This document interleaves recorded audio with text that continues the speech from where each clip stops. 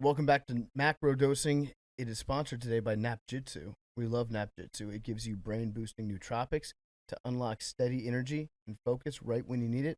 The result is you get your peak performance all day long. If you find yourself struggling, if you find yourself dozing off, especially in the afternoons after a big lunch, you need to focus. Guess what? Napjitsu is the way to go. They offer 13 powerful, natural brain-enhancing nootropics.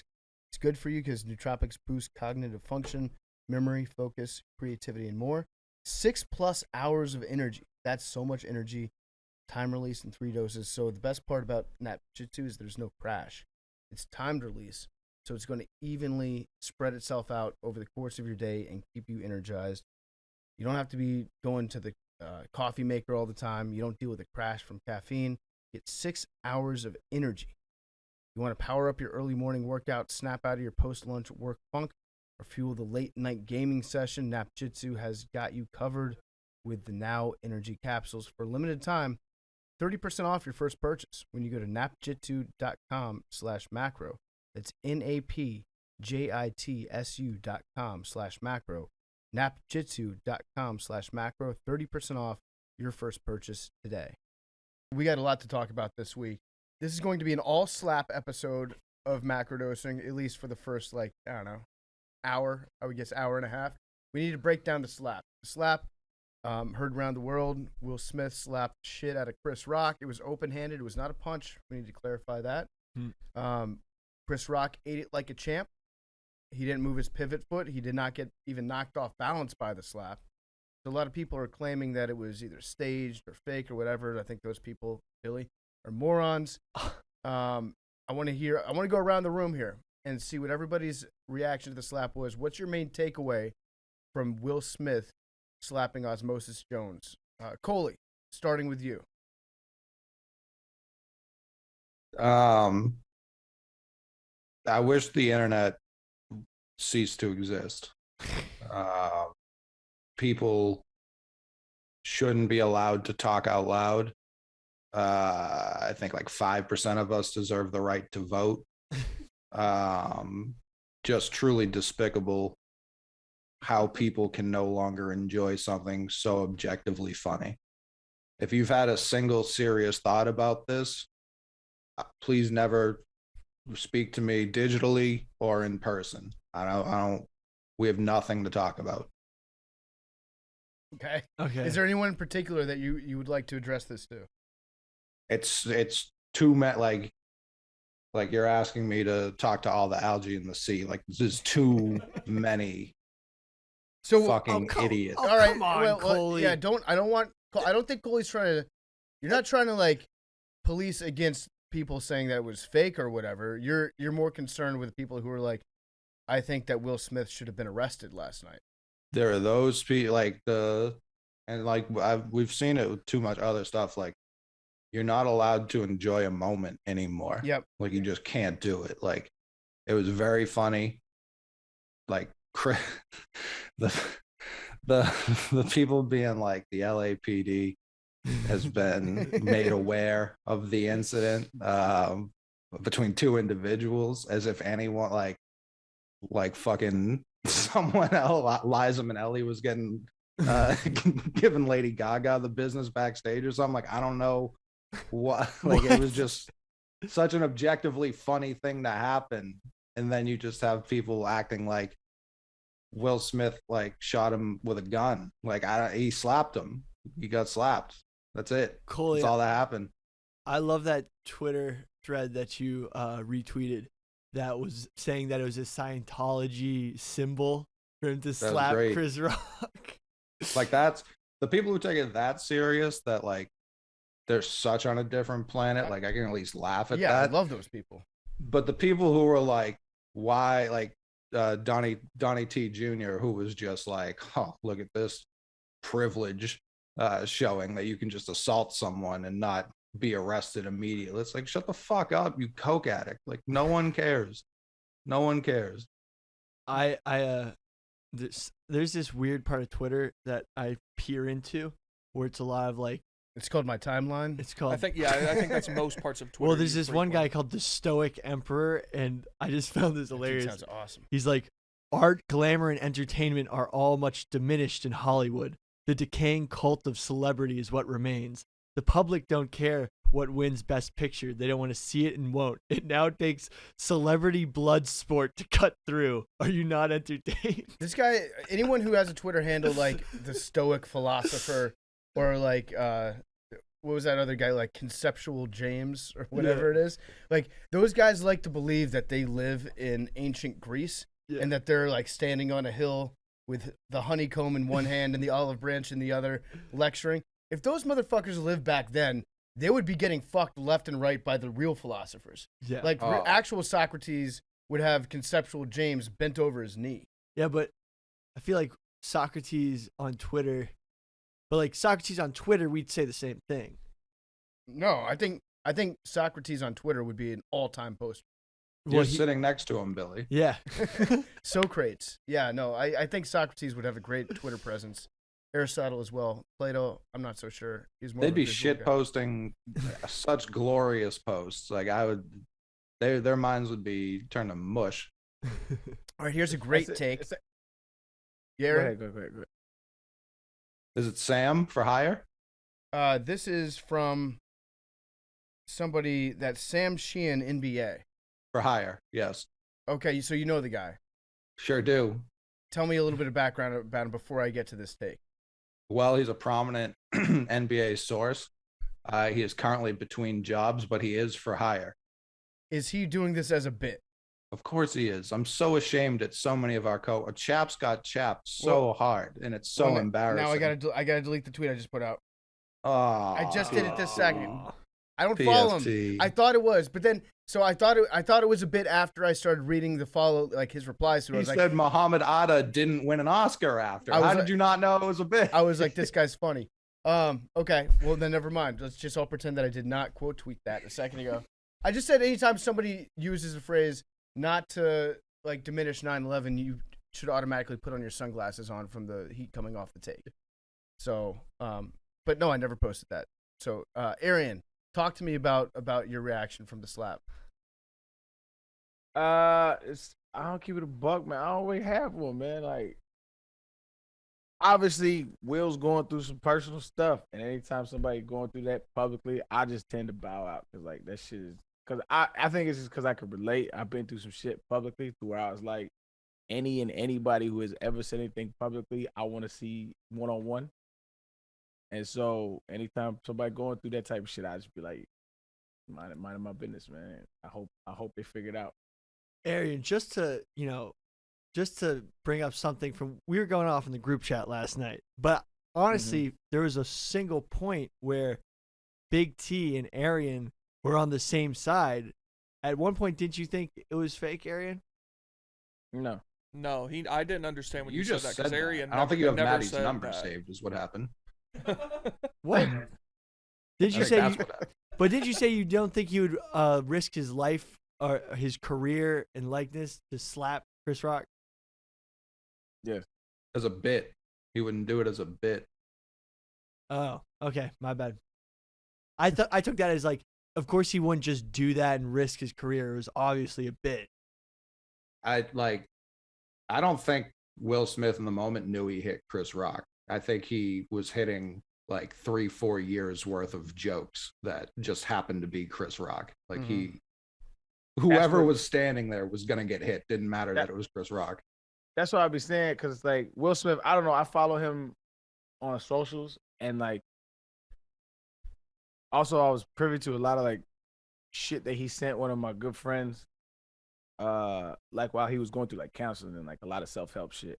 And so he's just one of the more inspiring human beings I've ever seen. Like he really is emotionally had it together. And to see him like that, it's obvious. Every man has a breaking point.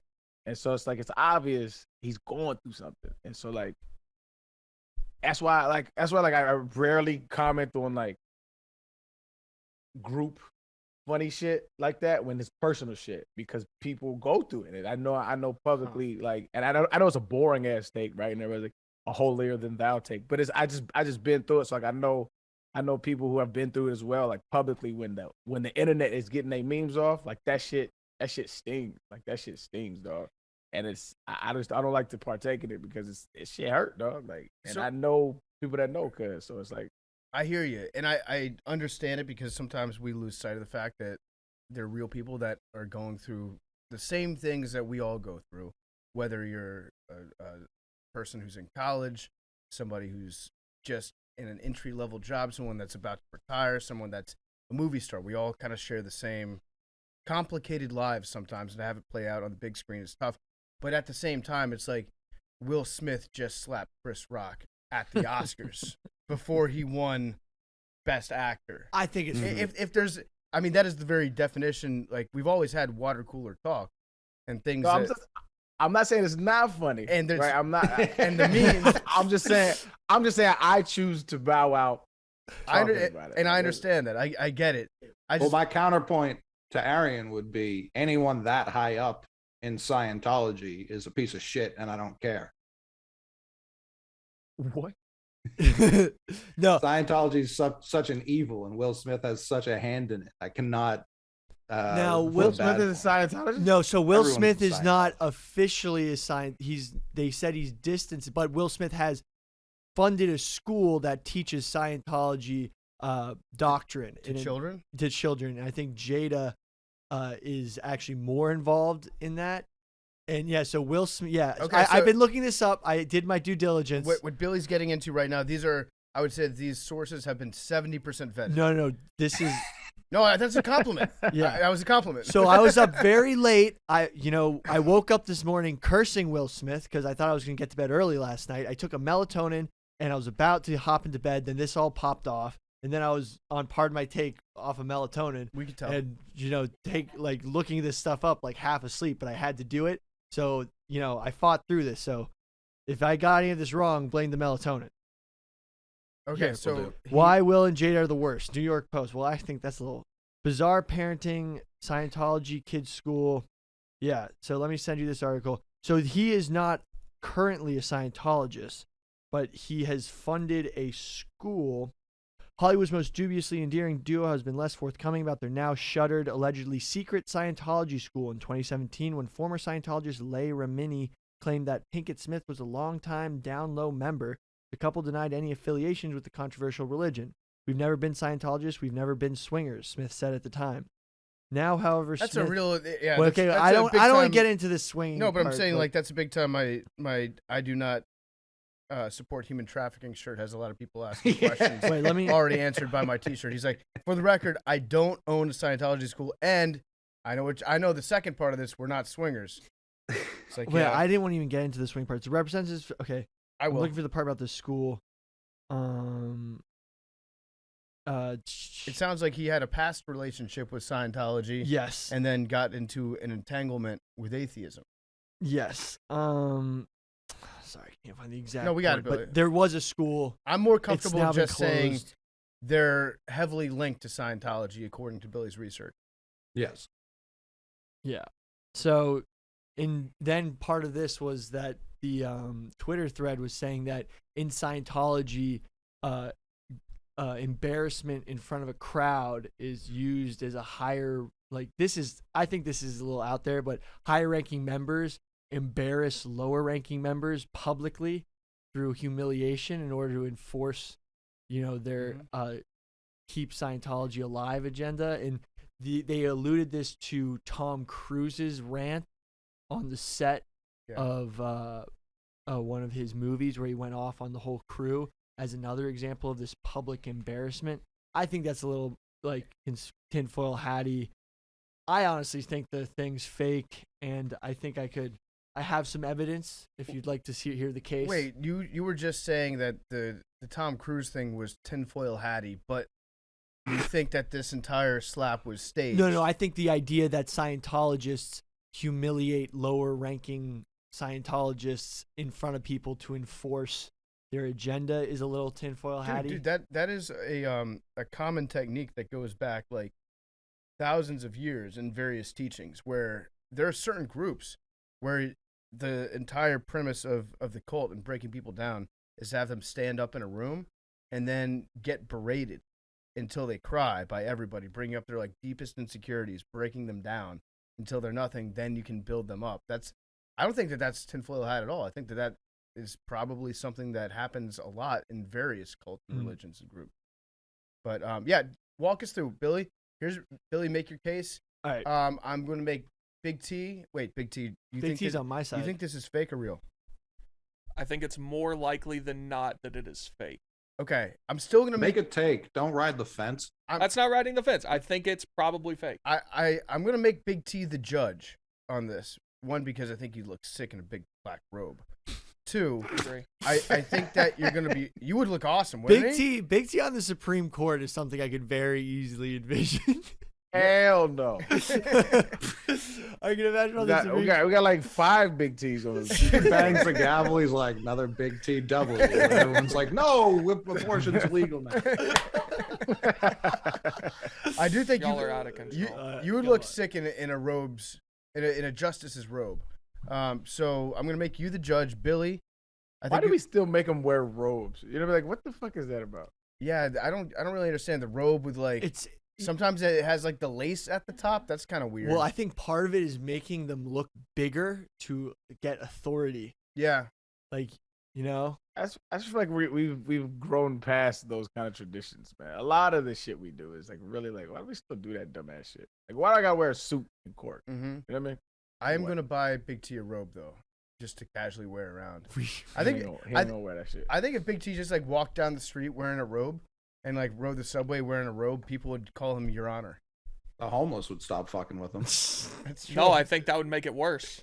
I can't wait till the movie Scythe comes out because it's a wonderful book and y'all would enjoy it. And you reminded me because the Scythes wear robes in that book and they call them Your Honor. Oh, Pretty funny. Yeah, we'll get you a robe. So you're gonna be judge, Counselor Billy. Please approach the bench. Okay, my first point of evidence is actually Big T pointed this out originally, but Will Smith on TikTok posted, "Me and Jada Pinkett Smith got all dressed up to choose chaos." This was them posing before they hit the red carpet on the Oscars. They choosing chaos. Look, that's very small, but it could be foreshadowing. I want it on the record. I was sending that as a joke. I did not want that used as serious evidence. Are you serious? I mean, no, he really did No. say that. Such a Everyone's reach, out Billy. here. Come on. Well, it's my first point of evidence. It's just we're gonna stack. I wouldn't it up. have led Lead with off that, but better go on. evidence. Okay, second point of evidence. That was not our leadoff hitter. Will Smith was laughing at the joke before he took the stage. Before he was angry, there is video of Will Smith laughing at the G.I. Jane joke. And I think he may have misconstrued whether that was his cue.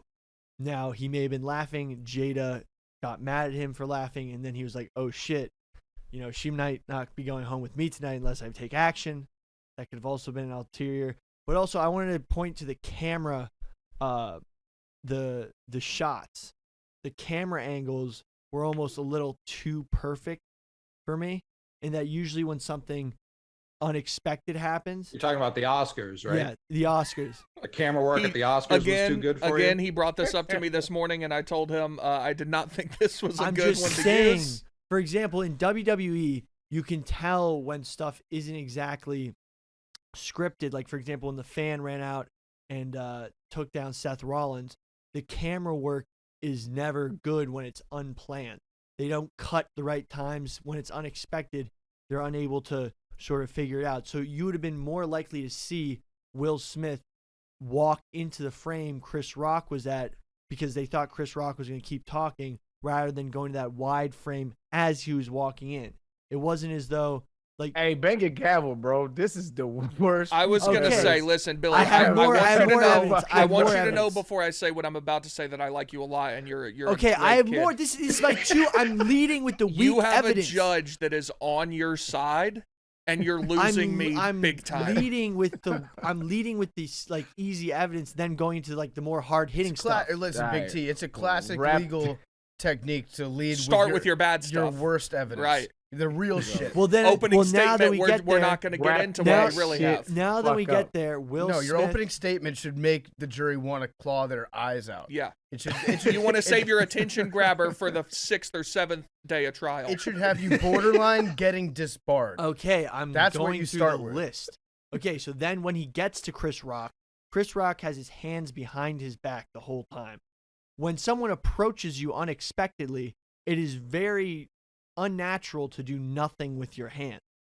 Absolutely nothing. And like, just watch a man walk towards you if you have no idea, even if he's your buddy, even if he's friendly, even if you think Will Smith is not going to slap you in the Oscars. People approaching, like comedians have been approached while they're doing stand-up all the time. Chris Rock is a comedian, and hecklers coming at comedians is a very common occurrence. If he did not think that anything was going to happen to him when Will Smith was walking up, and him keeping his hands in his pants, even when This is Will the good Smith, stuff, by the way. This is even really when good. even when Will Smith raises his hand to slap him, he's still doing nothing, and all he does is basically brace. If you look at the video, Okay, So he braces Chris Rock for now is guilty of not having the best reaction time on the planet. Good Yeah. point. Also, the look on Arian's face when Billy was presenting this point was all time. Just like listening to each point, laughing about it. Hilarious.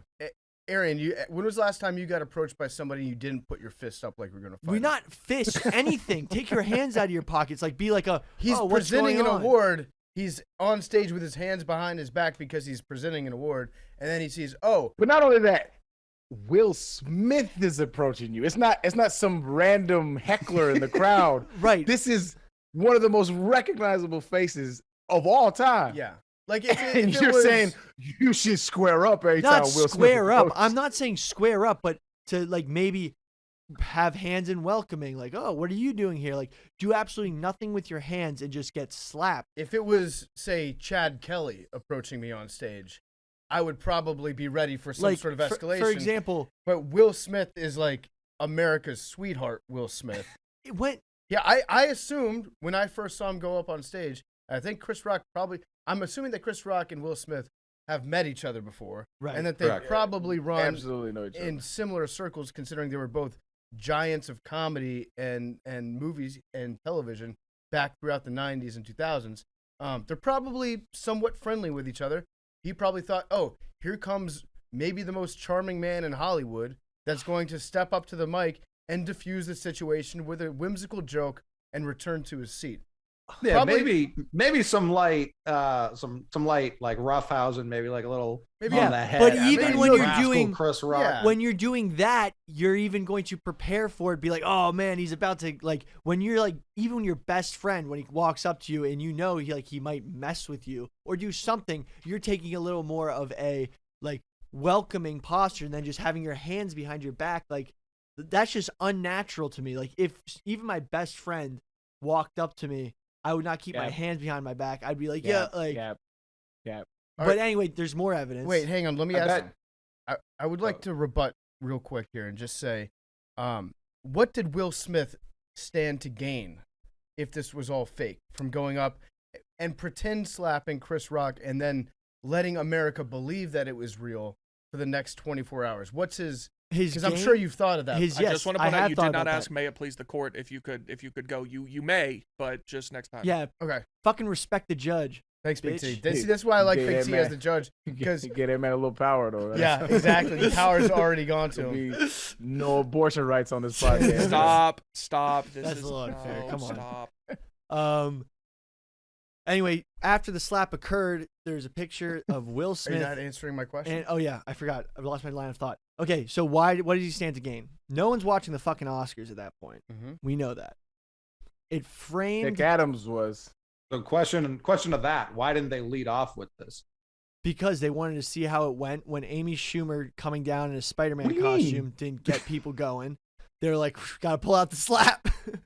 No, but If you want people to watch, that you lead off like. Well, unlike hang on, you- hang no, on, no, hang but on, hang basically it Lead off. framed his acceptance speech Right, and I got think it- people to watch it. First of all, that's now in prime time everywhere in the country because it was 8 o'clock on the West Coast. And he was going up there 15 minutes later to accept the award for Best Actor. Are you the judge or what? Oh, I just wanted to point out some evidence Well, that it That's not your job. Objection. Billy still hasn't really addressed my question, which is Right. What does he stand to gain? What does he stand to We're gain? all talking about it. No, we're talking about you're talking about the Oscars ratings improve. What does Will Smith stand to gain from doing potentially a career suicide move? What's the big benefit that he gets? It framed his narrative of him protecting his family and being a vessel of love through protecting his family on the world stage, framing his portrayal of King Richard and how not King Richard. That's the name of the movie. That's the name of the movie, right? It was Richard Williams. Portraying Richard Williams as this man who'll do anything for his family, and how Will Smith felt the role because he was involved in it, and all very valid things. But just to emphasize this sort of message and narrative, I think he did take those artistic licenses to go that far. And if Chris Rock was in on it, which it looked like he was because he was smiling after he got slapped, and Will Smith was smiling. And then when was Will Smith smiling? There's a picture that I think I retweeted. Like maybe one still frame that they caught, but he was not smiling afterwards. I think he did kind of smirk as he was walking back. I mean, also, if you've never smacked someone, that's a smile-inducing feeling. Well, but that's not. But also, if you're smacking, also Billy, wait, that's in maybe the half second after the smack connected, and he's turning around and he's thinking to himself I'm the man. I stood up for my wife. Right. And in those first couple steps, no. and then he bounces back, and then he sits down, and then the rage starts to build, and then the reality of the situation that he's in. As the judge, I have a question for Billy because I don't want to go past what you said. Are you insinuating that Will Smith did this as some sort of method acting, as the Williams sisters' dad in a movie that he already did? In essence, trying to Set up the sequel. to set up his role in his acceptance speech, because his acceptance speech was 5 minutes long about how he really took to heart protecting family and taking on this role. And then in the act of slapping him, one of the greatest actors of all time broke character and smiled after he slapped him. Yeah. Solid. For a second. Don't forget, Chris Rock, a guy who's done improv on the biggest stage of Saturday Night Live, also broke character.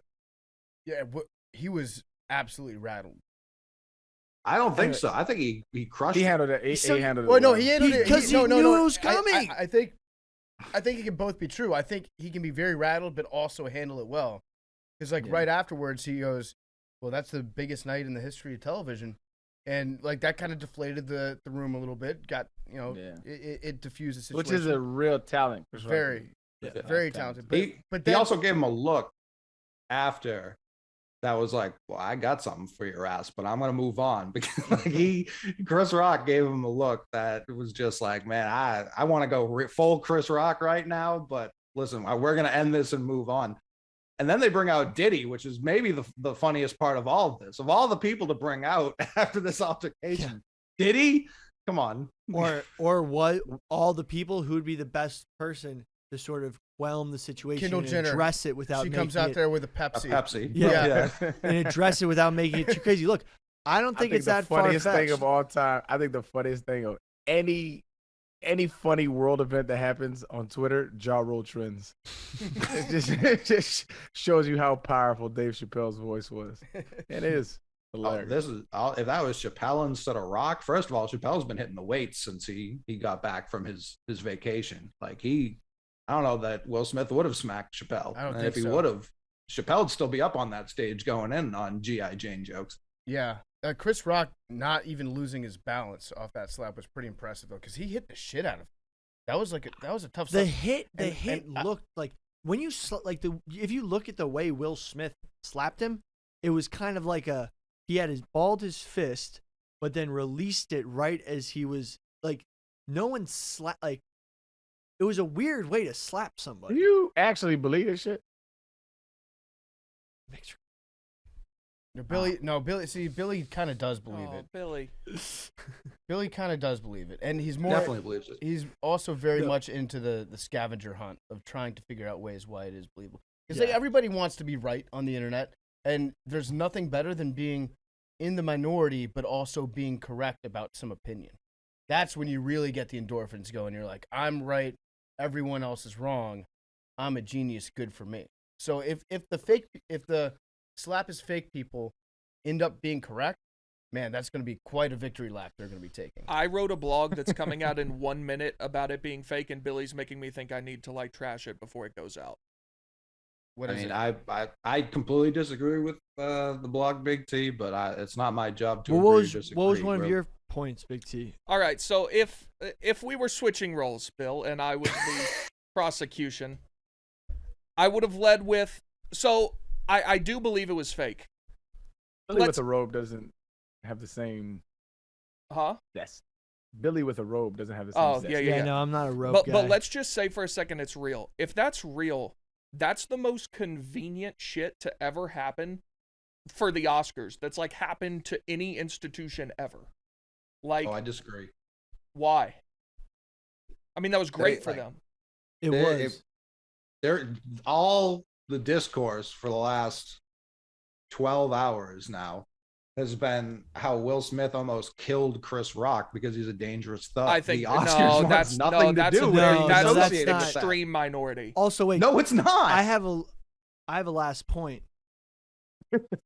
Usually, when let's say you're at a party, right, and you do something out of line, you take some liberty. Even like the Oscars is just one big Hollywood party. Usually, after you do it, there's that moment where it's like, oh shit, maybe I shouldn't have done that. And he had that moment. I think he had that moment when he got pulled aside by Denzel and Tyler Perry to calm him down. And Bradley Cooper for some reason. And Bradley Cooper. They should take it a selfie in that moment. And they talked him down, and then he got up on stage and delivered kind of a rambling speech when he accepted the award. I am like a little worried about Will Smith though, because I don't think he's in a good place. If that was real, he's an insane person. Well, let's just say he's in a bad place right now. Honestly, okay, when it comes to celebrities, especially if you're a massive fucking star like they are, Will Smith probably top 100 most recognizable people in the entire world, I would say. That has to fuck with you big time. The idea that everybody in the world knows who you are and has opinions about you constantly, especially if your marriage is out there publicly and they know all the shit that goes on in your personal life, you are in a very unnatural place for humans to be in. That shit, we're not equipped to deal with all that. There are things that happen in your life that would be inconsequential to anybody else, but if somebody takes a picture from like TMZ or whatever, all of a sudden you've got millions of people weighing in on what you just bought at Walmart or some bullshit like that. He probably doesn't go to Walmart. Let's just say like he's leaving. Target guy. Yeah, he's a Target guy. They got good clearance deals right there on wintertime clothes. And that's a really fucked up place for somebody to be in, and our brains aren't really equipped to handle things like that. So the amount of stress that he's under constantly, even though he seems like a very cool, natural, easygoing guy, has got to be just something that I cannot possibly even imagine. So I think he's struggling with that, and I think that's probably a natural thing for him to be struggling with. But again, I go back to he went up on stage at the Oscars and slapped Chris Rock in the face. And can I also say about that, what you said is fair. Granted, he's been dealing with that for 30 years at this point, so he should know how to handle that. But not necessarily. I would it still shouldn't be normal, but like he understands like what comes with that. But what I was going to say is the argument that he flew off the handle in one moment and lost it. Rock tells the joke. He's laughing, then it waits like 10 more seconds, then he gets up, takes a 30-second walk up there, and these times are outrageous. Yeah, you're exaggerating the times. Correct, you're correct. You're watching in slow-mo. He's walking You've got up there. It on NBC on like Saturday night. He takes how many steps up there? I didn't count. 25, He's front row, 30. so like 8. He definitely traveled. Anyway, he's walking all the way up there, and at no point during this thinks, maybe I shouldn't do that. Then he stands there for like a split second in front of him and doesn't do anything, and then he slaps him. Okay, so I don't think it's like a he's stressed, heat of the moment thing. I think he's dealing with some emotional issues, right? I think that like he's got a lot of it's not the we can count. It's the numbers probably in the tens of thousands, I would guess, of people that have attended the Oscars and not slapped anybody. Right? There's been some very famous people that have gone to the Oscars, had jokes made about them and their wives, and did not get up on stage and slap somebody. So it's not. I'm not excusing. I'm not saying like it's natural, like what happened. I'm saying that for him to have that reaction, which is so much different from everybody else, it's probably the sign of a troubled person, someone who's going through something pretty heavy right now. I don't even think it's that deep. I think it's like you said something, my wife's pissed, I'm gonna fix your face and sit back down. Like that's really all that like went into it for me. Like, yeah, we know he has got all this other shit going on, and then he told us about it in his like becoming the Joker acceptance speech that he gave, but I don't like what this comes down to, and it's like every fight, the only thing we see publicly fights like this is like the 2 times a year it happens in a sporting event.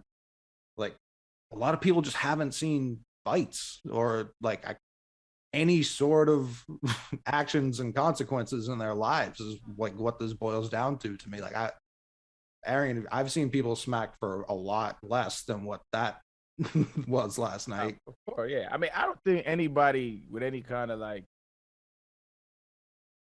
I don't know, I ain't gonna go there. But I'm saying it's just it wasn't a big deal. I don't think it's a big deal. It's a big deal because we keep talking about it, like as a collective community. You know what I'm saying? Yeah. And I think, I mean, and without my point about Will was like, it's obviously out of character for him. Like he's not he don't, you know what I mean? But everybody has a breaking point. But this is why, again, I reiterate, like all those, when he becomes a meme, when he's at a red table trying to be open about his marriage, right, his personal business, like when you, and granted it is inviting, right? They invited it. It's just where we at as a society. It's like that shit weighs on you, dog. Like that shit weighs. Like motherfucker, how long you been in the public eye? That's why some people like Denzel, you never see paparazzi following Denzel around. You know what I'm saying? He moves in a certain way where he understands he has to protect part of himself. Like not everybody does that, and there are consequences to that. And the consequences is letting the public on your front door every day, and that shit weighs on you. Right, wrong, or indifferent. It's you'll hear people say, "Oh, well, you know that's the cost of being a celebrity, right?" And I always argue with them people, like the same amount of empathy you want for your position, like you should have for somebody else's position, no matter the financial, because like there ain't a therapist in the world that can fix that shit, dog. That shit's gonna sit with you for a while. I think what you saw in his reaction, if you look at like the split-second breakdown of him laughing at the joke, seeing Jada not laugh at the joke, and then like a switch flipping, it probably not knowing the particulars of their relationship, I'm just going based off normal human emotions. You see your wife not laugh at a joke, and she is also in an open relationship with you where now you feel like you're always having to like prove yourself as being like worthy of being her man, no matter how cool you say you are with it. I think there's still probably something where it's like, this is still my wife.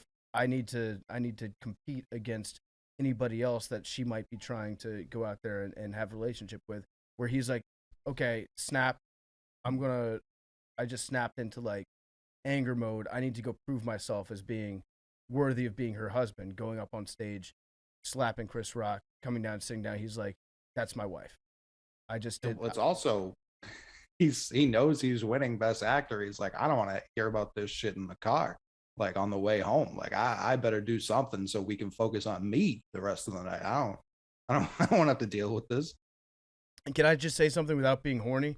She looks good. She like great look. I don't care. Hair, no hair, doesn't matter. Jada's looking good. So Jada, if you're I don't know what your personal situation's like right now, but hello. Madeline, I'm just kidding. I'm joking. I'm obviously not gonna. I don't want to get slapped. So that was a joke, Will. If you're listening. Madeline got caught liking stuff on the timeline. I just got a DM. What did I like? You're getting bonked. What did I get? You liked a bunch of Harry Styles Yeah, I photos. did. What was it? Bonky. Can't be throwing bonks in glass houses. Yeah, it's so thirsty. Wow. Embarrassing. Yeah, Harry Styles. I was very bonkable on the timeline last night. Like, look, Bonk. bonk on me. Okay. We can bonk. Every My time Miley Cyrus posts anything remotely scandalous, I just get mad people tagging me in it, just daring me to click that little heart button. And I do, just because I know the joy that certain sickos out there get of seeing PFT commenter like next to a picture of Miley Cyrus in a Catwoman outfit. You like on it for stage. you like it for a reason. You know that people can see it. Yeah, exactly. Yeah. Exactly. I'm playing 6-dimensional chess right now with you guys. Yeah, I take pride in it. I don't even think that she's attractive. It's all a bit. I thought the best part of the night was when Samuel dapped up Will, like he had wanted to punch Chris Rock for the longest time ever. Did you see that? Yeah, I feel bad for Chris Rock 'cause I thought he was pretty well. Like, I don't think he's ever taken that many shots. Well, I think people love Chris Rock when he's talking about somebody else, and then when he's talking about you, his commentary, his comedy is so like cutting sometimes that if he does include you in one of his jokes, it probably makes you pretty pissed off at him because he usually fucking nails it. I'm gonna be honest. I think maybe it wasn't a total work, but I definitely think Will Smith went in there with the thought of slapping somebody. Well, Chris Rock. You thought he was gonna slap someone was getting slapped? Anyone. That night. Like if someone goes after, like if he's going with this protect my family thing, there's a little bit of like, I'm definitely like, if anyone goes after my family, I'm definitely slapping them. I think At that the Oscars. Yeah. Well, he did it. Chris Rock had definitely made fun of Jada before. It was Yeah. not the first time, so there's like a little bit of history there. Yeah, during the Oscars So White one that I believe he hosted, they boycotted. She made a video and went out of her way to be like, "We love you, Chris. This has nothing to do with you." And he still cracked a joke at her. So like it was like 5 years coming. Some people said was into that slap. I don't know. I think Chris Rock should thank Will Smith because like he saved him from just a brutal 5 minutes of stand up. Like that was none of it. Everything before that wasn't. He started off with mask jokes. Like it's 2022, man. Like move on. When was the last time you guys have been slapped? Billy. Slapped me this morning. I did slap Billy this morning. That's true. Good. Honestly, I'm addicted.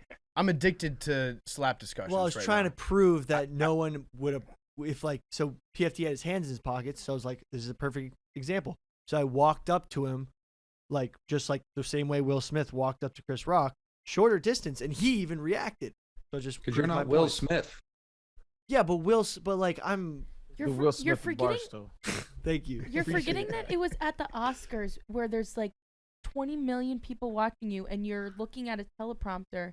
Like- Used to be 20 million people watching. Yeah. not Okay, anymore. well, I don't know. Well, like, after what- round like, number. after So the they slap- actually the ratings just came out. It averaged 13.7. I'd imagine the peak obviously was much higher than that, but I don't know. The average was 13.7, which was still very, very low, which actually surprised me. I thought it would have been higher. well, I after haven't that. seen what the peak is, but the average of the whole show was It's 13.7. very rare to see somebody in a tuxedo slapping another person also in a tuxedo. right. I think that to me, it adds a little bit of panache, a little bit of spice to it. I like that. So it was such a good event in terms of just like people got some jokes off. People were joking around. It kind of brought us all together for a minute to all be talking about the same thing. I'm addicted to slap discourse. Like I am not looking forward to going through days upon days of having nobody slap anybody else on television. I was thinking about this today. Not COVID or a war or something like that. What was the last thing that happened in sports or entertainment or whatever that like was the only thing spoken about for at this point at least 12 hours? Like the only thing people are talking about. I'd say Myles Garrett. Adult. No, but that wasn't even. Yeah, it wasn't. That was more. Honestly, that was That's probably just like my sports world. Yeah, that was a great night. Well, I think sports are for sure in the like 28-3. I don't mean to say it to you, Big T, but like that Shut up. made some Cole. headlines. Shut up, Cole. That's just This guy's mean. out of control. It, Yeah. He's in such a Did it bad not? mood today. Yeah, that was just too. Was that not true? I think that wasn't- It is true, but you're in a mood. Wow. I mean, I just- the truth has a mood attached to it now. My apologies. Well, we did ask how you were doing when we got into this thing, and you said you were contemplating taking your own life. Correct. I just always think that So we agree. You're in a bit of a mood today. That's would my say that- normal default setting. I don't think that's a good mood though. I having spent so much time around Hank for the last 6 years, there's always like a shot clock in my head. Anytime something happens, how quickly can this be tied back to the excellence of the New England Patriots? And so whenever Coley absolutely hits that one in under Hank's time, it really irritates me. But I also respect New England fans for just always being on guard, despite having so much success in their sports fandom, to have that big chip on their shoulder where they're just looking for disrespect at every twist and turn. That wasn't just the Malcolm Butler interception probably got more discourse because there was no like, what should the Falcons have done?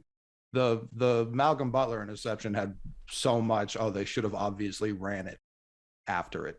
Hey guys, just so you know, in about 5 minutes here, we're gonna have somebody that had boots on the ground technically, or it has an inside track on what happened in the room. They're going to be joining the Zoom conversation. So Is it Apatow? No, it's not Apatow. It's Tommy Alter. Oh hell yeah! So Tommy, was he at the audience? he was not. We'll let him get into it, but he's going to give us a He little. knew everyone there. So I think this is Tommy's first appearance on the show. He's actually the one that introduced me to Arian, and you've probably heard me say his name a few times or seen some of the pictures that we've taken. Tommy's a good friend of mine, and he knows literally everyone. He's probably, I would imagine he's had a one-on-one conversation with both Chris Rock and Will Smith at some point in his life. I think he was on Probably. the show. He was here in person. He sat in. I think Yeah, he wasn't on the show, but he's been. I with think he us whispered before. something to the mic. He might have, yeah. So this is the mysterious Tommy Alter, co-host of Old Man and the Three with JJ Redick, the world's #1 Duke podcast. So he will be joining us in a second. But yeah, real quick, going around the room, when was the last time you got slapped, Big T? I don't know ever. You've never been. Yep, that explains a lot. Why? You can just tell. I if would say somebody's been most slapped people before. have never been slapped. You've never slapboxed in the No. I I think don't think that counts. I think most people have been slapped before. slapboxing Like- account? No. Even if it does, yeah, I've certainly never done that. Yeah, no, not that I can recall. You think most people have been slapped? I don't. Yes. Think so. No, I agree with you. Most people haven't, but I think that's why we've seen such terrible takes about this. What about you, More Arian? people, slap more people. More people That's should why I be slapped. I slapped. firmly believe that. Last time I got slapped, I was in college and we was at my man's house. He stayed off campus and his mom and dad cooked gumbo. They from Louisiana, so it was like real gumbo. And so we was all together, we was all drinking and shit. And there was no reason my mans did this. Like we was all in the kitchen, chilling, having a good time, and out of nowhere, my man just comes up to me, yeah, slaps the shit out of me. And I was like, I was shocked. I was Chris Rock. I was like, what the fuck? And then the adrenaline come on, and I'm finna rush him. And then the dudes whose house it was, he was like, hey, my man, my parents are here. Please don't do anything. Please don't do anything. Like, I to this day, I don't know why he slapped me. He don't know why he slapped me. I think he was just drunk. And we talked about it afterwards. But that was weird time. Yeah, there's like a moment of shock usually that comes with it, where It's you just so have to try to- disrespectful. yeah, you have to try to It's so process it, disrespectful. and then It's not a punch. So Because he don't want to hurt you and sit you down. He wants to utterly disrespect you as a man. Like that's what it is. Coley. Yeah, I don't know. I've been struck like within the past couple of years, but certainly not slapped. Slap would have to have been a while. What about as a bouncer? No. I mean, I didn't do a ton of, but like the last place I bounced at was a pizza place in Amherst. My security spot wasn't as much bouncing as it was. Go ahead, Arian. Why did a pizza place need a bouncer? So it's like the late night spot after everything closes in a same college town, and Same it's one. very like it's about the size of the room I'm in now. sense. So it just gets very crowded. So they put my big ass right in the middle of it, like a fucking traffic cone. It was my job to keep people moving. Was not worth the money. Avery?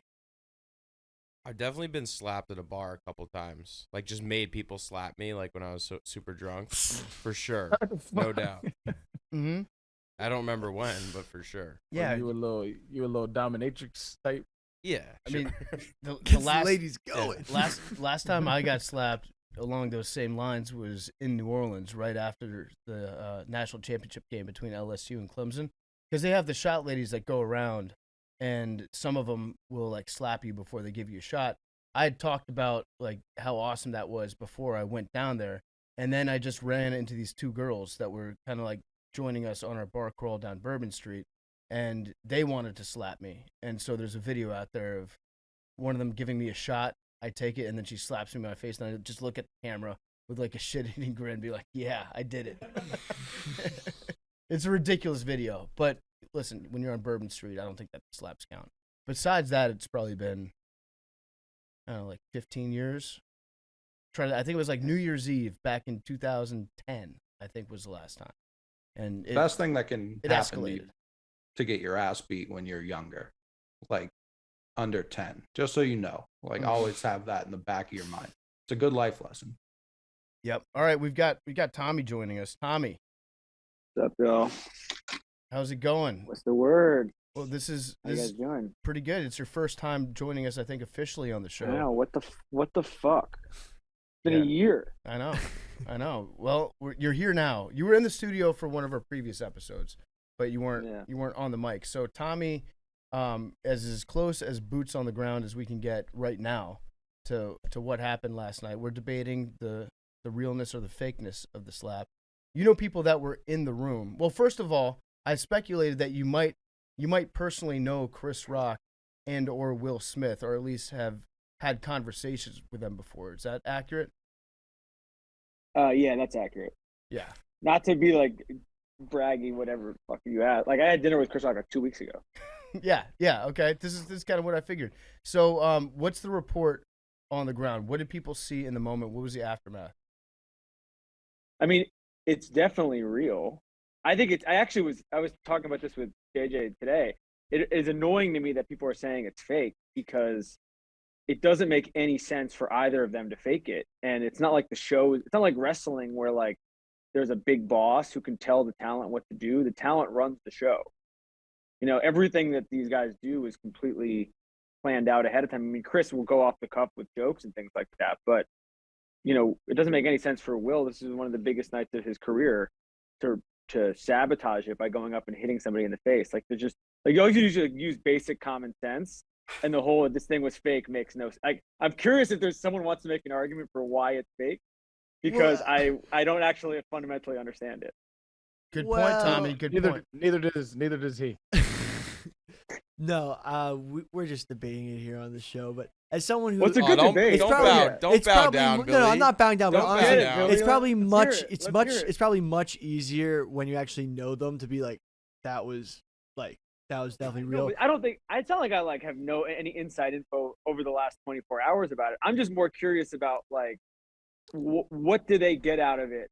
Like hypothetically. Hypothetically, the ratings definitely boosted at the Oscars after it happened, which highlighted Will Smith's speech, which he echoes a lot of the sentiments of his character in King Richard by saying that, you know, he does everything to protect his family. He's a vessel of love. And that was sort of almost like poetry in motion for him to do right before his speech what he like was preaching. So in a way, it almost would be like a very, you know, just make Will Smith almost really look like the character he was trying to play. Well, I will agree that it's made me want to go watch King Richard. Like now I want to go see the movie. You haven't seen it? It's a good movie. As hype. But let me ask you this, Billy. What if he didn't win? I'm pretty like I looked at I think someone brought up the odds. He was -600 to win Best Actor. So that was so he was definitely the favorite, but then the implication is that the Oscars are also rigged in terms of everyone knows ahead of time that like there's a chance he could have not won, just like, you know, right. Coda was probably the favorite to win, but like Howard the Dog or like one of the other movies could have won for sure. There's upsets. Like it wouldn't have been a crazy upset if somebody else had won either Best Picture or Best Actor, and so then it's like you do all of that for nothing. True. So what Which was I also might think that is a little more debatable. that the Oscars are rigged? Well, I think there's definitely people in the know who could definitely get it out. So someone as well connected in Hollywood as Will Smith. Tommy, what have you heard about what the mood in the room was like after the incident? I heard it was crazy. I basically think everybody thought it was a part of the show at first, and then but they could hear the slap, so they said that was uncomfortable, to put it mildly. And then I think that everyone said they knew it was not part of the show when he was cursing at him, which obviously we've seen the footage of, when he was cursing at him, basically like off camera. They were like, if it was going to be a bit, the bit would have stopped when the camera stopped rolling, and they were like, it wouldn't make any sense to do that off camera, basically. And then when Denzel and all those guys went over to him, like afterwards, they were like, something is clearly off, and they basically said it was just like extremely uncomfortable for the rest of the time. So which obviously kind of makes sense. How quickly do you think we're going to move on to the next step of this discourse, which is going to be like the Will Smith challenge on TikTok, where you just go up to somebody and slap? I mean, hopefully, if that's a better question for you guys. I don't know. What do you think? I think ASAP. It's probably already happening. PFT already slapped me this morning. See? He was asking for it. He approached me in an aggressive manner. So can I'm sorry, just the beginning of the show. Take the fakeness out of it for a second. Whose side is everybody on? I'm on the side that Will Smith should not have done it, obviously. But I also am kind of coming around to the realization that I think he's probably going through a very challenging part of his life, where he's like dealing with some mental issues, obviously, because that's not the reaction of a healthy, stable, grounded human being. I think it depends on whether Chris Rock knew Jada Pinkett Smith had alopecia, because I think that was the big miss. Good question. Strong disagree. I didn't hear riots in the streets for Charlie Villanueva when KG was giving him the business for years. Well, that's true. Also, Charlie was also capable of defending himself. And fucking patriarch PFT. Yeah. Do you think it would have been different if Jada had gone up and slapped him? I think she gets a standing ovation. Yes. I think it'd be more impactful, yeah. For sure. Did Will Smith steal that moment from her? Many are saying. Oh, chill out. I did like the take, though, when somebody was like, what if Amy Schumer had made that same joke and Will Smith had got on stage and slapped her? Again, standing ovation, I think. No, who else was there? Was who's that comedian? What if Kanye had slapped Taylor Swift? Oh, he'd be in jail. Definitely. Who's that? Who's that? I'm looking at it right now. I forget. Comedian rapist? No. Why are they Reba? No, it's not Reba. Ricky Gervais. Oh. Ricky Gervais was trending because people were saying, "I wish it was Ricky Gervais." Well, I have actually another question, because this is the other thing that I'm curious about. Is I saw all these comedy people last night were basically like, they were definitely taking Chris's side, but they were also being like, now you can't tell jokes without worrying about someone coming up and like hitting you in the face because they're offended by it. Hey, comedians be the most sensitive, bro. Like, they complaining about fucking sensitivity, but they be the most sensitive, bro. If you this is square you want to stand on that shit. If you want to tell a joke and that's part of the consequence, run it, nigga. But then you almost know that if you're going to say stuff like that, like, you're not going to keep your hands in the back of your pockets when someone's walking up towards you. No one's ever done stand up with their hands behind their back. That part's true. Right, but when someone comes towards you, your natural inclination is to do something with your hands, not just leave yourself totally open. Not in just like a fighting sense, like in like greeting, like, what are you doing up here type thing. You know? I hope this is a good lesson for comedians to remember that their job's to be funny above all else. I feel like that's gotten lost from their job. Like, they've self-imposed themselves.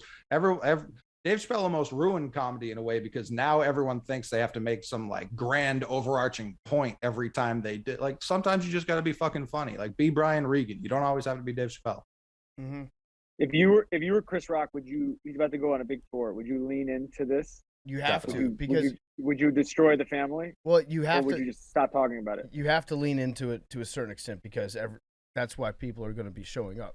Like that's You address it. I don't think you. I know Chris Rock to be like a really stand up, like, he's a solid cat, and so like I don't think he going to like exacerbate the situation and continue to talk about Jada or Will. I think he going to like address it like, like men. Like, I think he'll make fun of himself. Yeah, he'll make fun of Probably. and he'll make fun of the situation and walk through like what was happening in that moment. I don't think he's going to go scorched earth on the entire Smith family. I also think that there's a pretty good chance that we're going to see Chris Rock and Will Smith in a commercial at some point. this summer. I agree. My prediction. I don't think this is necessarily a positive thing. This is just literally my thought. Is that they will host the Oscars together at some point, maybe next year. I think they will figure out some way to everyone gets paid off of this. Yep. Eventually. It's just too. So I don't think it's fake, but they would. That does not do much to dispel the theory that it was just fake. too perfect. I think but it's any confrontations, any public confrontation, you can monetize. You can figure it out after the fact. It was just faking it. Yeah, go ahead, buddy. It was just almost too smooth. The whole way it went down. That's Will Smith. But like, dude, he connected. He walked up there. He did a weird wind up that was almost. It just looked. He was too wearing a perfect. tux. You can't swing properly in a tux. True. I mean, No. it was a good slap. I will also say I think that talked about this in the beginning of the show, but when you look at his career, when you look at Will Smith's career, there's basically him and Tom Cruise, and there's nobody else, in my opinion, who have been they have built up they're like the last movie stars. They've built up their public image in a very, very specific, family-friendly way for like 20 plus years at this point. He's not going to just all of a sudden like break that because he cares about the Oscars rating. Like he doesn't give a shit about the Oscars or their rating. I wonder what they have in common. Who? Tom Cruise and Will Smith. Oh, Scientology. Well, that's a different. Yeah. I mean, who would probably know who's winning Best Actor before anyone else did? Just people connecting the community. And if you had to set something up to, the Scientologists maybe weren't getting as much attention because the Oscars weren't doing as well. I don't know. I'm just saying. I do It's like. also I'm just like, asking questions here. for like this will forever be the thing people associate with Will Smith. Like not Fresh Prince, not Men in Black. Nothing else is going to top this ever in people's minds. Like, this is the number one Will Smith It's a moment. long time. He's not going to be able to get this off for his whole career. No, so like he risked all that for the Oscars ratings. Like that's kind of weak. I don't necessarily think it's gonna be a blemish on his record. I really don't. Like I think in the immediate future, 5 years from now, ain't nobody gonna give a fuck. His track record's too long. Well, people shouldn't give a fuck now, but whether or not they remember it, I think like blemish. Oh I don't no, think it will forever be a meme. It's gonna be a meme for the rest And of it's his life. it's a thing that anytime anybody writes about his career or anything like that, it will be in the first like 3 sentences. And in And our generation, we've been able to see his body of work from the start of Fresh Prince to Independence Day, Men in Black, Wild Wild West. What a great film, and all the above. But for the younger generation, like Mad Dogs and below, they don't have that entire experience of seeing Will Smith grow up from being essentially a kid to what he is now. It will be more impactful for the generations that are younger than us, that are going to look back at Will Smith's career. Like Mad Dog, like when you think of Will Smith, what's the first thing before last night that came into your mind? Like, what's the first movie I think about? Yeah, what in your mind, what is he known for? Like Men in Black. Yeah. Or like, honestly, like Pursuit of Happiness. Hancock. Yeah. I don't know what Hancock is. I feel like for the younger generation, it's going to be more impactful than it is for us. Right. Like, I know, obviously, like, I know the cultural impact that Will Smith has. And, like, I mean, Billy and I are the same age. Like, I know what the cultural impact that Will Smith has, but I don't think I was alive when Fresh Prince came out. Right? Neither was For Billy. sure not. Right. Mm-mm. So, like, I didn't grow up with him like you guys did as much. But, like, he has, I think, one of the biggest cultural impacts of any celebrity in Hollywood. Yeah. All right, well, Tommy, we'll let you go. Thank you for joining us. That's our right. Hollywood guys. insider, Tommy Alter. Thanks, Tommy. I'll see you in the city. All right, Yeah, are later. you gonna be in New Orleans? Yeah. Okay. Yeah, I'll see you down there. We'll see why'd that. you say that like he was from New Orleans? Because the Final Four is in New Orleans this weekend. No, you said that like you are from it. You said you gonna be in New Orleans? New Orleans. That's how you pronounce Oh. Yeah, it. it's It's not. You said New PFT. You ever Orleans. tell it? It's not New Orleans. We had a fun New Orleans time before the world ended. We did. Yeah, that was the last good That's weekend. where that was the Joe Burrow coronation, right? It was. Yes, sir. That's when I got slapped the last time. We were just talking about that. So, Yeah. all right. I'll All see. right. I'll see I'll see you guys in Nolans. later. Bye. Thanks, Tommy. You guys say New Orleans? No, that's what it sounded like. You said they said you gonna be down in New Orleans. New Orleans. Yeah, New it's, Orleans? that's how. No, it was like one word, New Orleans. New Orleans. Yeah. That's how I say it. I don't know. I guess I've probably just been corrected so many times from people on how to say it correctly. And It also, just threw me it's, for a loop because your accent doesn't denote that's Doesn't how you track. would pronounce it. Yeah. well, it's one of my favorite cities in the world. So I try to I follow their lead when they tell me how to pronounce it. I think I've said this before, but top 2 sexy accents from women from New Orleans. Yeah, in, Really? in kind of like a wild, crazy way. No, like it's the like the black women's accent from New Orleans is just so sexy, dog. That one and Jamaican women. Oh, Those you- 2 accents. I thought you Oh were my saying God. that you thought like a Cajun accent was really sexy.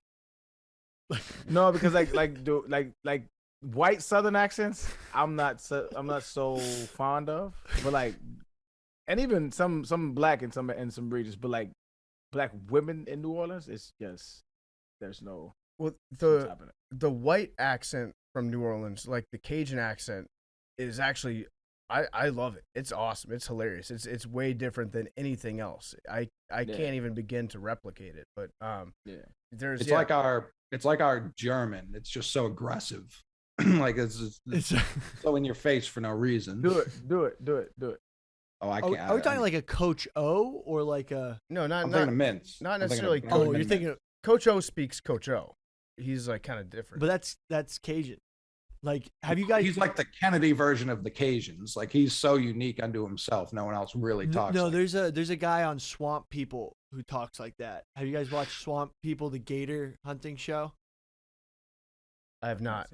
It's a very good show. It's on Discovery Channel. It's about these guys who go and hunt gators in It's an ad. What are you Louisiana. doing? No, I really love this show, and not many people watch the show. Like, I could spend like a whole like Saturday just like on my couch watching the show. Anyway, there's a guy with a very similar accent. His son also has the accent, and it's very Coach. I gotta listen to it for a second, then maybe I could Like emulate that dude from the Water Boy. it. Yeah, Yeah. kind of.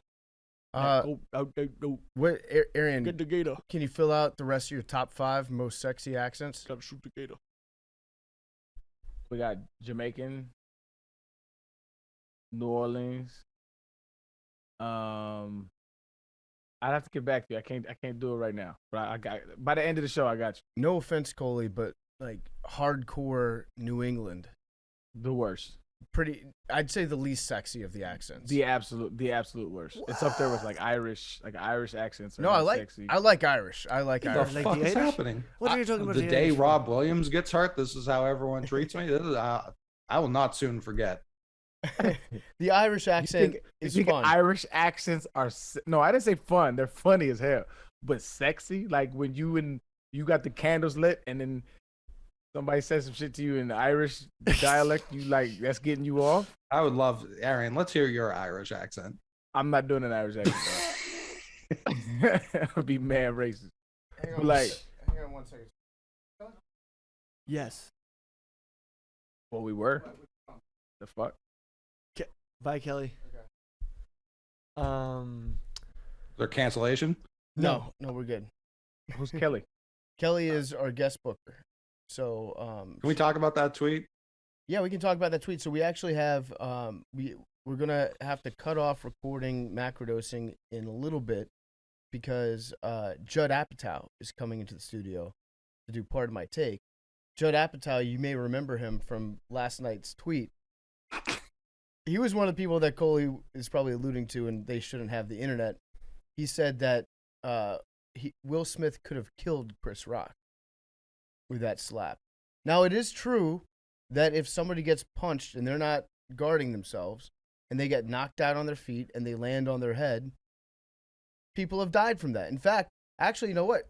I still remember, like the weekend after I moved down to Austin, there was a big story because there was this this giant strip club that was right on the southern shore of Lake Austin. So like right downtown off South Congress. And it was called La Bear. Now you might say that's an interesting name for a strip club. Well, yes, it is, because it was a male strip club. It was dudes that would dance there. And the weekend after I moved down, one of their dancers got arrested because a dude came up to him on stage and tried to grab him, and he slapped him. It was not a punch. He slapped him, and the guy fell down and actually hit his head and died.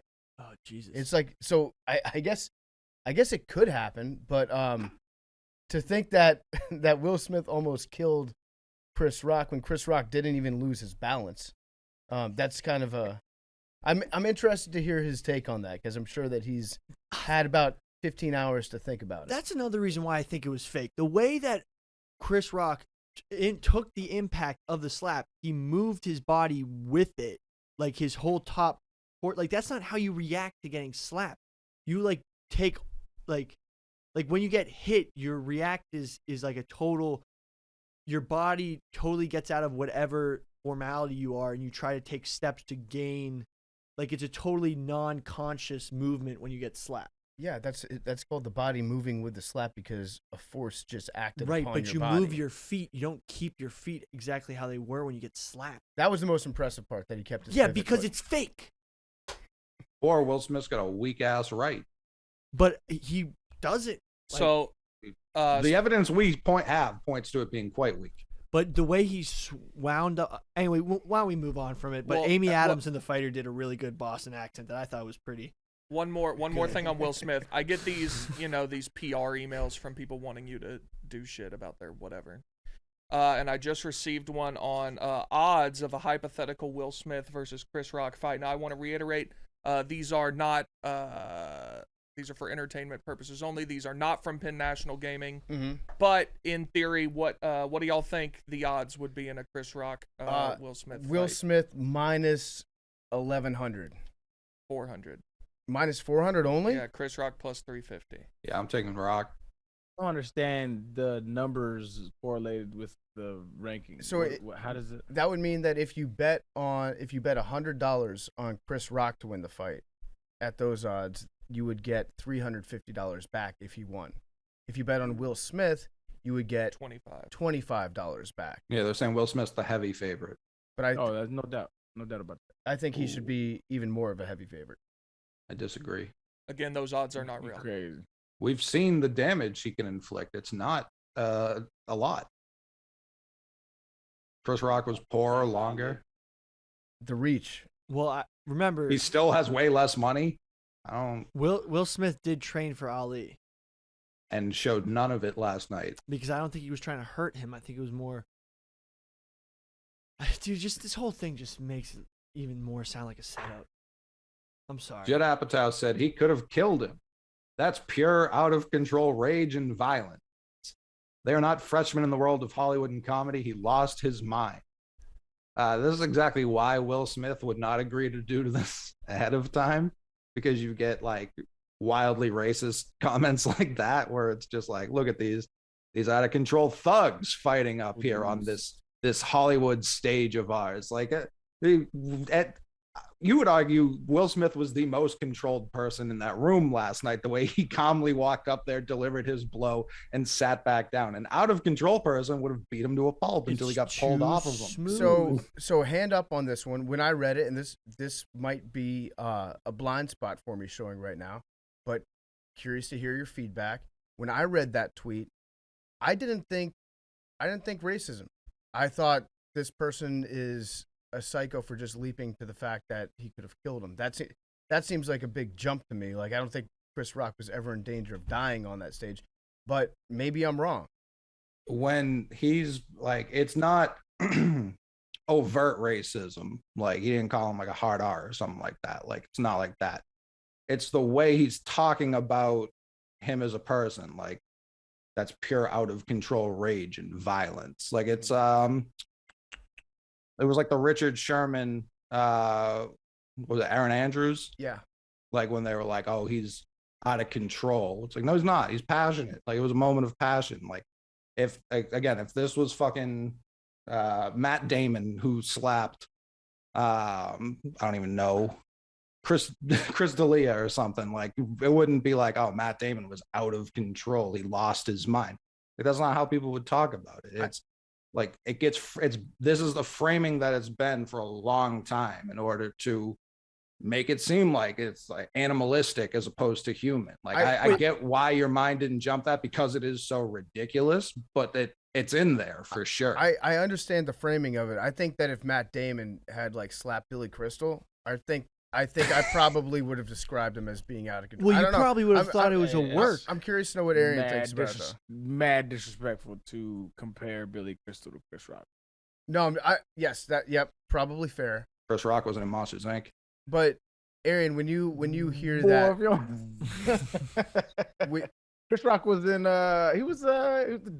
Osmosis Jones. He was in Madagascar. Yeah. No, he was like, I was about to say the dragon from Mulan, but that was Eddie Murphy. Yeah, no one's slapping Eddie Murphy. Eddie Murphy can go do. That's facts. Now, that's facts. Now, quick question. Remember when Matt Damon had that beef with Jimmy Kimmel? Yeah. I think we would have even more thought it was a work if we had Matt Damon participating in a beef. I think that they did participate in that work. I think it ended up being like the biggest work ever. It was like Matt Damon will not come on the Jimmy Kimmel show, and they did a video. Right, called it was I'm a fucking joke. Matt Damon. Yeah, It was a joke.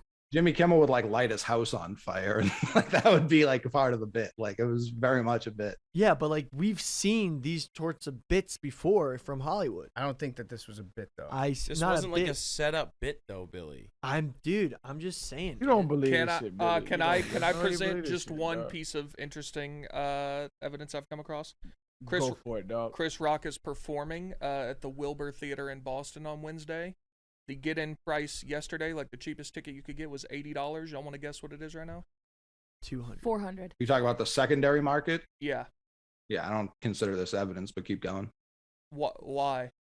Where the does he resale. profit off of this? I mean, it's publicity. Only because you're talking about it.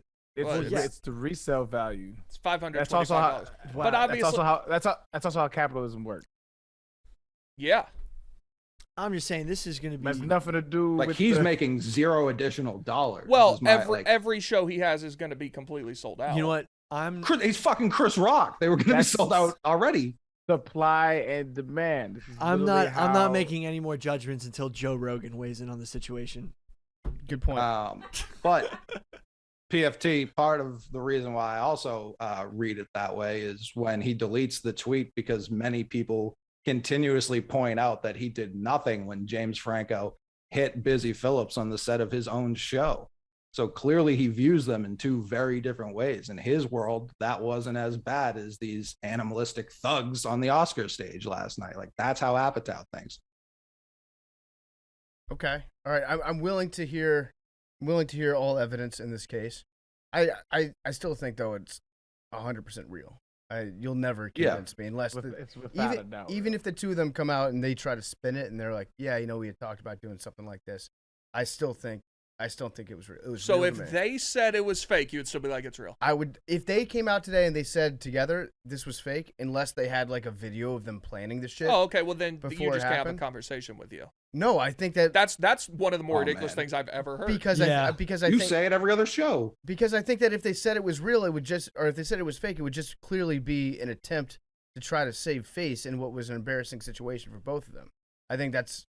I mean, am I crazy? So then there's literally nothing that could happen that you'd be yeah, like, it's fake. if they had like evidence of them planning this thing out and being like this, and if you were to plan out a bit like this, you would probably be taping your preparation for this massive prank that you're about to unleash on the world at the Oscars.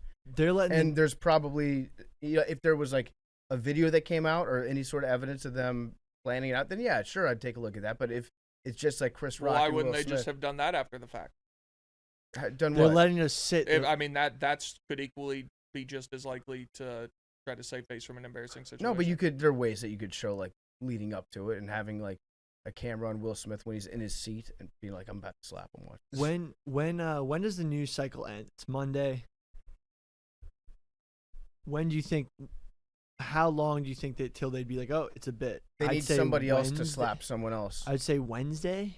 I think if Zelensky slapped Putin in the face, I think that would probably move the discourse along nicely. Let me tell you, I need a new slap. The I need- winner do- in this is Vladimir Putin. Yeah, because I don't he's disagree. Keep going, Big Yeah. T. I mean, we have no clue what he did today. yeah. There's nobody has any idea what's You know going what? on over I'm there connecting today. the dots. What does Scientology have to do with Russia? Do they have any connections? No, Who's, Yeah, who's wait- selling Scientology oil? what you're doing is just you're putting a dot on a piece of paper and hoping that somebody else, drawing a line. hoping somebody else can draw the line for you. I'm just saying we gotta look. Who's financing these Scientologist movies? Russian oligarchs? Oh, speaking of that, did y'all see what happened to Roman Abramovich today? No, Might have gotten Poisoned. poisoned. really. Yeah. Yeah. Where? Who was Uh, that? Who was- He is It's a a bit. he's a Russian oligarch who is selling Chelsea, the soccer team, because he's had dealings with. We Putin. might have to do an episode on him. His story is insane. Like, he was poor, and now he's like one of the richest guys in the world. He was like dirt poor, and he was selling literal like rubber ducks. And then he like started acquiring land.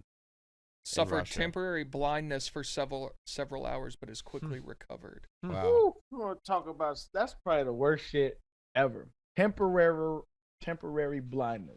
That's I'll probably tell you the what worst sounds shit. worse. What? Permanent blindness. Dude, my dad detached his What? retina. That's the thing. That's the thing. At the time, you don't know if it's permanent or not. Yeah, For sure. So you're saying like the ease of mind knowing that it's permanent is better than not knowing if it's permanent? I would think so. You know what I'm saying? It's like, well, this is what it is now. But if it's temporary, you'd be like, when can I see it? The moment you go blind for the first time, gotta be tough. Tough. That would be tough. Real tough. That would be tough. I've heard stories of guys getting detached retinas, and basically you go blind, like in one eye or both eyes, depending on if you detach both of them. And people freak out because they don't know what it is. They think they may have a brain tumor because it sets in over time. So like you might get hit in the head, and then a week later your retina finally detaches, and you think like you have a brain tumor. You know, like it makes a lot of people go nuts until they get checked out. Yeah, it sounds horrifying. Yeah. Have you ever woke up and then the crusties in your eye seal your eye shut and you can't open it? That's one of the scariest shit in the world. Because you're like you think you're blind until you realize you have fucking toe jam in your face. Well, I started sleeping with a face mask because I couldn't get blinds yet, and it was easy to just get a face mask. And I woke up a couple times and I was like, "Where the fuck am I?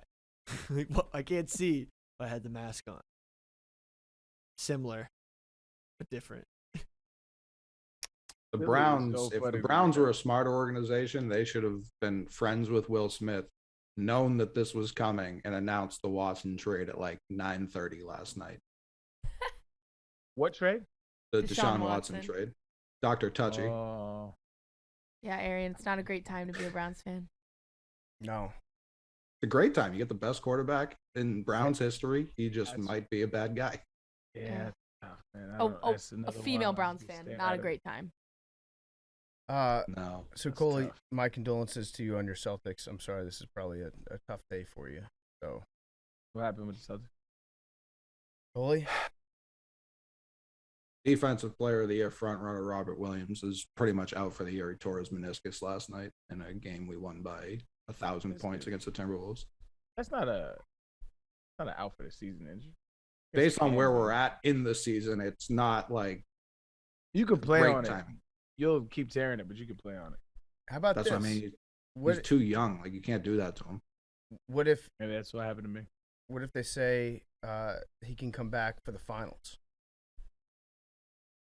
That's what I'm I mean, saying. There's two types of meniscus surgeries. There's one where you can come back within like a couple weeks, and then there's one where you're out for like a month and a half, or even longer. It's like two months. Yeah, like that. There's two different ones.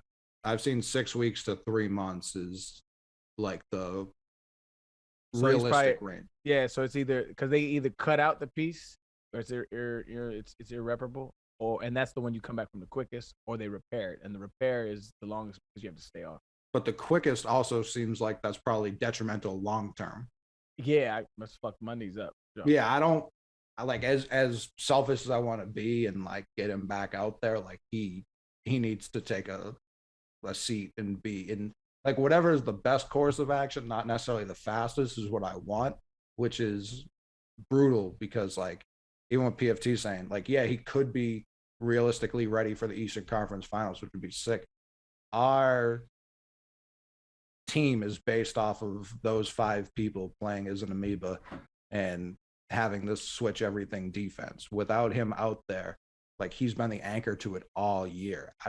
Marcus Smart's great. Everyone else we have is tremendous, and I believe we're still a good team. I think if this hadn't happened, I genuinely think we were going to do like a 16-3 run to the final, like truly just dust teams. I haven't even been watching it. My Lakers so bad. I haven't even been watching it. Dude, how about You talk about scandals? You want to talk scandals? The Los Angeles Lakers, deplorable, Arian, deplorable. I mean, I'm with you. I mean, pray for LeBron. He's got his ankle is basically no more. He's walking around on a bloody stump. He sprained hurt now? He sprained it in the first quarter. And to LeBron's credit, it looked like it was not a minor roll. The thing went almost all the way over. But then he played for the rest of the game on it, and then afterwards, after they blew, what was it, 23-point lead in the fourth quarter? After the game, he was like, "Yeah, it's extremely serious, my ankle injury." So this is need to sit down the rest of the year because like he's playing this well at age 37. Like you can give us a good year at 38, and we make some front office changes. We have an opportunity next year. What front office change? Like fire himself as GM? That's the front office change that probably LeBron the player is excellent. He like for his age and for how long he's been doing it, especially when you do like the Kobe math and figure out, okay, how many playoffs has he gone and how many extra seasons of wear and tear is that on his body? He's playing outstanding for his age, like incredible. It's unbelievable what he's doing. But also he stinks as a GM, absolutely stinks. I think everybody thought when they got Westbrook, this is a bad move. The only silver lining for Westbrook is now this season he can blame on having Russell Westbrook on his team. I love Westbrook. Just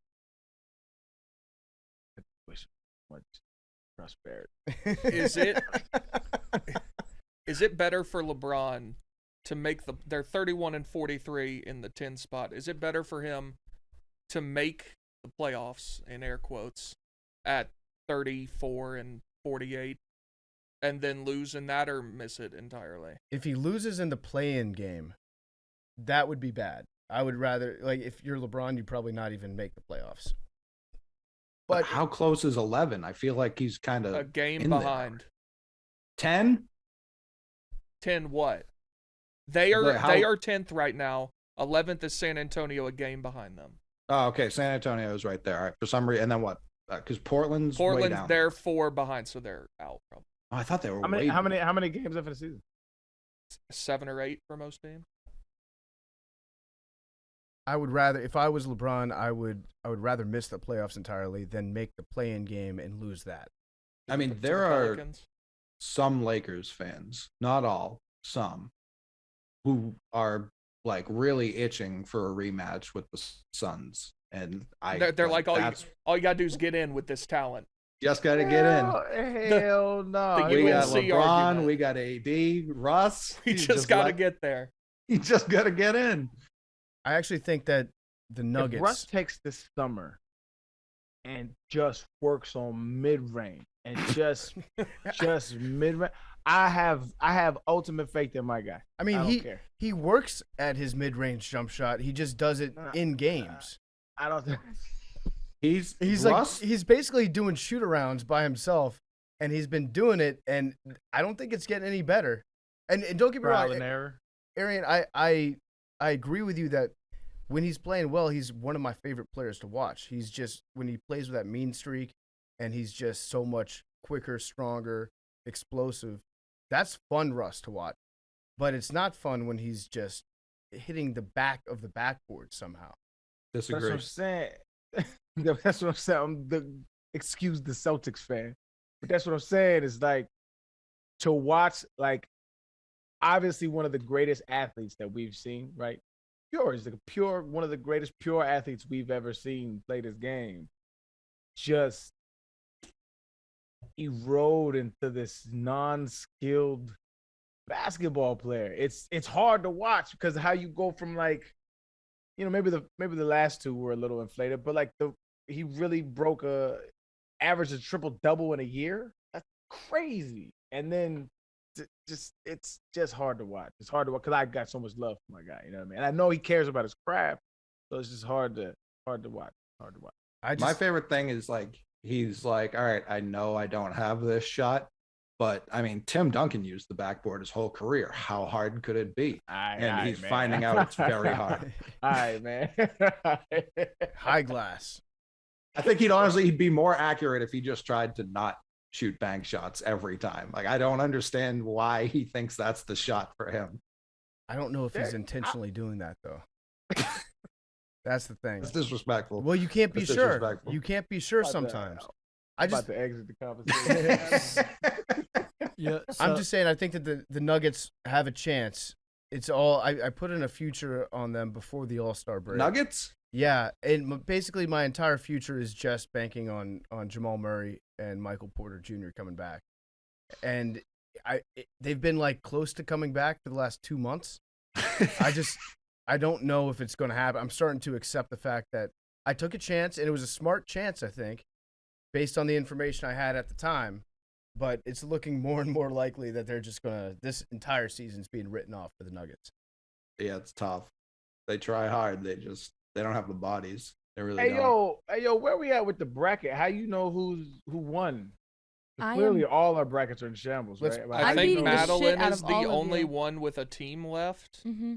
No, That I doesn't think mean Or you're at least, winning. at least her national champion. Hang on, I'm I looking think right now. I think I had UNC in the Final Four, if I'm not mistaken. I believe you did. So yeah, you're in first right now, but you have Gonzaga winning the title. Can't wait, yeah, they out. But You I can't did wait have- for my Camus bottles too. You did have North Carolina and Kansas, but neither of How them much getting is to the that? national 1, title. So 2, your points 3, are done. 4, 5, 6 bottles of Camus. I love it. Madeline's gonna. My max points is way bigger. Win, I think. Oh damn. Yo. What's your bottle of choice, Mad Dog? I don't know. I'm gonna I'm not like a connoisseur of wine. I just kind of like buy. Arbor Mist. What do you drink?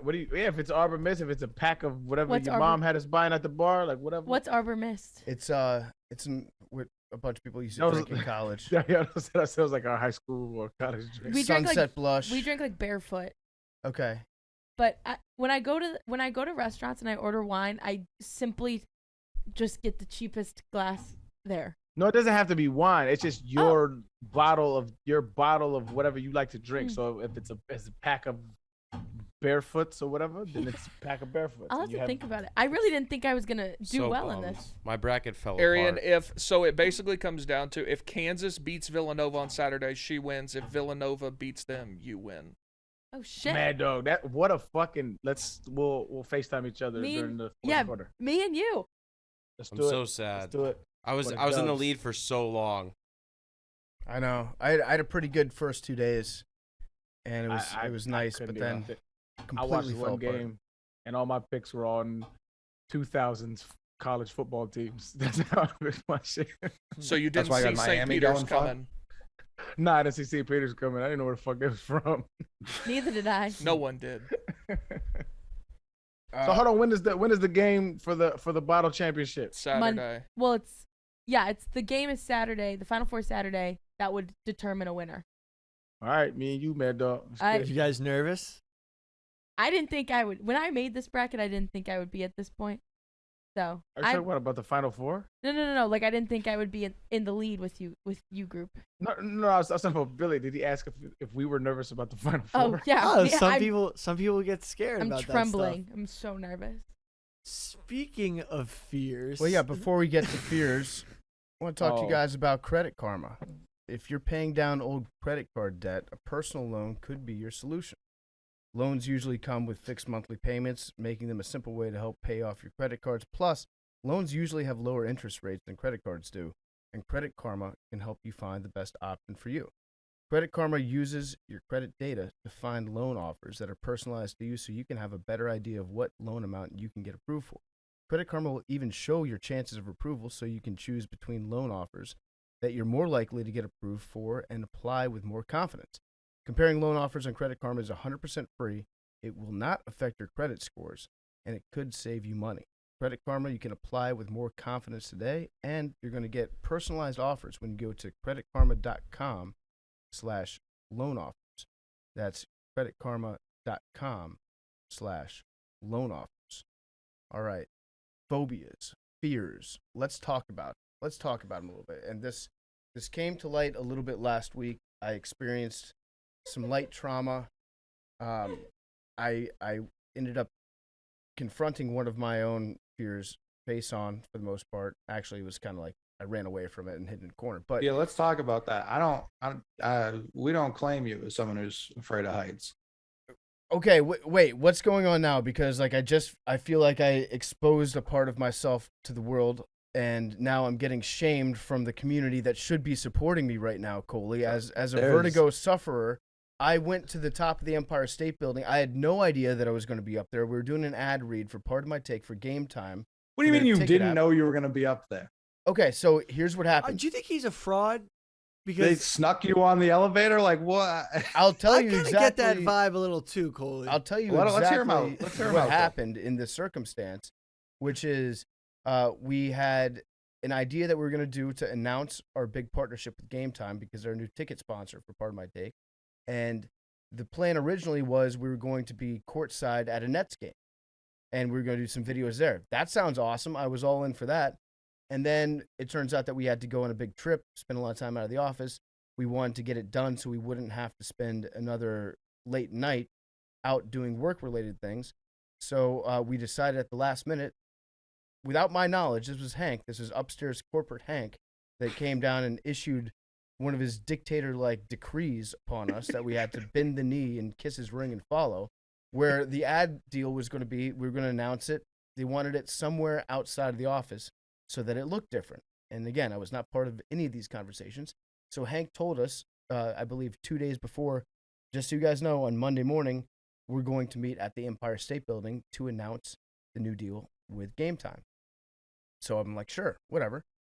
I thought that we would be going into the Empire State Building, getting in an elevator, going to, I mean, every tall building has the observation lounge where they take you up, you're indoors, you look outside. I don't love those. I've done it before at the Willis Tower in Chicago, and that terrified me being up there, but I was able to like walk around like a semi-normal person. I felt a little bit of dizziness and felt extreme anxiety and fear when I would get close to the edge. And I tried to step on the glass box thing, and I was terrified. I had my hands around the corner holding on to the inside wall as I was doing it while little children were dancing around me on the plastic thing. And but I can handle a situation like that. I felt like I'd be fine with that. So we get into an elevator. We go up with Tyler O'Day. We get off the elevator. Then we go into a different elevator. We keep going up. And I'm like, okay. Then we get off that elevator and we walk into some sort of a maintenance staircase. And we start going up. And then at that point, I'm like, where are we going here? What's going on? Then he opens a door for us. We walk outside. And at that point, I'm like, maybe this will be like a giant deck with high walls. And I don't know what we're looking at here, but I'm starting to feel uncomfortable. And then he's walking us through this area outside that is very much still under construction. There's like netting. There's all sorts of like pipes and plywood and platforms and things like that. And I'm in the front and he's telling me where to go. And he says, go over there to that ladder. And then I walk to the ladder and I turn around. I'm like, are we serious? Right? Is this where I'm supposed to walk up this thing? And it was like, it wasn't, a vertical ladder, but it was like this yellow steel thing that I had to climb up to get to the platform. And then I just started to panic. And then everybody else was like, what's going on? Why is PFT being a bitch right now? And it's because I have this fear of heights. And I got up there and I was just panicking the entire time. I stood as close to the wall as possible. I faced the wall. I could not look out over it because I get this almost crippling anxiety that kind of takes over my entire body. And as I'm looking against this wall, I'm trying to look anywhere but down. And I looked up, and the only thing above us at that point was the giant antenna at the top of the Empire State Building. I looked up. That made me feel worse. Way worse. So much worse. And so then I'm like standing in the corner, like shaking. My hands are sweating. My hands are sweating right now just talking about it. And so that video came out, and then on Friday, everybody just kept tweeting pictures of high places to me, and that sucked too, having to look at all that. And so yes, Coley, it's a real phobia that I have. I've just managed to keep it. We haven't done anything in like a high location. I know that as somebody that suffers from vertigo, or I don't know what the correct terminology, you Me neither. deal with vertigo. I know I can understand how, like, me being very afraid of heights and having my physical reaction pales in comparison to a person who literally can't look at the sky. So I get that. I like respect if you like that you are that nerve. Like I'm in Maine currently sweating at what you just described. Like I don't know how much. I love Game Time, great app.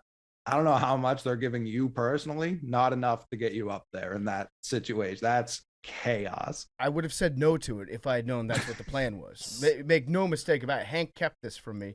And to Hank's credit, he did not know that I was afraid of heights. Actually, if Hank had known that I had this condition, he probably would have sent me to a higher, more precarious platform just to put me in a more uncomfortable position just to get more content out of it. But no, this is not like a content thing where if Hank comes, I didn't think that. If Hank comes to me and he's like, okay, everybody loved how scared you got, so we're going to really lean into this and get more views by putting you in worse situations, I'm out. I'm out. Like I will quit my job. Somebody said, how much would it take for you to go skydiving? I will quit my job if it involves an ad deal where I have to go skydiving. Nope, sorry, not getting in that plane, not jumping out of an airplane. No, thank you. That's the end of the line for old PFT. One of the reasons I knew I was never going to get drafted into the NBA was when they make all the lottery picks go up there and take a picture like that, and everyone's just fine with it. I think it's insane how fine people are on the top of tall buildings. Like insane.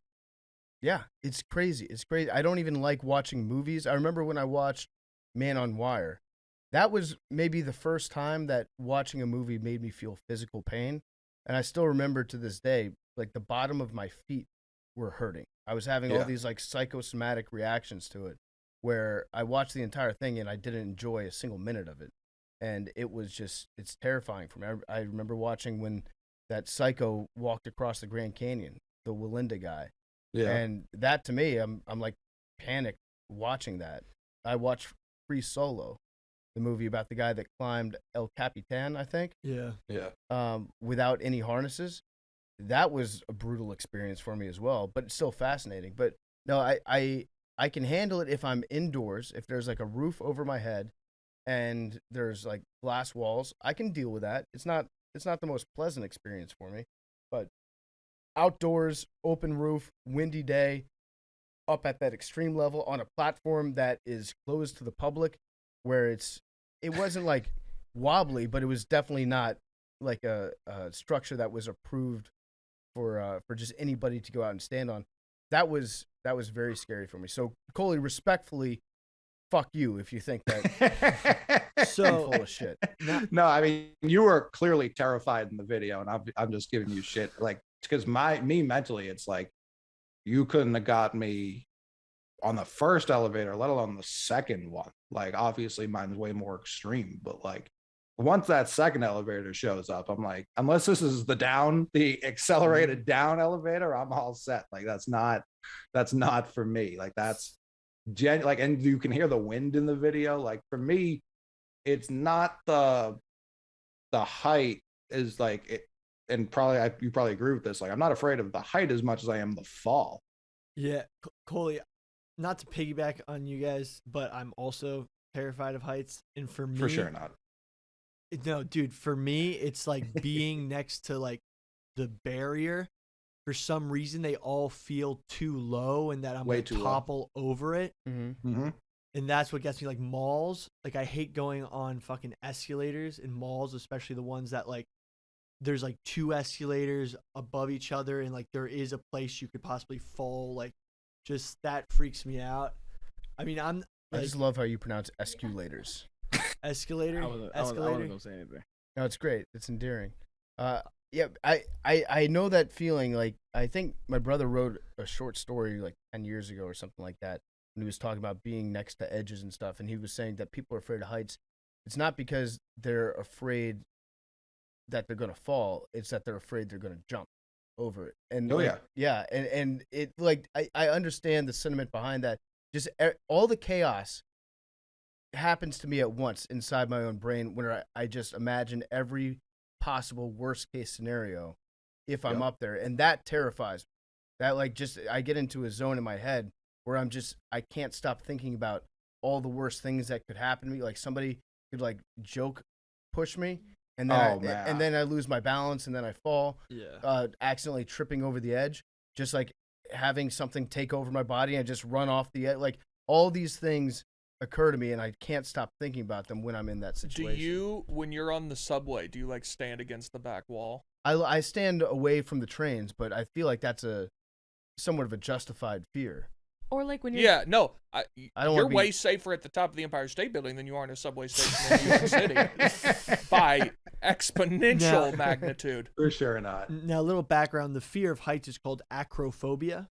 If Okay. you can hear that root word acro from acrobat, but probably Mhm. from acro. I mean, I want to say sky. Sky. I'm afraid of the in sky. that- I gotta check that out. So Billy, as somebody who claims to be afraid of heights, how do you deal with airplanes? You like airplanes? Airplanes, I'm claims. fine with. Airplanes, I'm fine with. It's more. Then you're not a real heights guy. Well, Well, the thing is, it's because I like looking out the plane. It doesn't even feel real. It feels like I'm in a subway in the same kind of way. so I'm Acro, the root word is Greek meaning high. Ah, nice. I'm fine with planes for the most part. I used to be a little bit afraid of flying when I'd like feel something in the plane or look outside and get a little bit afraid of it. But sometimes I'm kind of weird like this. If I have something that I'm genuinely afraid of, like I used to be afraid of bees when I was a kid, and I learned so much about that thing that I sometimes am able to overcome my fear of it. So like I learned a shitload about bees. I was fascinated with bees because I was afraid of it for a long time. And then I'm no longer afraid of bees really. With planes and flying and all that, I got really into like learning about different kinds of planes and aviation and playing like flight simulators and stuff. And I'm okay on planes now because I think that I've learned enough about it.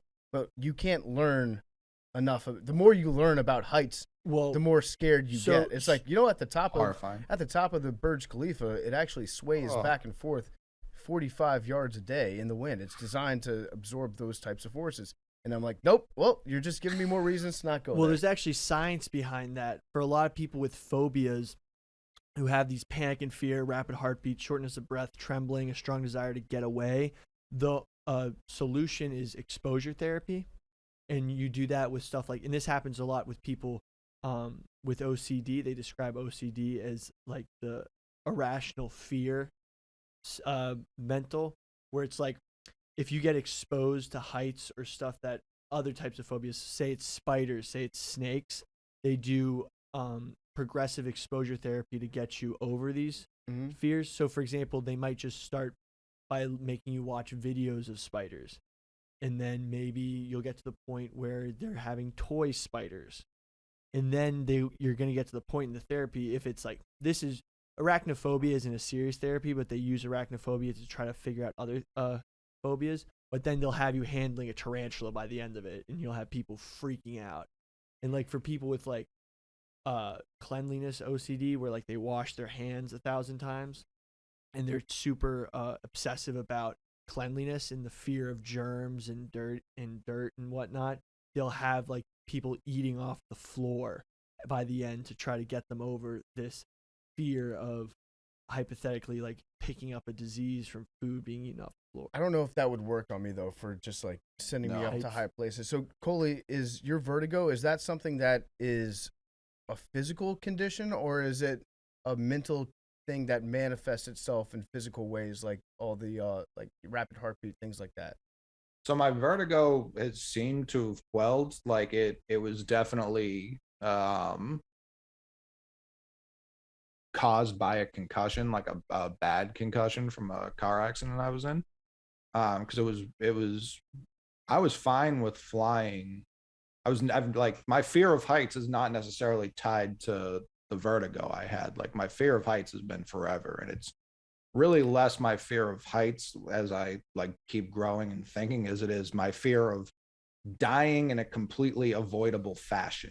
Like, that's really what my fear is. Like you say you won't jump out of a plane. Like, yeah, because if I'm the dickhead whose parachute doesn't open, that's like, that was my fault. Like, I could have just been on the ground like I am every day, and I would have been okay. I know I'm going to die. I don't necessarily have a fear of death. I do have a fear of cutting my life shorter in a way that was wildly avoidable. So like being on the top of a tall building that sways 45 yards every day feels avoidable to me. I don't know about the rest of everyone, but like, I feel like I can avoid that. The vertigo caught me really by surprise, because like after I got in that accident, I got checked out and everything. And I don't know if it was the adrenaline or what, but like, I was cleared, so I was okay. But like, I definitely didn't feel okay. Like, my head felt concussed for a while. And I remember I just flew, like I had flown before. Like, it wasn't a new experience to me. I'd flown and didn't love it, but it was one of those things where it's like, it's just out of my hands. Like, there's nothing I can do about it. Like, I prefer to be in control. Like, I prefer to drive in the car with people. I'm not a great passenger. Like, I would prefer it to be in my hands. I don't know how to fly a plane. And the people who do are extremely proficient in it. Like, I heard Bill Burr talk about it once. He was like, most pilots are former military pilots, and this would be like you driving a bus, like very easy. Like, just, it's nothing to them. So it's like pretty comforting to think of it that way. You start thinking of statistics, you're more likely to get into an accident on the way to the airport than in the plane itself. Like, yeah, it's plane crashes, there's nothing you can do. Like, it won't be painful, you're out of here. It sucks, but You don't know it won't be painful. You don't know it won't be painful. I assume it won't be. You're right. I assume it won't be painful Right, when you right. instantly incinerate. It would be extremely painful for 2 seconds. I don't even know if Same. it's that long, but if it is, like, yeah, it will be over. You'd quick. probably know. pass out before you even hit that. I would True. hope so. Yeah, I you're would probably hope so. not conscious upon impact. If you're afraid of heights, but if you're not, it's a really fun ride until you. Well, I like Hands up. Hands, everybody, like, awesome, bitch. Put your hands up. I'm not afraid of flying at all, but I saw a tweet the other day I pulled it up. It says, nervous of flying? Don't be. As long as the 2 million parts in the plane work perfectly while traveling at close to the speed of sound, as sharp metal blades rotate at supersonic speeds and temperatures of negative 65 degrees 7 miles above the Earth's surface, you're perfectly fine. And I was like, you know what? Yeah. I don't like that. Now afraid of flying. why- Yep. That's why I say trains are superior form of transportation. Agreed. Trains Back. are fire, bro. Agreed. So smooth. What a smooth ride. You're going like 40 miles an hour or some shit. Like, you ain't going fast. But Fun. to answer your actual question, yes, I do. All the sensations you were describing, PFT, all the, like, you truly feel like you no longer have control of your own person. Yeah.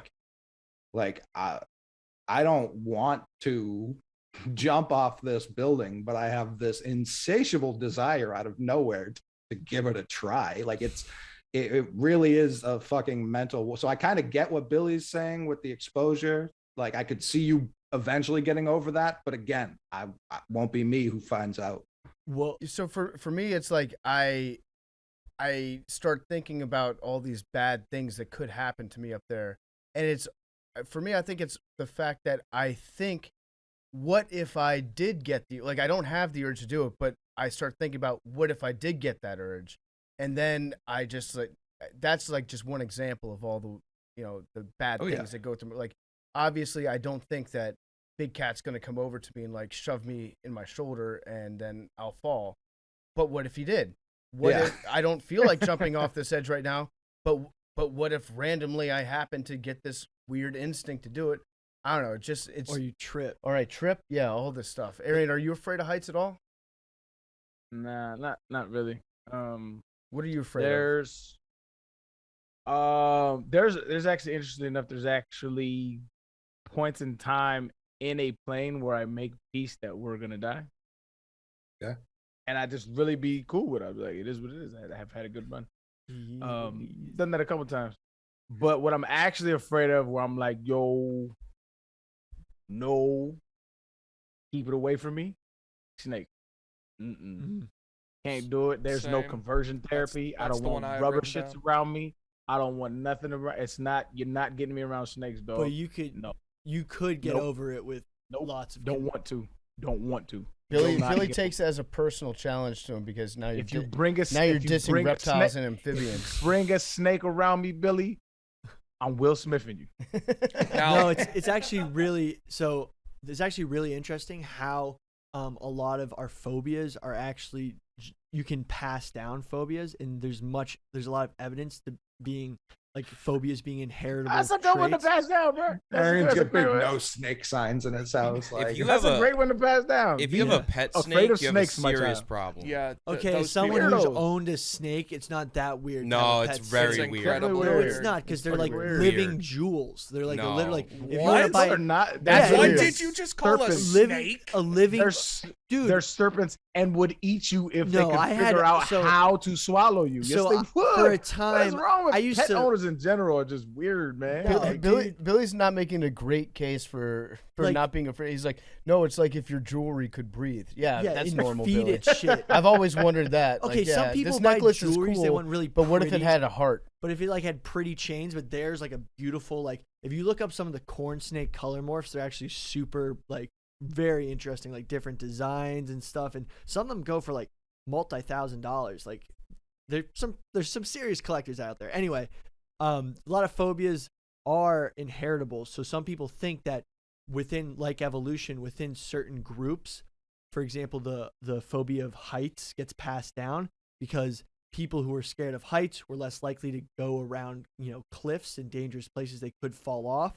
And that trait served them well in that the people who were scared of heights didn't fall off the cliffs Mhm. and didn't So- get. And It's same also with why snakes. we absolutely. It's also why we like dark caves, like just dark, or you're afraid of the dark, or we're just weary about it. Is because you're less likely to get attacked by something. By a tiger. It's not dark, by dark and dreary place. Like so, Yeah. it's like Yep. developing that evolutionarily makes sense. But so does staying away from snakes. But Yeah. fuck them shits. I'm not going anywhere around them shits. I don't fuck if it's non-poisonous. Your cousin is. I'm not fucking with. Did you ever have a teammate that got into collecting snakes or anything? Nope. I feel like I've seen a lot of professional athletes that get into. Maybe that's just Gilbert Arenas. it's Maybe Darnell they did- Dockett. Oh, Dwight Howard. Howard. Dwight Howard has some serious boas. He's got They like didn't 20 bring snakes. None of Dude, that shit in the locker room. I'd have been like, bro, get that shit the fuck out. No, of here. but So like, Big no. T, you're afraid of snakes. Hate snakes. Hates. What does that go back to? Is that Old Testament shit? That's what's No. biblical.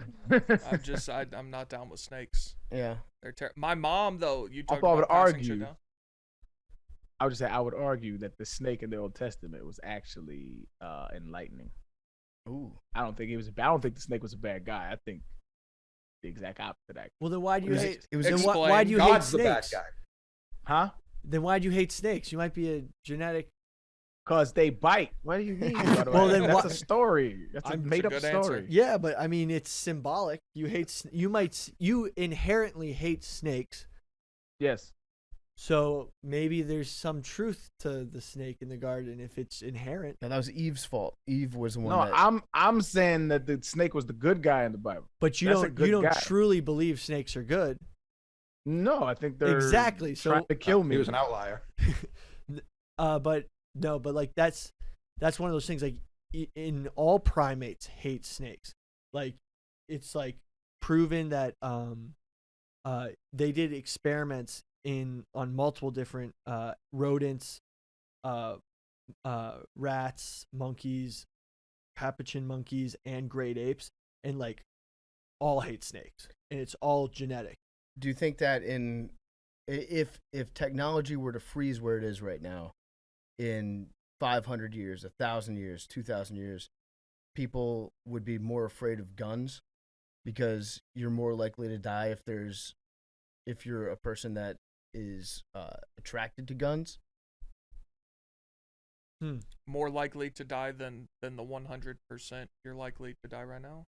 No, I mean like die early, die younger before Oh, passing like along what's our your, new? your What's genes. going to be the new thing that's gonna? Where does phobia. that come from? I want to Arian fact check you on that. Okay, I feel like there's a lot of studies that if you have, or we can talk about a gun in the house. Yeah, more people are more likely to shoot someone else in their own home. Someone else in their own home, or if you'd like to switch it up, we can change it to like having a swimming pool in your backyard, because that's more dangerous, I think, Yeah. statistically. So, like, do you think that people are going to be more afraid of swimming pools? But that was my It is argument. Remember, I made this Heart wrenching shit, by the way. Like if you have Yeah. kids and you have a swimming pool dog, like if you see the door open and you know that they're and you just haven't been or something, like it's just one of your heart drop. It's just oh my god, it's not. That's anxiety, dog. Holy Damn. shit. I would also argue people should be more afraid of guns than snakes. Like now, No, definitely. I'm shocked he said no, but I agree with you. no, guns don't bite. So Way worse. I would argue they do way worse than. That's but Well, they don't that's do a- anything it's on a their dumb, own. That's dumb. Sometimes they humans. do. That's true, actually. Not more than snakes, though. Listen, That's you're two not. accidental discharge gun deaths versus snake bite deaths. Let's check it out.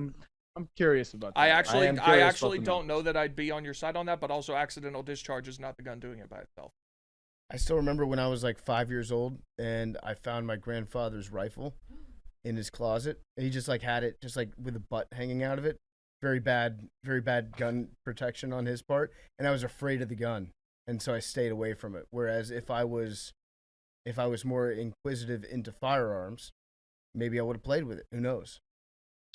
And Play you with it. cannot also assume every single person holding or operating a gun is the same intent, is the same level of expert, knows where the safety is or that it exists. Like that. That's just like you can't assume every snake is venomous. are we counting suicide by gun deaths? Yeah, I mean that counts Because then it blows away. if you're afraid of accidental discharge. if you're afraid of guns, then you're probably less likely to purchase a firearm and use it for suicide. But I was thinking, remember we had this conversation, I was thinking the exact same thing when it came to drugs, because one of the biggest things that kill people before reproducing in this day and age is opioids and overdoses. So if you're If you're afraid, scared of drugs. you're afraid of pills, afraid of doctors. So what they've actually been studying is that that they think that many fears a parent may experience will be passed down to children, given that we know that a lot of phobias are epigenic, meaning that if you have an experience, your children might then be born with a fear. Yeah, so that's interesting because my mom is very afraid of heights too. Yeah. And I remember I used to like go to amusement parks with her back in the day, and we would get on some of the rides that would like bounce you up super high. And I remember one time she just like had an utter panic attack on one of these things, and I thought it was funny. I was like laughing. I think that I used to enjoy heights because I remember I went to Ireland when I was 17 years old, and we went to the Cliffs of Moher. And there are these giant cliffs with a sheer drop off. Very cool, beautiful place. And there's a place where you can get down and you can walk almost right up to the edge and look over and see the big drop down. And so I was on like my stomach. They tell you to crawl when you get close to it, so that way there's no danger of you losing your balance and falling over. And I was like looking over the edge when I was 17 years old, and I was fine with it at the point. And I was okay with heights until. That was really the last time I remember being fine with heights.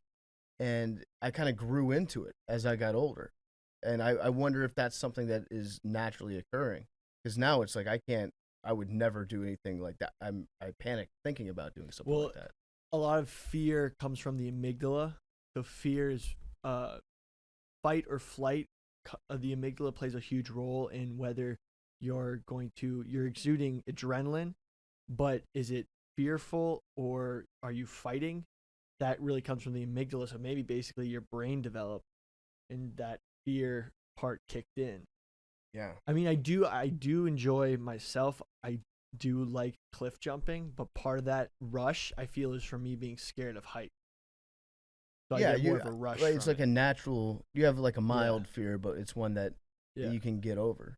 Yeah. I do think that having a fear of heights is probably, if you're going to be afraid of something, being afraid of falling off a giant structure is probably pretty healthy. The thing is, when you have phobias, you're more likely to have more than one phobia because you're just more of a conservative, fearful person. Mm-hmm. And Makes for sense. me, yeah, one of my I don't fuck with any animals. my big phobia, and I passed out one day in high school during a lethal injection presentation. I have a serious fear of needles.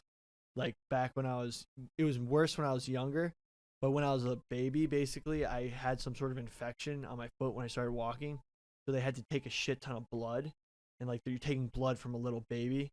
Like, that's never going to work out because of the needles and shit. And ever since then, like when I was getting shots when I was little, I hated getting shots. Like, I'd freak out, flip out in the doctor's office, like full blown, like tantrums because I was so terrified of getting shots. That's why you won't get the vax. Well, I did get vaxxed. I got over it, but I still pass out when I'm giving blood, and I was trying to get over that fear a couple summers ago, and couldn't really get through it. I'm more interested in something else you said. Can you explain to me what a lethal injection presentation is? Yeah, that was. Oh, we so briefed no, right it now. was in a government class, and it was basically describing like the legality of the lethal injection, whether it should be legal in various states, and part of it had a full-on presentation about how. I mean, This is gonna make me nauseous. I think that if we're going to be sentencing people to lethal injection, we should all watch the videos because that's our money. Yeah. That's what we're doing. Basically, what happened is it took this one guy like 16. They kept having to shoot him up. They kept having to give him injections because he wouldn't die. Oh, and it was just the worst. Oh. You know, South Carolina is doing something about that because a lot of companies have stopped making the drugs. Are they bringing back firing squad? Yeah, so there's been some controversy recently that lethal injection it's less unpleasant for people watching it happen, and it seems more sanitized. But for the people that are experiencing it, sometimes it can be like excruciating pain. Yeah, because your body becomes paralyzed as it shuts down, and according to a lot of different studies that have been done and observations, and they like monitor the heart rates and stuff. I'm of the much rather get patients. shot. They experience some like severe pain. So South Carolina, in response to some of these companies stopping the exportation of the drugs that kill you, South Carolina is bringing back firing squads, where there's actually never been in the history of the United States a botched firing squad execution. So I think there's 4 people that are going to be behind this wall, and then there's like a little rectangular opening for the guns to poke out, and they put a little target on the chest. Well, one of them's got a blank in it. No, Isn't they're that not how it doing- works? No, I thought Pull that usually trigger. they're not doing that. Yeah, I thought it used to be. It was That like one- all of them were blank except one. No, they're not doing one that. had a blank, so you didn't know. But they're not doing They that should now. just get robots to do it. Like what? Well, then Or somebody. just stop fucking killing people. Yeah. Well, tell that to the people who are killing people to get on death row. Well, I'm personally. So you kill people to show people that killing people is wrong? That's fucking stupid. Yeah, it hasn't quite worked. You know what? I'm not gonna debate. I'm not here to. Let's talk about phobias. Well, no. Let's have this conversation. real quick. Capital punishment is a pretty interesting conversation to have. We're like one of just a handful of countries that still does it. And if you look at the other countries, pull up the list. Can somebody pull up the list? Yeah, I think it's like China, somebody- North somebody- Korea, Somebody pull up the list of countries. Cuba. That, I I'm like gonna how be Billy honest. Billy always thinks he has the list off the top of his Yeah. head. Because no I matter what we're remember- talking about. No matter what the fuck the list is, he Look- got it. I'm up the pretty list, but sure it's- I think it's China, North Korea. I I think hope, Cuba. I hope, Okay. I hope you're All right. right, Mad I hope Dog's you're got it. There's 55 countries that still use capital punishment. Okay. Oh, we're in good company. No. Those first 3 you listed, generally not ones you want to be on a list with. These include Bangladesh, China, Egypt, Ethiopia, India, Indonesia, Iran, Japan, Nigeria, Saudi Arabia, South Korea, Sri Lanka, Taiwan, and the United States. I got my list mixed up. The list I just gave was a Ah. list of countries that banned boxing. Oh yeah. Cuba, yeah, come that was on. Cuba. Classic Capital stuff. punishment in boxing. Oh, I love this guy. But as far as capital punishment, No, because I remember. Wait, he's just got he accessed the wrong file in his head. yeah. It happens all the time. Mislabeled it. But as far as capital punishment, you could be like, yeah, it's stupid to kill somebody to show that killing people is wrong. I also understand why people would like have a real thirst for vengeance if one of their family members and something that happened to them and you'd want to see that person dead, I understand that completely. The issue is if you kill somebody that's innocent, then literally everybody in the country that pays taxes is a murderer. Like Well, I don't think there's anything worse. That's happened already. Yeah, though. it's definitely happened. I don't think that there's anything worse than like us killing somebody for no reason, like an innocent person. And to me, that risk is like, it's way too high. The disconnect for me is you'll find some like liberal to progressive people who are for it. You know, I think it's rare in those circles. But the people that are for capital punishment are the most anti-government overreach. And that is the biggest form of government overreach you can have, is them taking life from you. I think you're making sweeping generalizations, but go on. That is not a generalization. What side of the aisle you think is a more pro capital punishment? I don't know. I haven't asked. Dude, the thing is, It's absolutely the right. The best argument against capital punishment is that it costs way more to get someone executed from a legal standpoint than it does to just keep them in prison until they die. Because if they're dealing with capital punishment, it's not just the special facilities they have to use and the act of doing it. It's also all the appeals that you have to. Because everyone's going to appeal as much as they can. Yes. Because it's literally their life. Yeah, I mean, to me, let's see. 80% of Republicans feel that it's morally justified. 50% of Democrats feel that it's morally justified.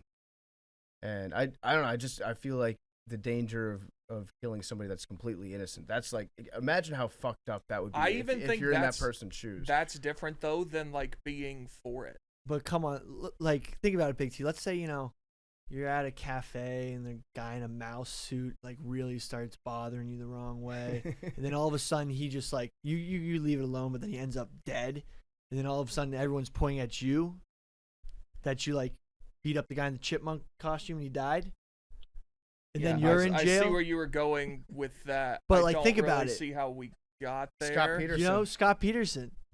What about? No. He's just messing around at the costume. He was just going fishing, and Scott Peterson was just going fishing in the marina. And then Chip and Dale end up dead. What's your point?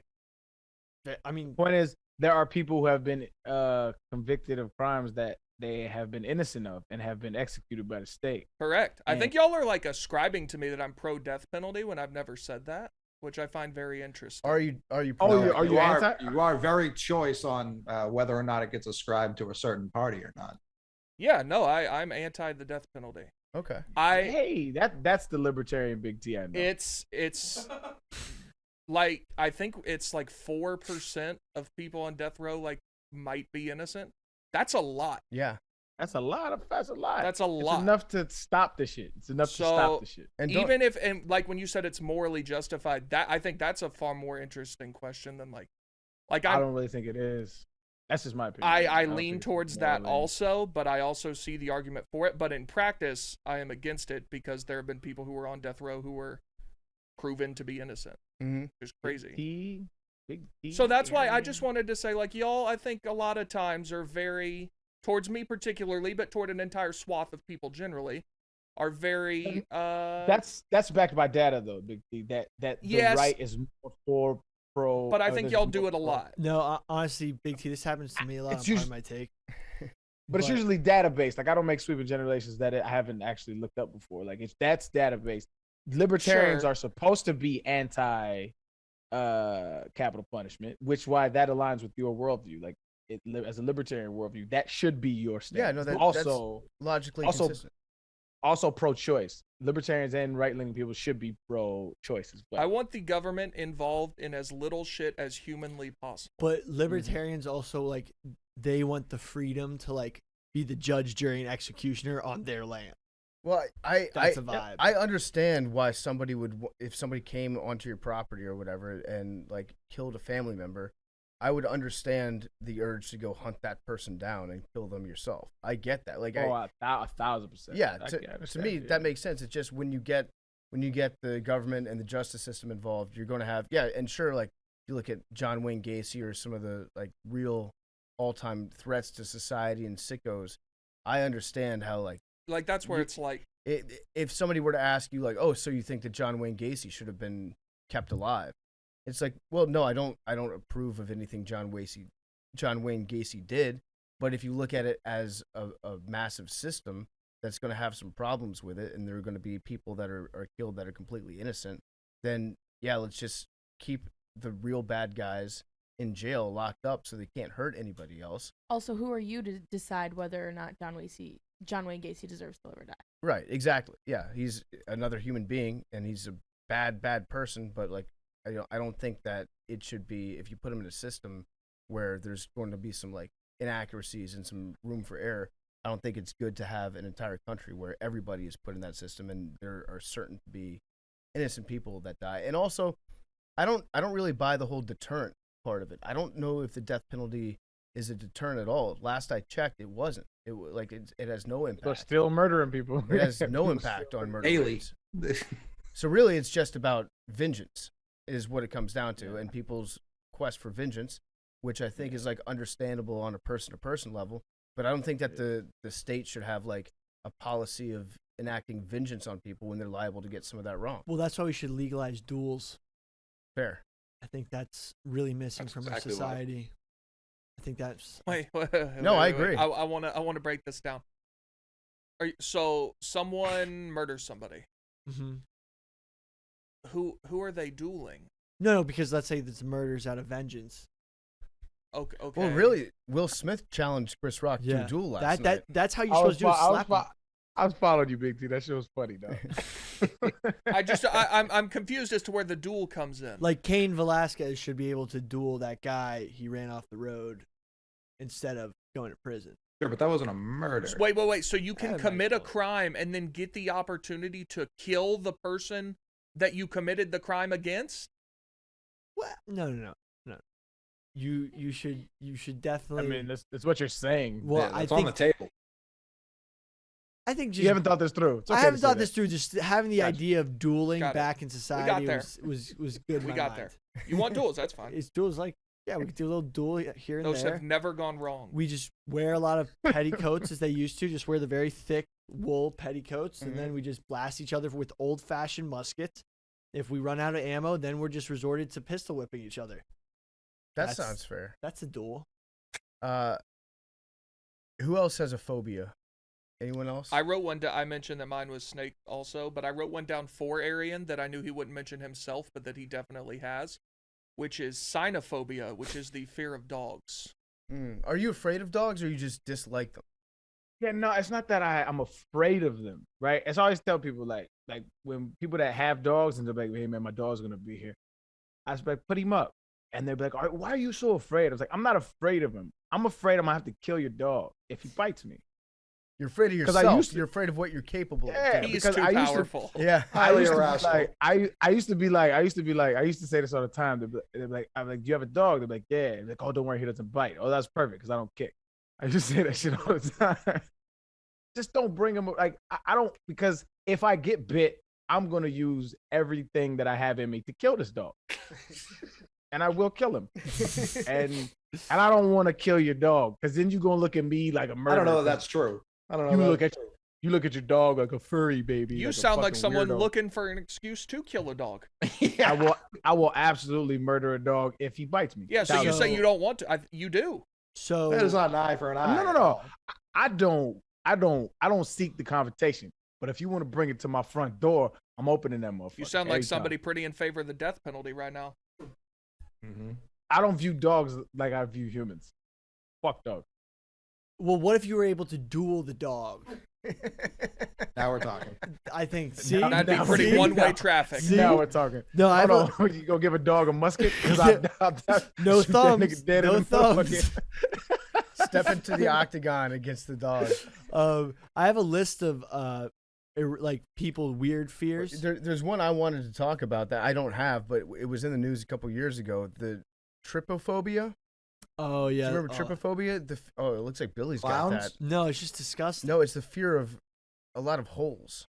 So if Oh, Casey's got that. she does. So Yep. so when the new iPhone came out that has the 3 cameras on it, some people were like they got anxiety from it because it reminds them of their fear of holes. And I had no idea that was even a But thing. no, you know what it is? It's really a fear of beehives.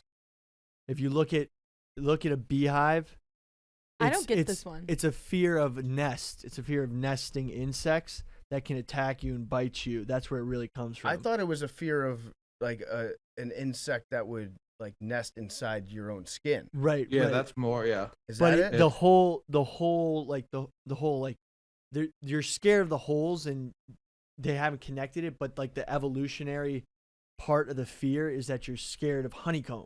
Is Casey here? Yeah, Oh, so cute.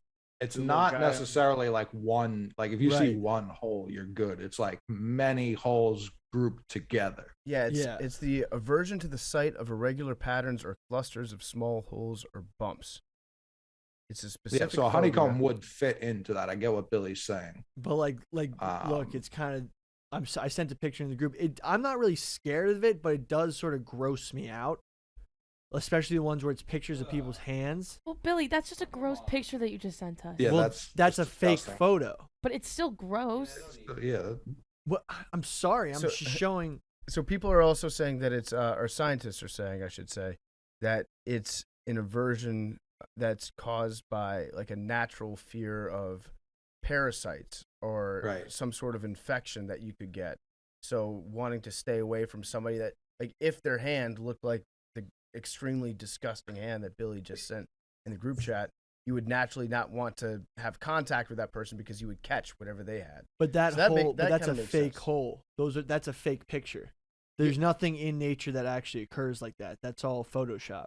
You're like creating a phobia of this for me. I just Yeah. deleted all those pictures off my phone. Ugh. No, but Billy, there's definitely stuff that occurs in nature that No, like these are all. When I just Google tryptophobia, that pictures of the hand stuff, that's all Photoshop. There's I know. nothing- I'm aware that's Photoshop, but I'm also certain that there are certain conditions that you could have that would make your skin look like that. Okay, So maybe. I'm saying like that would be something that you would naturally be afraid of because you would catch whatever they had. But for example, where much the picture of honeycomb and like a bee's nest, we are what's the word? Conditioned to seeing, so we Mhm. don't assign it fear. But like when we were, monkeys running around the trees and we'd see a big beehive with those types of We were holes. never monkeys running around on a tree, bro. No, but like our ancestors. Ancestors. Right, Okay. that's what I mean. Like what I'm saying, we as a human collective species. When you listen to people talk about evolution, it's Yeah. that they be using that. Herschel Walker, Okay. my guy, fucking Herschel. But Walker. I'm saying we definitely do come Boy, from that primates. Our ancestors, yes, Yes, We all, I that's mean, what if I'm you want to, go down the line, we come from fish. Right. And we're scared. Our primate ancestors were the ones who survived, were the ones who stayed away from the beehives, stayed away from the snakes, stayed away from the spiders, stayed away from the heights. Smart people. But that's weird. smart people. Wait, now, but since we lived in trees, how could we be? I think that was started to come about when we started getting bipedal and we're walking around trying to traverse mountains and stuff. I don't know if there's a specific phobia related to this, but when you get like a pain that you're not really sure what it is and you like start thinking the worst? Like how like Hypochondria. yeah, is that what that Hypochondria, is? yeah. Yeah. Because Hypochondria. I mean like like when you like some of the signs of like a heart attack or like pain in what is it, your left arm or whatever? Yep. Sometimes I get like a pain in my left arm. I'm like shit, like I start like checking my chest. So I don't know if it's like a fear or like a phobia, but like That's a good one to have, and always be Yeah. weary of that, because it's. So I went through like a bout of like depression and anxiety. Like a lot of people say they have anxiety, but like real anxiety, like where your heart goes like 150, and feels like somebody's sitting on your chest, and then your hands start tingling, like shit like that. yep. Like those are good responses to have. Always, this has nothing to do with what we're talking about, but people Yeah. out there always err on the side of caution, because it's better to be safe than sorry. Do not be afraid to bother your medical professional. we've got Chris Long joining us to talk about phobias, and it's brought to you by our great friends over at Manscaped. I use Manscaped. I've got a travel bag. When I just went down to visit my folks in DC last weekend, took my Manscaped bag with me because it's got everything that I need on the go.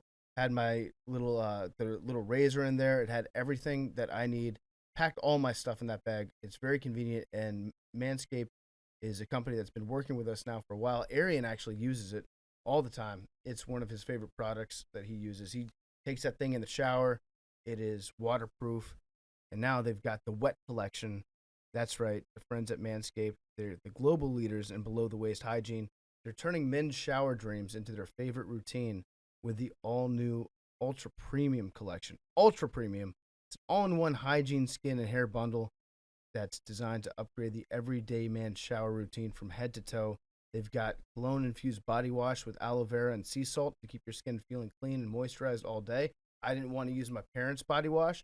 I didn't want to use their shampoo. Guess what? I brought my own Manscaped with me. I know that the cologne-infused body wash is going to smell so good. I'm going to be very, very relaxed because it's a nice, relaxing aroma, and it also has that nice, lingering cologne effect to it. And they've got 2-in-1 shampoo. Conditioners that cleanse and they nourish in one step. You can apply it to your armpits and even your pubic region, too. They've got aluminum-free deodorant. The aluminum-free deodorant dries clear. It's also cologne-infused, so you smell great. My favorite is the body moisturizing spray. It's perfect for dry skin. I know it's wintertime. A lot of times my skin gets a little flaky.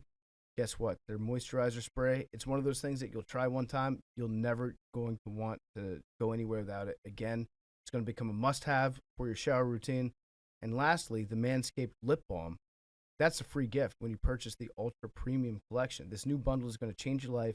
I want all my listeners out there to live their best lives, and you can do it with Manscaped.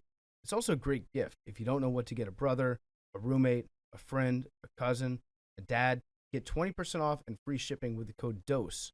So we're giving you 20% off only if you use the code DOSE at checkout at manscaped.com. 20% off and free shipping with the code DOSE at manscaped.com. It's time to get wet and clean with your new Manscaped shower routine. Now here's Chris Long. Imagine if like Will Smith, like they're in like couples therapy like literally that week, and that week they're like working on like standing up for each other, like, you know, speaking up for their wife, and then like Will Smith's laughing, and then she hits him with a look. He's just like, "Fuck." It was just like a lesson they most recently learned. Yeah. What's up? Yo. Yo, I love that take, Bill. I didn't know you were in. We worked on this. We talked I about love that fucking take, honestly. It's one of my favorite takes. it. What's up? What's up? What's up, boys? How you doing? Glad to Oh, have you nothing, joining the Macrodosing pod. Yeah, I'm just reading one of these, Billy. You got one of these on you? It's called Who Would Win? It's books all about who would win like an animal to the death fight matchup. Dude, you should get these. I need to get all of those.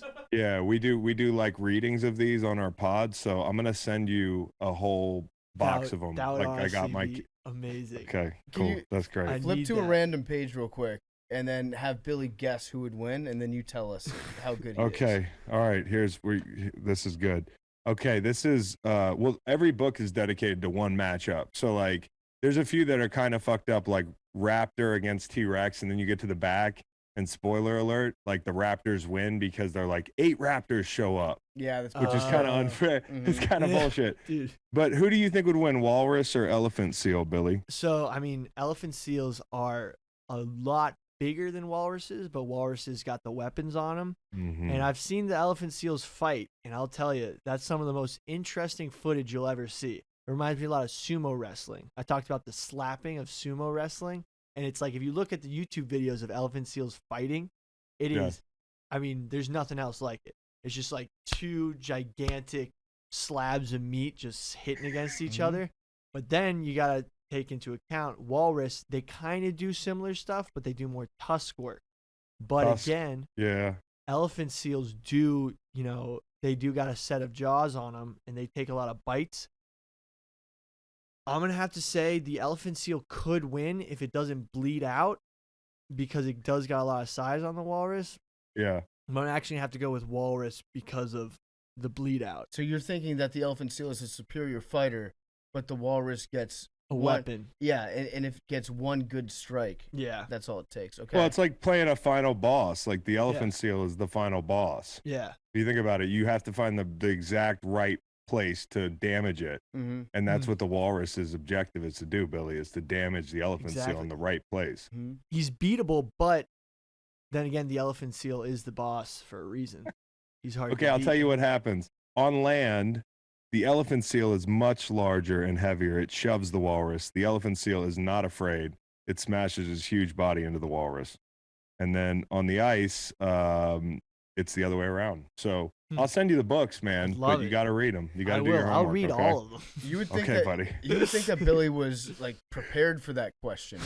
I know. With how much knowledge he had about the fighting styles of not just the walrus but the elephant seal.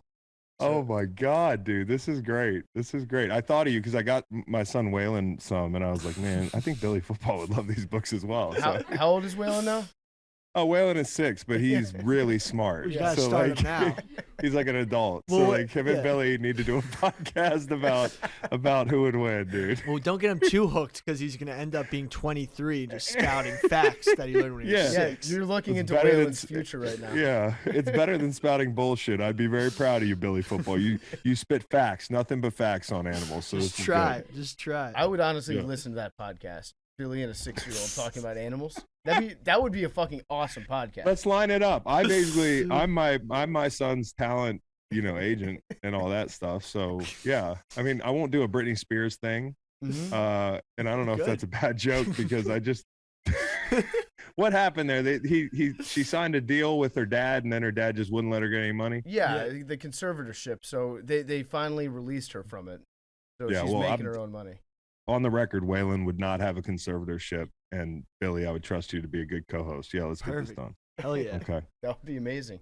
All right, I'm just gonna treat that last 5 minutes of conversation like it's part of the show because I figured it was. I figured it was. Okay. Yeah. All right, We're on, dude. Rolling start. good. Just want to make that's what we do on this show. We just kind of start talking and then eventually we get to the topic.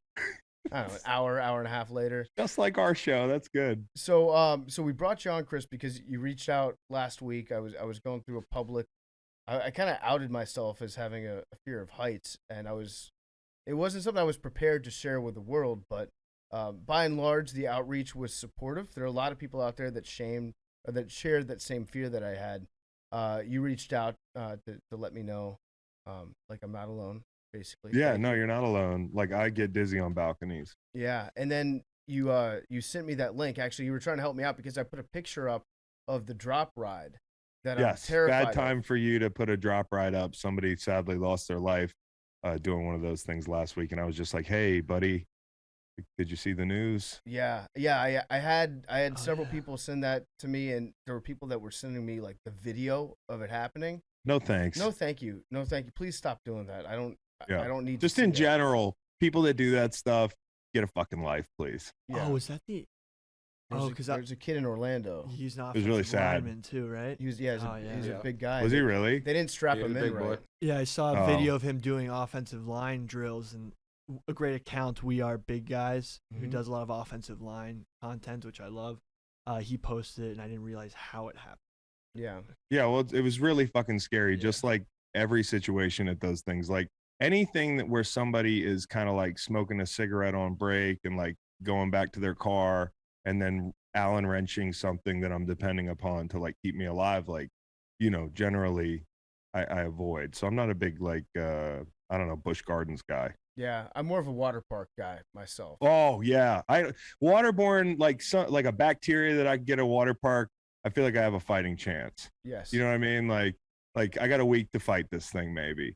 But like something at a carnival or something like a fucking Ferris wheel, no thank you. Mhm. Don't have the time. I don't have a fighting chance. But did you hear that BJ Penn story? No. BJ Penn got sucked into, I don't know where I heard this story, but he got sucked into like a part of a fake wave machine. Oh, in the wave pool. I Yeah. won't fuck with the wave pool. Wave pools to me are terrifying because there's so many humans that they pack in there. And then there's Yeah. always these spots around the edges that get the whirlpools that start. And if you're a lifeguard at a wave pool, you probably make like You 7 deserve a saves. max deal. Yes. Max deal. 7 max saves contract, a day. dude. They're like Yes. mostly if you're a lifeguard at a pool over summer, you might have to do 1 save. Maybe. Yeah. And maybe like a particularly egregious summer 2 saves. But Yeah. at a wave pool, like you should be in the water the entire time. That place. I feel like cruise ship lifeguards have to make a ton of saves. That's like cruise ships are like the Florida of pools. Because if you think about a cruise ship, like why do they have a pool on this big boat? Why are you on this big boat? People Mhm. on cruises are fucking out of control, dude. I feel like a cruise pool is really dangerous. I would get in a wave pool if I had a life jacket on. I'll be that guy. Like, I'll go to a wave pool, rock a life jacket. Shit, Yeah. no shame, dude. Yeah, there's a good documentary about Action Park, a legendary water park that was here in New Jersey for a long time. It shut down because too many people died repeatedly. Like it was like a place that you would go and take your life into your own hands. The people that ran the place were insane. They would just create the most fucked up possible designs for water slides. They had one water slide that was totally enclosed that did a 360-degree loop, and it turns out that physics doesn't work that way. So people were losing like teeth in this loop, and then the teeth would get stuck in the plastic, and then everybody that would go down after them would get shredded by the teeth, and then they would get infections because they're catching bacteria that only exists in the human mouth. Your Jersey teeth. Jersey teeth, yes. No offense. I mean, but like, Lake Lanier is free, dude. You don't have to you could just go down to Lake Lanier for free. You don't have to pay to go to that fucking water slide there in Jersey. They also had a Tarzan swing where they kept the water at some egregious degree. It was like 49 degrees or 50 degrees. It was outdoor water, so it wasn't even you weren't even going into a pool, and people would have heart attacks when they went off the swing and jumped into the water because the water was that cold. Just a crazy. Go watch the documentary. Now it's out of respect for anybody that perished at that water park. Like, I'm not laughing, but there is a natural selection kind of element with certain water parks. I feel like the way you're describing it. Yeah, and it was known as a death trap for years and years, and people just kept going back because I guess there was like a sick thrill to going there, like going to an amusement park where people die on a regular basis. It's like, yeah, I went, I survived. No now big it's deal. called Mountain Creek, and I ski there all the time. Oh, nice. They turned it into it's a nice ski resort. Yeah. Okay. Mhm. You're skiing on Cowboy people's Reed, is that graves. place nice? I got a skiing producer. Cowboy Reed, is that ski resort nice? I haven't been there, but I would presume it's a nice place. Okay, he's heard good things. It sounds like. Okay. We have possibly the coolest background of any guest that we've had on Macrodosing right now. You've got the two Lombardis back there. Which one of those is the one that you stole personally from Big T?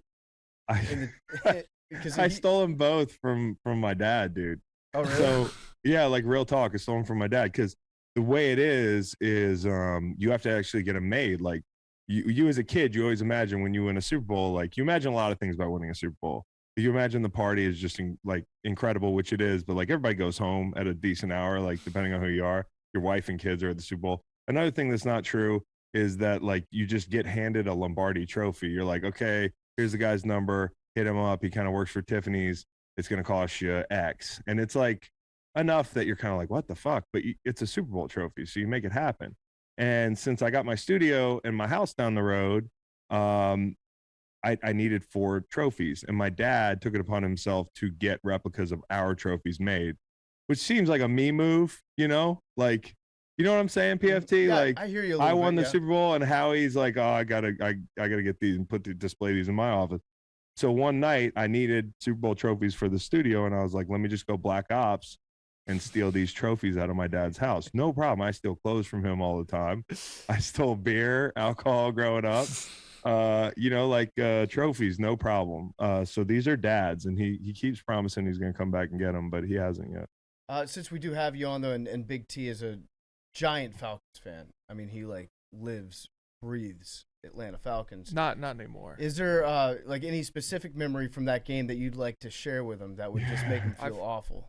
Well, no, I want to make him feel good. Like, I think Matt Ryan gets absolutely fucked over because of that Super Bowl. Agreed. I think Matt Ryan has Hall of Fame numbers. Like, he's one of those guys who are going to be considered borderline, but by the standard of letting quarterbacks in, I think he should at least be talked about. And it's the classic problem with like quarterback wins and Super Bowls is like that fucking guy did everything he could to win that game. So I almost get offended on behalf of Matt Ryan when people are like, good game. Like, that was awesome. I actually get mad for Matt Ryan. 28-3. He did everything he was supposed to do. And then the second half, like, all those mistakes y'all made were not Matt Ryan mistakes. Like, nobody asked them to throw the ball when they were up 8. Like, nobody asked the running back to miss that blitz protection with Hightower coming off the edge. Like, there were 5-6 mistakes that they made in that game that, I mean, I don't know if this is making you feel better, but well, it's been long enough that I'm totally over. And the Braves won, so that took a lot of it off. Good for you. But yeah, I mean, he left the field with the lead, didn't touch the ball again, and I mean, it was all Kyle Shanahan's fault. That guy should. I can't say on a podcast the things I feel for Kyle Shanahan. I love Kyle Shanahan, dude. I'm sure everyone does. Everybody loves. Oh, what a great guy, but Kyle Shanahan. No, he should burn in hell. Oh my God. Incredible. No, honestly, when we I always tell this story. When we won the toss in overtime, I turned to like Rob Ninkovich and like Alan Branch, and I was like, let's take our helmets off. Like, we just took our helmets off and just sat down because we were like, we're not gonna sorry, you're not gonna get the ball back. So yeah, you just said it. It was already Yeah, written I mean, at that point. Yeah, It is was what written, is. Who dude. cares? So, Chris, also, I might need some help from you on a personal level here because I've been wrestling back and forth, trying to convince myself that I'm super pumped about Carson Wentz, which I've now lied to myself for long enough that I believe it. So this is always my goal. I was devastated to hear the news at first, and then I was like, you know what, you got to lie yourself into belief. So Yeah, you've been doing a good job. I've been monitoring that. I've now gotten to a place where I think I believe my own lies about Carson Wentz, and I'm ready to be like, you know what, he was really good, and he can get back there. He's also the best quarterback in NFL history when it's 73 degrees outside. 73 degrees, yeah. And he had 2 MVP votes in 2017. So can you just kind of, based on what you've seen up close with Carson Wentz as his teammate, please tell me that everything's going to be okay. Everything's gonna be okay because like football's not everything. You Shut know what the I'm fuck saying? up. Shut up. No, no. Honestly, everything is gonna be okay. Honestly, I think your team's pretty good. I really do. Like, you guys hung with the Eagles last year, and nothing against Heineke or any of the guys that they trotted out, especially that second game. But like, you were right there. There's a lot of pieces on that team, and I don't know, man. It's tough because Carson. I've said how I feel about Carson before. I think if Carson's better at football since he got hurt, people aren't talking about this shit. Like, but it's the reality. If you're not getting it done on the field and you're not like a connective kind of social guy in the locker room, which is not his strong point, like reaching out in different corners of the locker room, and he would probably tell you that, like, people are going to question your leadership a little bit. And the problem for Carson is that it happened in Philly and then it happened again in Indy. And like, Frank Reich kind of stuck his neck out there for him, and it didn't work out. So I would think if you're going to get any Carson Wentz, spin zone here for you, maybe you want to get Carson Wentz the third iteration, not the second one. So like, as you would say, cool throne, Colts fans, hot seat. Well, no, it'd be the other way. Cool throne Washington Commanders fans, because you get the revamped Carson Wentz that's been broken down to nothing. And then Indy actually got the bad Carson Wentz. I think he's going to be on his best behavior, dude. I really do. If there is good behavior, like, you know what I'm saying? Like, it's just, we've seen this pattern long enough. You've heard it from different teams. I didn't experience a Carson Wentz like this, but I was a defensive player. So I don't know, maybe. Okay. That was a resounding vote of confidence from Chris Long. I'm super pumped going into this season. Can't wait. People forget 2021, even this season, weeks 4 to 13, he had the 3rd best QBR in the entire league. So Yeah, he did, dude. Like, to be fair, because I love Carson, the guy, dude, and I think, honestly, to be fair to him, like, he hurt his knee, he hurt his back. I don't think people realize how fucked up he was physically in Philly. Mhm. But when you're a player that like had whatever happened to him happen physically, and then like you got all of a sudden you look up, you're an MVP, and then you look up and there's a statue of the guy that was sitting next to you in meetings, like, that's a motherfucker. I don't care who you are. So you kind of, for a stubborn dude, I think he's been kind of resistant. He's gone into kind of like protect himself mode when he just needs to, hit the reset button, look in the mirror and be like, call a buddy and be like, hey, what was I fucking up? Like, in my last locker room, what did I do wrong in Philly? Like, how can I improve? Because obvious at this point, like, there's just a couple patterns that he could work on. Well, this is probably it for him too. This is probably his last chance. And if you look at the sad history of the Washington Commanders and the quarterbacks that they've had since, I don't remember who the last, you had like 9 to 12 good weeks of RG3 when he was healthy in 2012. Yeah. Besides that, there's really been nothing since I don't know. I can't even go back that far. There was Jason Campbell, but even him, actually, I was going to say Jason Campbell. That was a decent little run. Donovan McNabb in a Washington uniform was weird. Jason Campbell was always like a wait till next year guy for me. I was like, next year's he's taking that step. Somebody actually just sent me this jersey today in the mail. That's a Oh, tight yeah. jersey, though. It is Honestly, nice. Yeah. that's a really tight jersey. You guys didn't you have Colt McCoy for a second? I played Colt McCoy when he was there. I think, Yep. did y'all have a Rex Grossman era? We had. Yeah. He was the original RG3. He's actually Rex Grossman III. Yeah. And yeah, we had him. Yeah. He split time with John Beck. You might remember John Beck. I remember John Beck. They called him John. His nickname was John Beck. He was just an incredible guy. I think he had one game where he got sacked like 10 times by the Bills. Just a brutal run. Going back to like maybe Mark Rippon was the Mark Rippon. Yeah, he was good, dude. Mark Rippon was good. Brad Johnson had a good year. Brad Johnson was good. Who knew Brad Johnson was so fucking funny? Dude, what he does right now is the epitome of what I hope my retired life is. He just Bro, goes he's outside. a unicorn. He's got every piece of sporting equipment. He goes out onto his basketball court and just figures out different ways to like throw shit into different holes. It's awesome. Come on, walk with me in my batting cage, fellas. And then it's like trick shot in the batting cage. And then it's like an indoor pool. Yeah. You know, like he's just got everything you could possibly want. He's got the setup, dude. Okay, so Billy Football made me playing cards here with all the Washington quarterbacks going back to the year 2000. Yeah. I'm just going to put these out. Jeff George, Josh Johnson, Dwayne Haskins, Brad Josh Johnson. He's good. I'm going to set that aside.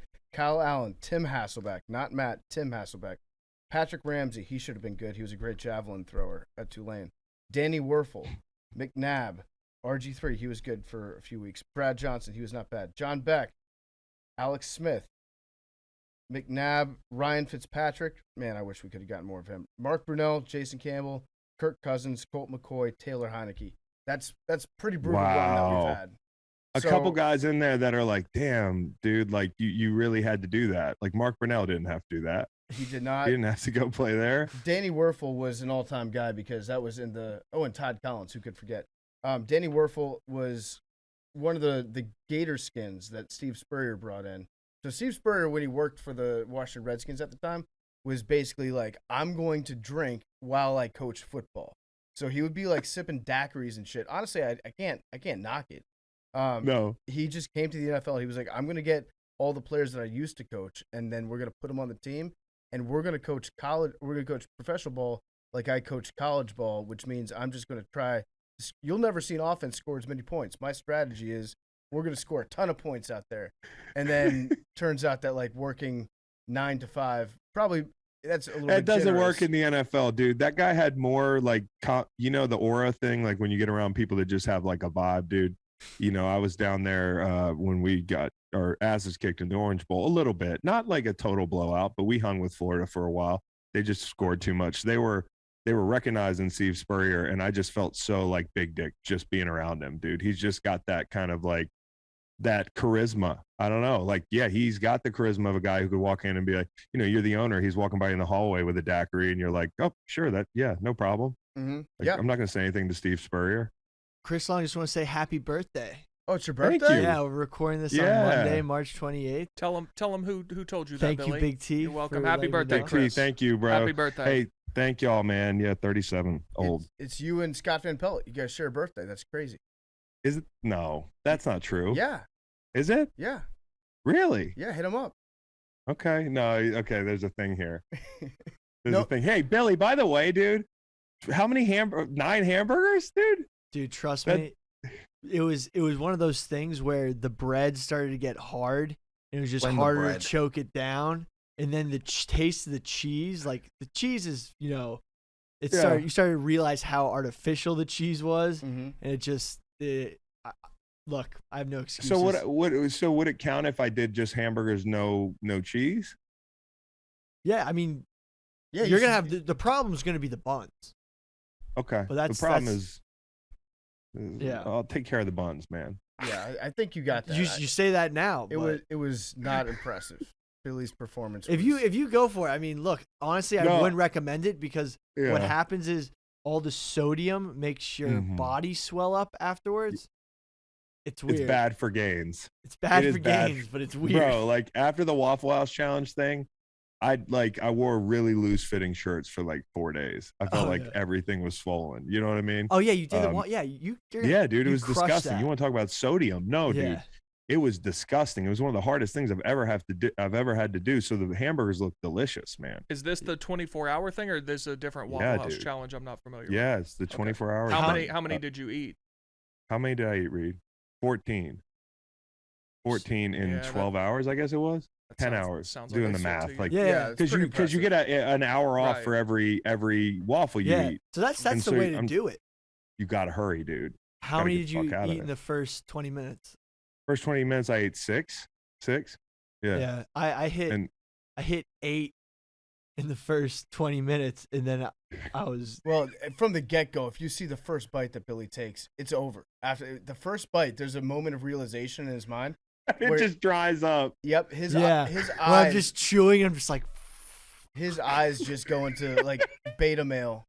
no, Yeah, it's It's just just like like I've been bested by this food. it's just it was just so dry.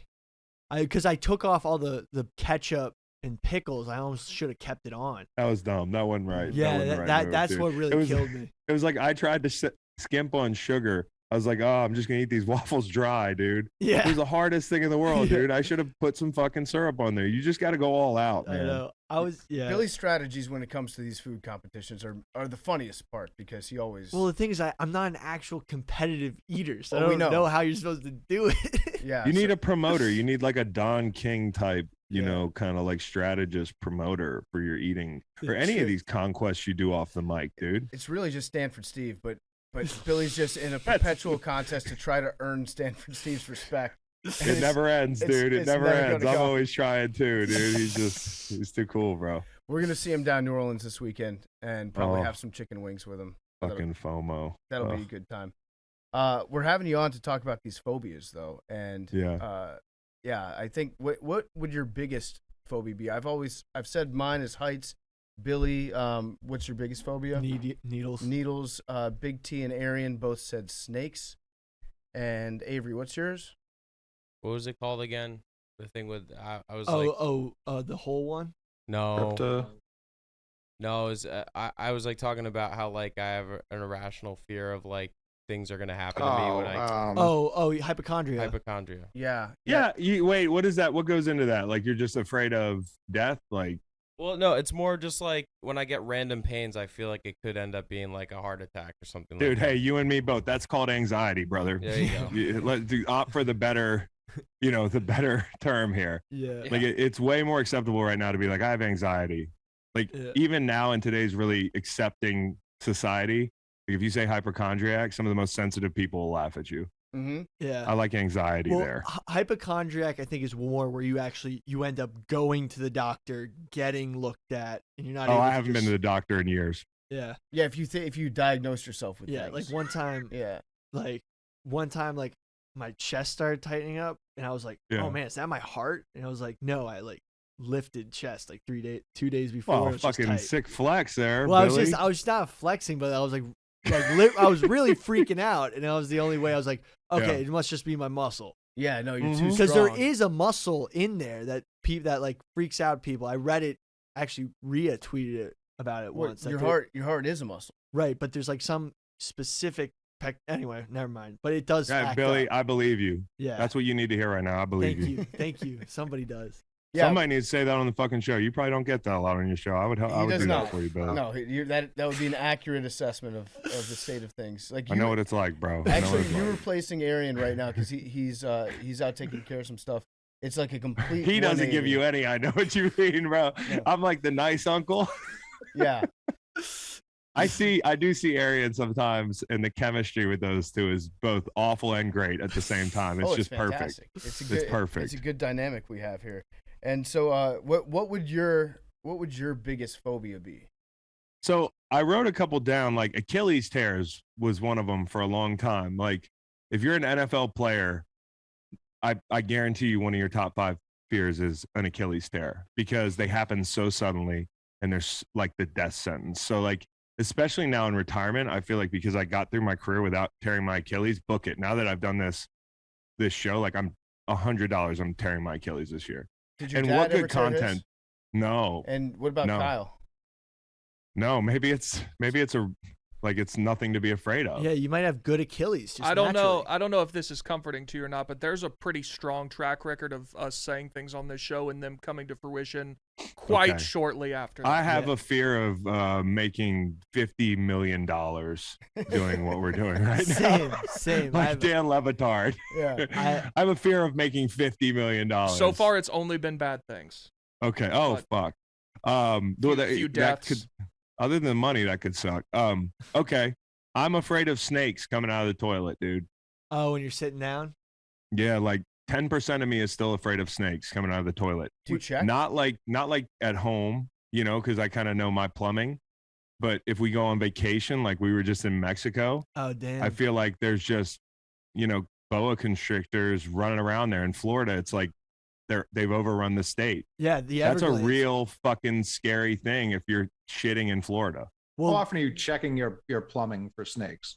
I don't check my he's probably got. I don't anti-snake. check my plumbing for snakes, bro. Like because I know my plumbing, dude. I know it like the back of my hand. You keep dude. Like, saying this as if you have some inherent knowledge of where I the do. snakes would not. I built wanna the go. house. Well, I built the house, and s- I know that like black snakes in Virginia and copperheads, they don't swim up toilets. Okay. You got to worry about the low lying, like, you know, ranch style homes. I'm on the second floor, and it's got to be in some subtropical type place. Like if I'm down in Boca, I think it's called it's Boca Raton. No, it's the mouth of the rat, not the snake.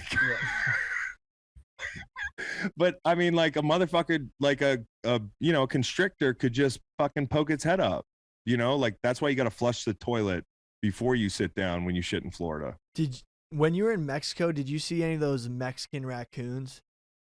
Yeah, dude. The I think cat- I know exactly what you're talking Yeah, the about. cat mundis that just like run everywhere, and everyone's like, "Oh, they're so cool! It's so tropical! They're so cute!" But they're literally just Mexican raccoons that are eating trash.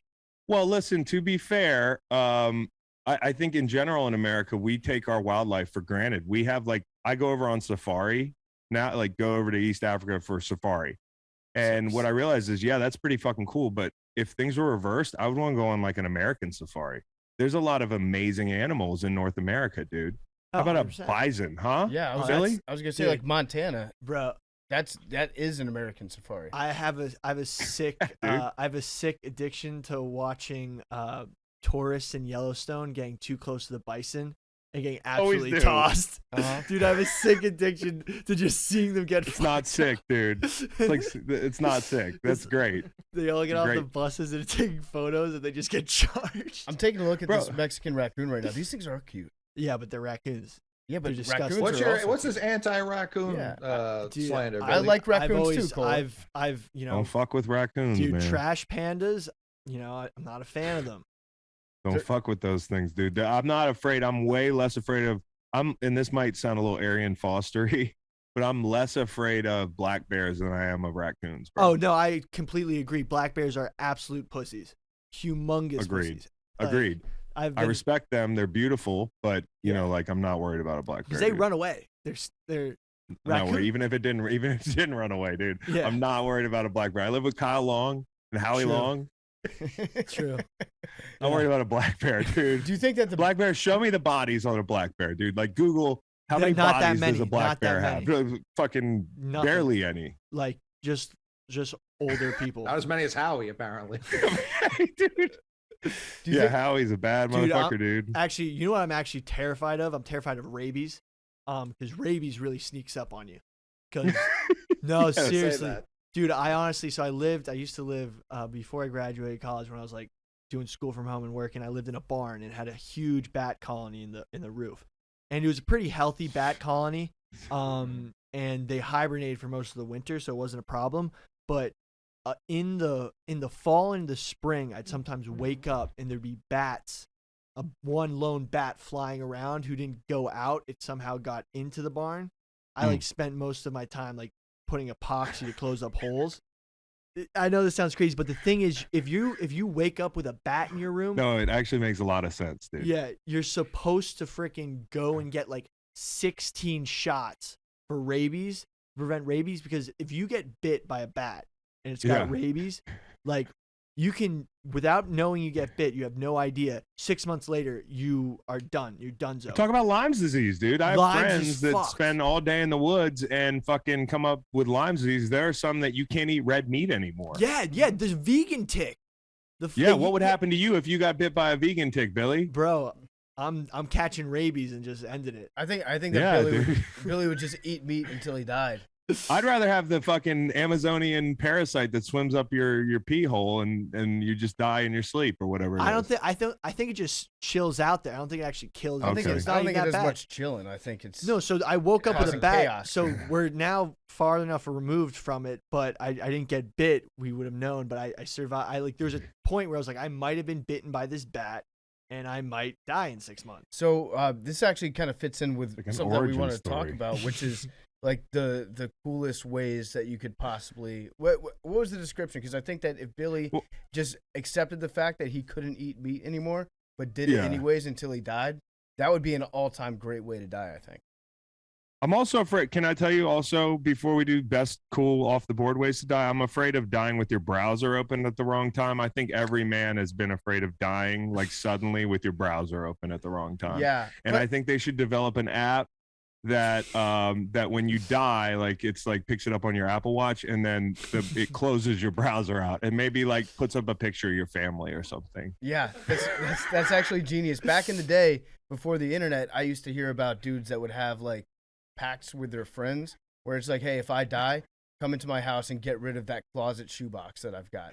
You know, like I don't want my Yeah. family to find that when they're cleaning up after me. Nowadays, it's much simpler. You're right. It's just like delete my browser history and maybe Come in and- but before you do, go on my Instagram page and then like a bunch of pictures of just my family, or Just like family or like my cute dogs. So the For You page that Yes. comes up, the Explore page is nice and Yes. clean.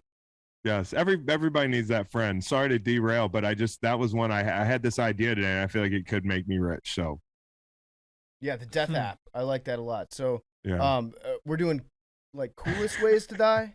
sure. I thought we were doing like stupid cool ways to die. Yeah. Like kind of stupid, cool ways to die. Like basically, the number one here is wingsuiting. Yeah. Like when you wingsuit, and I like wingsuiting is when you talk about like death and like sudden death. I think you're always very like aware of who you might offend. Is like somebody had somebody die that way. But when you decide to go wingsuiting, like you've said, like, hey, probably happening. Yeah. You know, like, and I'm cool with it a little bit. And I know somebody who wingsuits is going to be like, you're a fucking asshole. But honestly, dude, Yeah. honestly, It's a pretty big part of the wingsuit culture. I'll put it this way: when you decide that you're going to go wingsuiting, you make sure your affairs are in order before you In jump order, dude. off that thing or out of that plane. Well, that's You're wingsuiting. Cliff. You do not have a lot of affairs in the first place. Let's But be honest. I remember the one documentary. move my van, move my Yeah, my adventure van. Yeah. Well, I'm not saying they're all like not rich. I'm just saying like they don't give a fuck about anything, dude. Dude, I think the one documentary I watched on wing flying or whatever, the guy was like, "Yeah, I totally hated my life and I was ready to end it. I just decided to wingsuit instead." Like end it all. Yeah, literally, it was. I I have a remember. less terrifying way. Yeah. You could try. Yeah, I don't know. I don't remember, but I just remember the guy had like super intense, like bright, big blue eyes, and he like looked like he was on meth when he was saying this into the camera. But I mean, I think wingsuiting out of a airplane is way safer than some of the cliff stuff because you have guys trying to go through like holes in the cliffs. and stuff. Yeah. Shooting the gap that's where if you meet somebody in your wingsuiter and you hear that they're like a gap shooter, you're like, goddamn, dude, maybe we shouldn't even be around each other. You're dangerous. Like Yeah. the gap shooters are dangerous, bro. And the funerals have to be kind of like people are like, Closed you know, casket. Well, they're all. well, no, but like, I mean, fuck, dude, what did he expect? Yeah. I think the funerals are for people like that. Typically, your buddies jump out of an airplane with your ashes, and you just like scatter it into the air. And they last time. wingsuit. and then Yeah. they wingsuit down. It's yeah. a fucking thing. You don't ever turn back once you do that. I think it's so ballsy.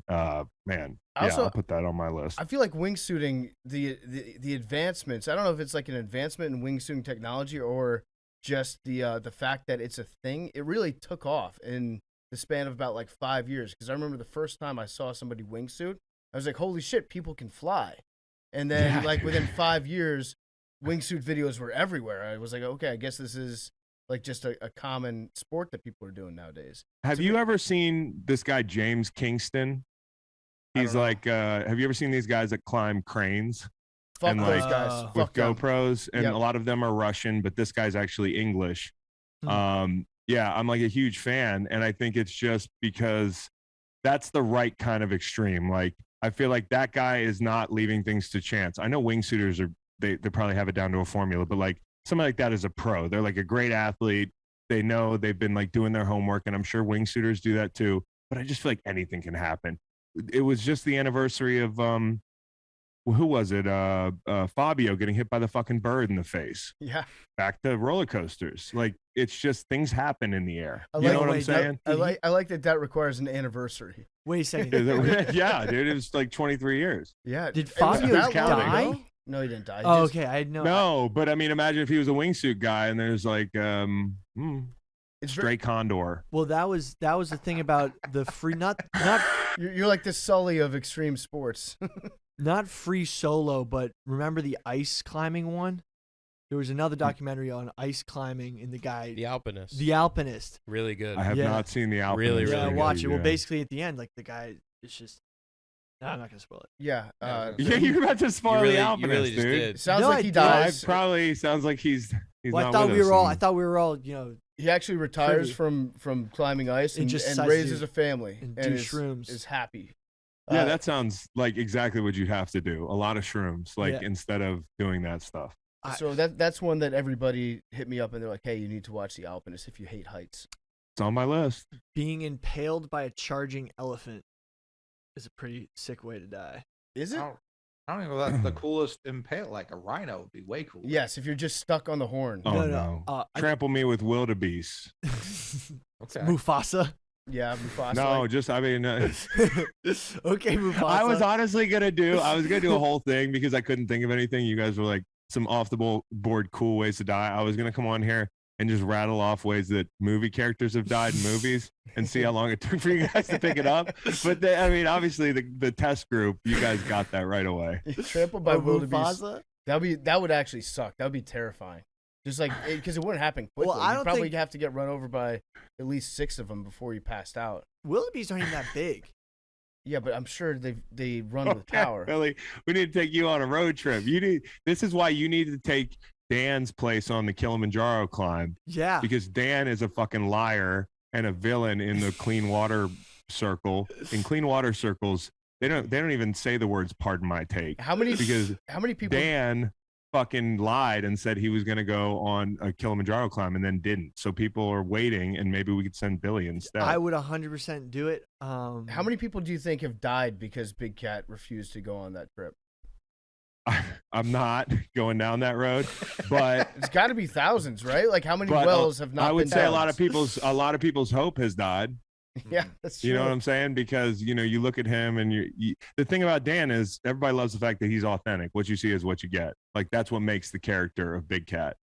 This is one thing that he's not authentic on. I mean, not a charity guy, I guess. No, but he's authentically avoiding exercise, a mountain full of Yeah, exercise. yeah. I think that's very Yeah. fair. Yeah, that's Billy, true. Billy would That's be a true. good fit on that trip, though. I think Billy would be a good. Oh, Oh yeah, you could wear Dude, your he's military boots and see, because a they're lot of hiking times boots.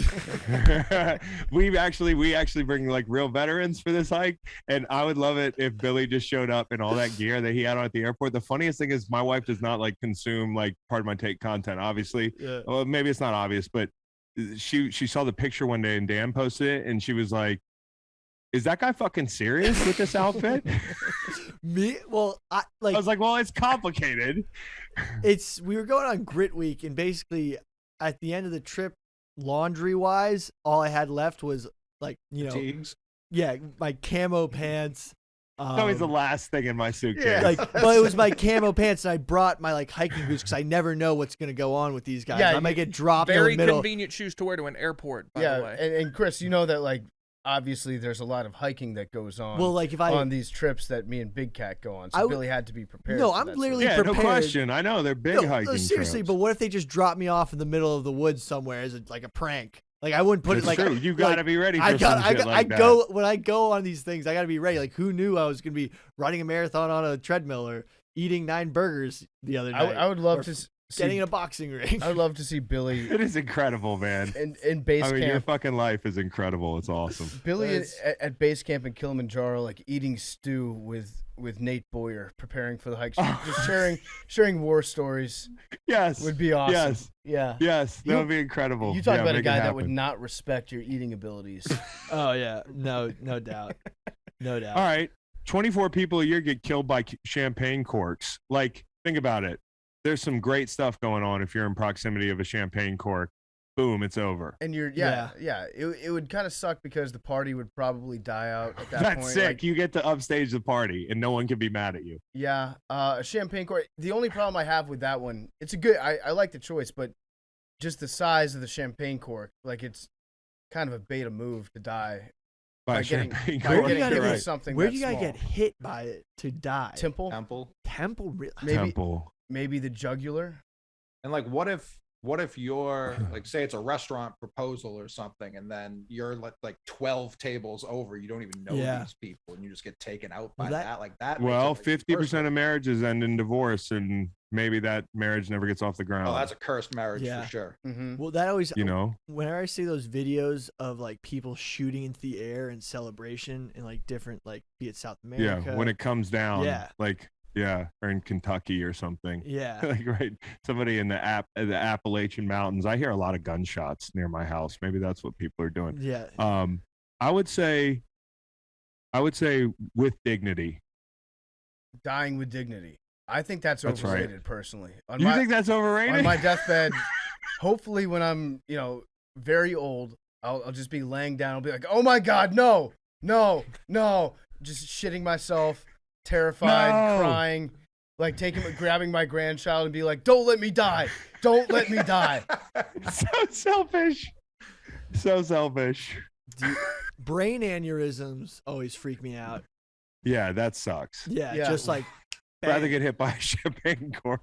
So Yeah. easily. So my grandmother actually, I'll say this, my grandmother died with a tremendous amount of dignity. I was in 5th grade at the time, and she was in the hospital. She knew she was about to pass away, and she like said goodbye to us and all that, and she goes, I don't know what to do. I've never died before.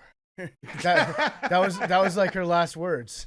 Those are great. That's a great last one. Oh, what a legend, dude. Yeah, it's a great line. You to get go it out honest. on. That's great, dude. I've been thinking about like just learning a great joke, or if I ever think of a great joke, it hasn't happened yet, but I've still got some years left.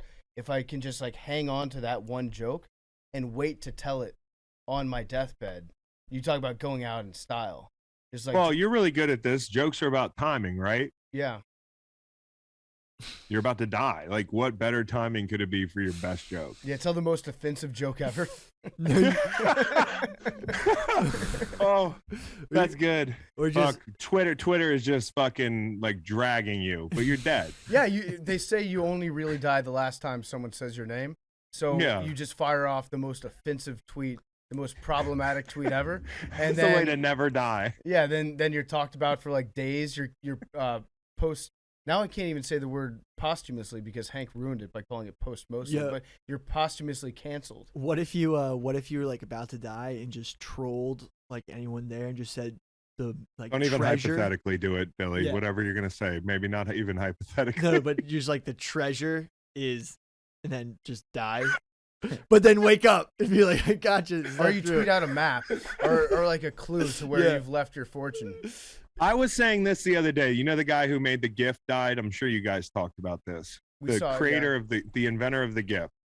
So I think it would be sick if he had a GIF on like his mausoleum. Like Oh, you get nice. to pick one. Yeah. You know, like a little fitting. Like what would you guys have on your what GIF would you have on your little, I don't know, mausoleum or You tombstone? couldn't It's do kind the of a dark Undertaker one. exercise. That would be. You know what's kinda my scary. You know what's my favorite GIF?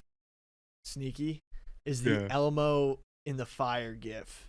Yes, That's a good one. That's just that like had a good run. pure chaos. I still tweet that sometimes. One of my favorites is the guy that's he's at a beach and he's wearing like a full Carhartt style jacket and he's got big jeans on and he's wearing like work boots. He's like kind of a frumpy, overweight guy. He's got a skimboard and he's running towards the water and he throws it into the water. Like nothing about this guy would ever indicate that he's ever been on a board of any He's gonna type. get in the water. And he throws in the water, and as he's chasing after it, he trips and starts falling down. And as he's falling, his pants fall down, so his bare ass is out. As he's Is this falling. a real gift? It's a great Yeah, it gift. is. Yeah, I'll text Good it to gift. you. It's a I thought he was all-timer. fucking with me. That's funny as fuck. Because I've actually never seen that gif, and that's pretty rare. Because I feel like I know my gifts, dude. How about the guy that actually gets up out of his coffin on topic? We talked about that last week. It's the soap opera guy that fakes his death in the soap opera, and he gets up out of there. I love that gif. I've never seen. I got us to gifs. I'm sorry about this guy. No, don't worry. okay. Honestly, the gift guy would probably love that we're talking about gift. I know he would. He really would. I tweeted a gif, an RIP gif, in retweet of his death. That was big of you, bro. I know. Yeah. I knew he'd want that. Yeah, I'm looking up the skimboard thing right now so I can send it to you. Hang Being on. overhydrated, like drinking so much water that you die. The Molly. Like, what a healthy way to go out, bro. Yeah, Mhm. Molly. Yeah. that's Oh, Molly overdose. The only problem with that, I've never done Molly, dude. That's Oh, not really? a lie. Yeah, never Wow. done Molly. I'm a total verge. you're Same. missing I guess out. it's probably all the Molly kids probably think I'm lame, but More for me. I mean, it's probably. Why would you ever want to mess with your dopamine receptors? Yeah, I mean, that's what I'm feel- saying, yeah. Billy. That's like the Because most having more of fuck. them sick. No, because I mean that's like the one thing that like gets you going in life. Like I don't want to fuck around with those. I don't want to fuck that shit up. Yeah, no, I'm with you. Serotonin Plus, receptors, GABA receptors. People are chewing on themselves when I see them doing that. Yeah. I'm like, do I really want to be all like, but it sounds, everybody says it's great. Well, half of them end up getting like meth by accident. That's where. my Just jaw, a little, gets in just a trouble. little math. my jaw after taking MDMA in Hong Kong was so sore on the flight back. I couldn't talk. I couldn't eat solid food because I had just spent 12 hours just clinched up. That was an all-time bad flight. I'll tell you what, like 18 Dude, hours. you had the serotonin, you had like the come down off of something tough like that on a flight back from Hong Kong. Yeah, dude, I Yeah, couldn't even imagine. and I was in That's coach. bold. I completely screwed up the order of operations on that. I should have taken the business class flight back from Hong Kong back to New You York totally fucked it as up, dude. opposed to going there. I just DM'd you the GIF, Chris, if you want to check it out. It's Were we sure this isn't like one of those things that ends in sex? I'm not- It's like a video I'm not that meat starts spinning you. meat spinning. And just ignore the text that's on the screen because that's not on the original one. That's the first one. I almost sent Meat Spin to Big Cat today when he said he didn't know how to log into the website anymore. The original meat spin was 2 girls 1 cup. Yes. Well, no, I Like think that was like pre-internet. I Like think meat spin No, was Meat before. Spin. Meat Spin predates. meat spin the was. girls. Oh well, maybe I wasn't fishing in the meat spin Well, you- waters. I just, 2 girls 1 cup was an automatic. Tell somebody in college, have you been to this new website, and just see what happens. Dude, when I got the internet, there was one website. There was one website that had a collection of all of those videos, and they played them all at the same time. It was yeah. No, it was you had. I mean, That's please don't insane. clip this because I don't want my mother seeing this. You had meat spin, 2 girls 1 cup. Yeah, please don't 2 clip guy- anything with 2 girls 1 cup and me. Yeah. That's just disgusting. 2 guys 1 horse, 3 guys 1 hammer, and they all of them, and they all played it once, and it was like it literally probably ruined my whole generation. Those last two, are y'all familiar with those? I'm not. Yeah, No, I'm not. I'm really. I mean, like, I'm so basic. I thought 2 girls 1 cup was the first. I'm not like, familiar with thing, dude. hammers or I mean, horses. my brain can fill in the blanks. the hammer. I don't have. No, I the don't have. hammer one. I don't have a DM from you, PFT. Did I The send that big to the wrong one, person? the big one growing up You was probably did. the big one just growing up be- was Penn Island, but it was just Oh, I don't it even was know what that penis is. land. Oh. There we go. I just sent it. I thought it Forgot was to like press some- send. Oh man. Oh, that's good. Yeah, this Oh, guy's yeah. this guy's the man. Pants I've falling never seen down this is guy. really the best part of the entire thing. Yeah. Okay, so what other cool ways to die? And as far as the drinking too much water thing goes, I tend to agree with that. But the case that people always look back on is the lady that won. She was in a contest to see who could drink the most water so that she could win a Nintendo Wii. So it was how much water can you drink without using the bathroom? And she drank so much that she just died. She got like overhydrated. And just doing that, when you throw in that it's a radio contest to win, and now far outdated gaming system. Really, Yeah, I was gonna say that we have a Switch now. Like I'm gonna go home and my 6-year-old and my 3-year-old play Switch, yeah. and like it's much better. Like I could see dying for a PS5, but if you were to be like dying for You've forgotten like how a hard Sega CD, the Wii was to get a hold of. it was tough. 2008, you couldn't find a Wii. It was. Well, I tough. mean, let me ask you this: are they still selling PS5s, like hacking people's shit? Yep. Was that a real thing that Big Cat got hacked, or was he I can never tell. Is he like doing a bit or not? No, Like was he? he just does that when like Wisconsin loses a game, so that he doesn't have to answer any questions about it. He just pretends that he's hacked. God, dude. Yeah. Let's see. Dying in the gym, Billy, under the Dude, squat rack. Yeah, I've thought about that. I have a squat rack in my spot, and I never bench heavy on it anymore. So I'm just like, it would be too much of a meme. if Being some- alone. Mhm. Yeah, but also imagine if you guys found out, like that's what happened to me. It would be kind of cool though. Yeah, not letting that happen. You want to die looking weak, Bill? No, it'd be like the worst. If people on the internet would laugh Definitely. if that happened. But it would be very memorable. Exactly. In all seriousness, a mob hit, like generally, as long as it's a nice, like you didn't see it coming, like, you know, there's a whole show, you guys know it. Yeah. It's kind of ambiguous. Mhm. I feel like a sedan, you know, like I'm in the front seat of the sedan, and like maybe it's a surprise. That wouldn't be that bad. Yeah, maybe town car in the back of a town Yeah. car. Town cars Yeah. are, by the way, so underrated. Totally underrated vehicle. I never want a limo. No matter like where my career would take me, if I'm at a point where I am like limousine adjacent, give me the town car instead. The town car is the height of luxury. I had Buddy, I've owned 2 town cars. Go ahead, Billy. I had a buddy in college who had an old town car. Like he bought it with tons of miles from a old driver who was like, I don't need this anymore.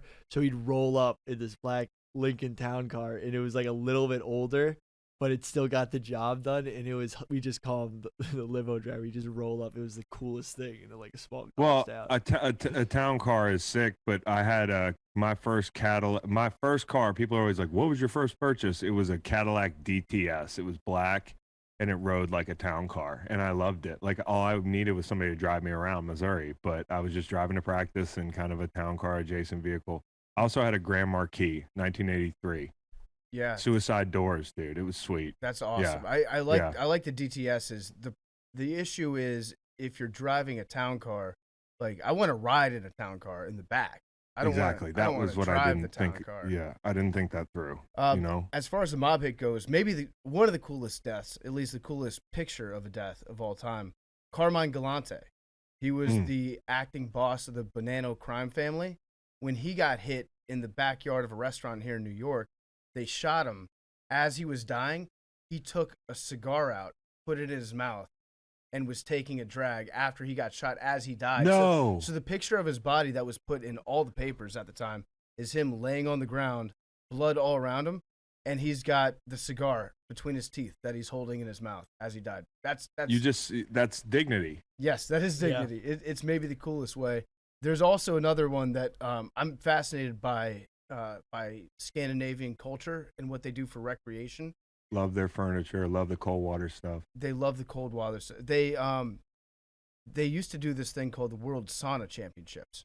Oh yeah. And the World Sauna Championship was just a bunch of like hardy Scandinavian dudes that would get together, and there were rules about what you had to do in this competition.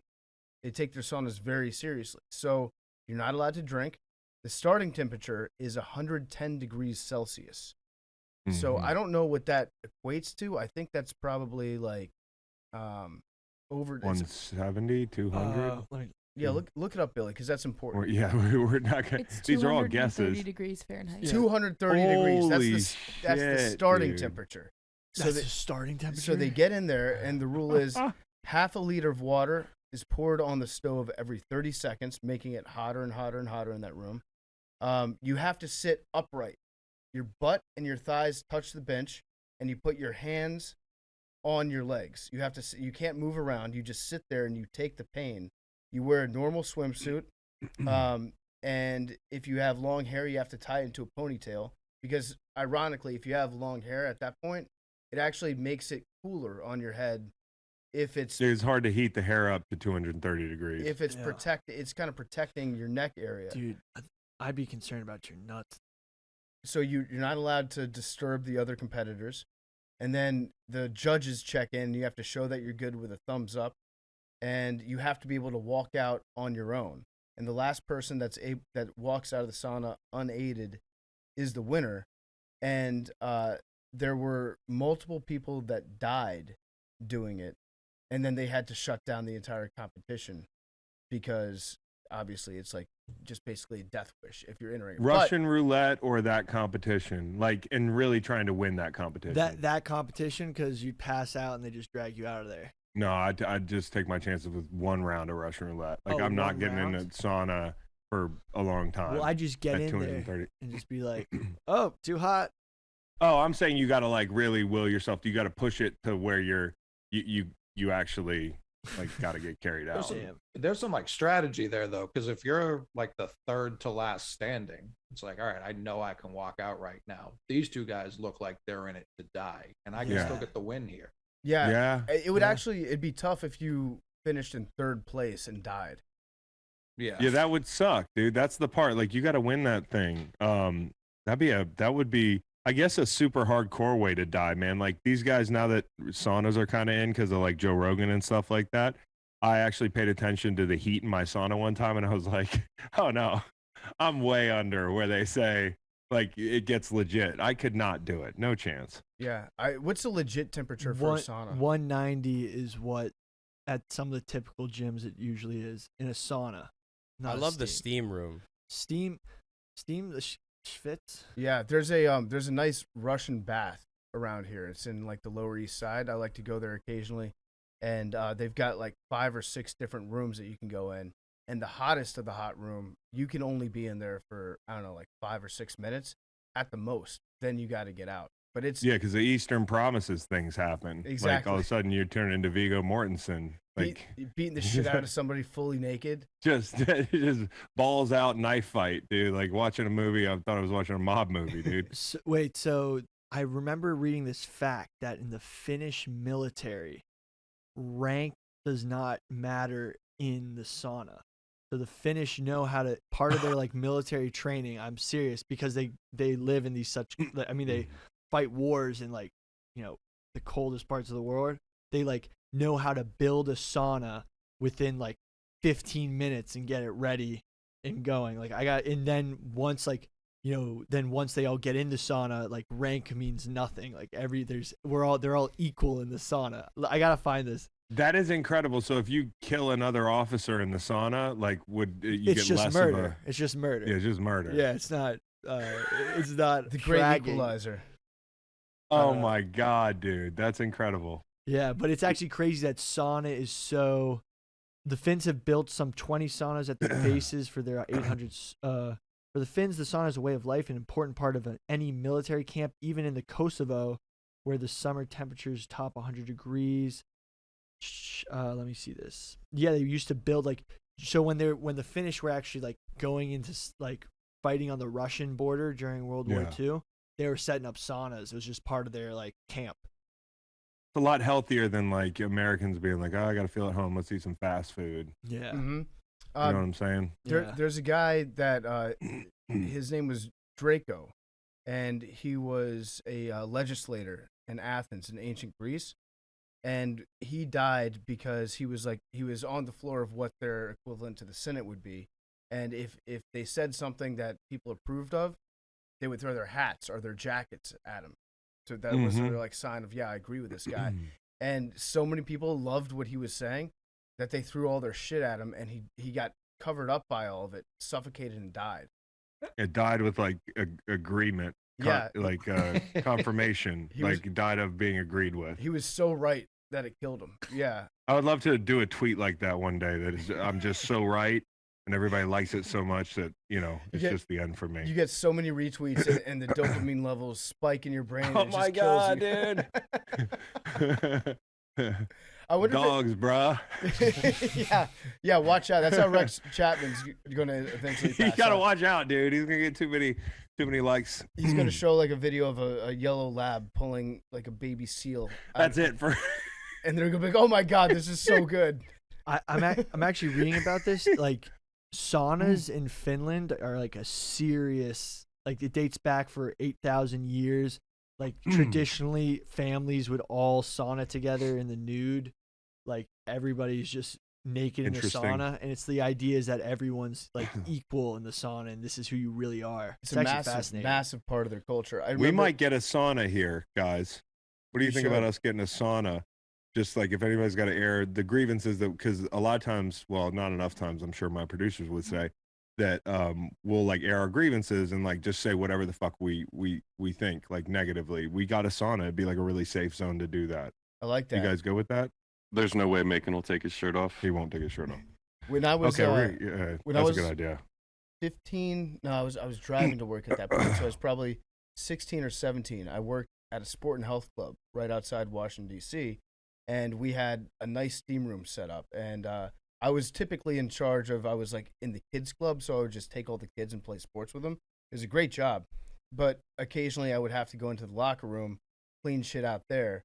And one time, I remember my boss pulled me aside and she goes, "Hey, so there's a large man that's creating a disturbance in the steam room. Could you go in there and ask him to leave, please?"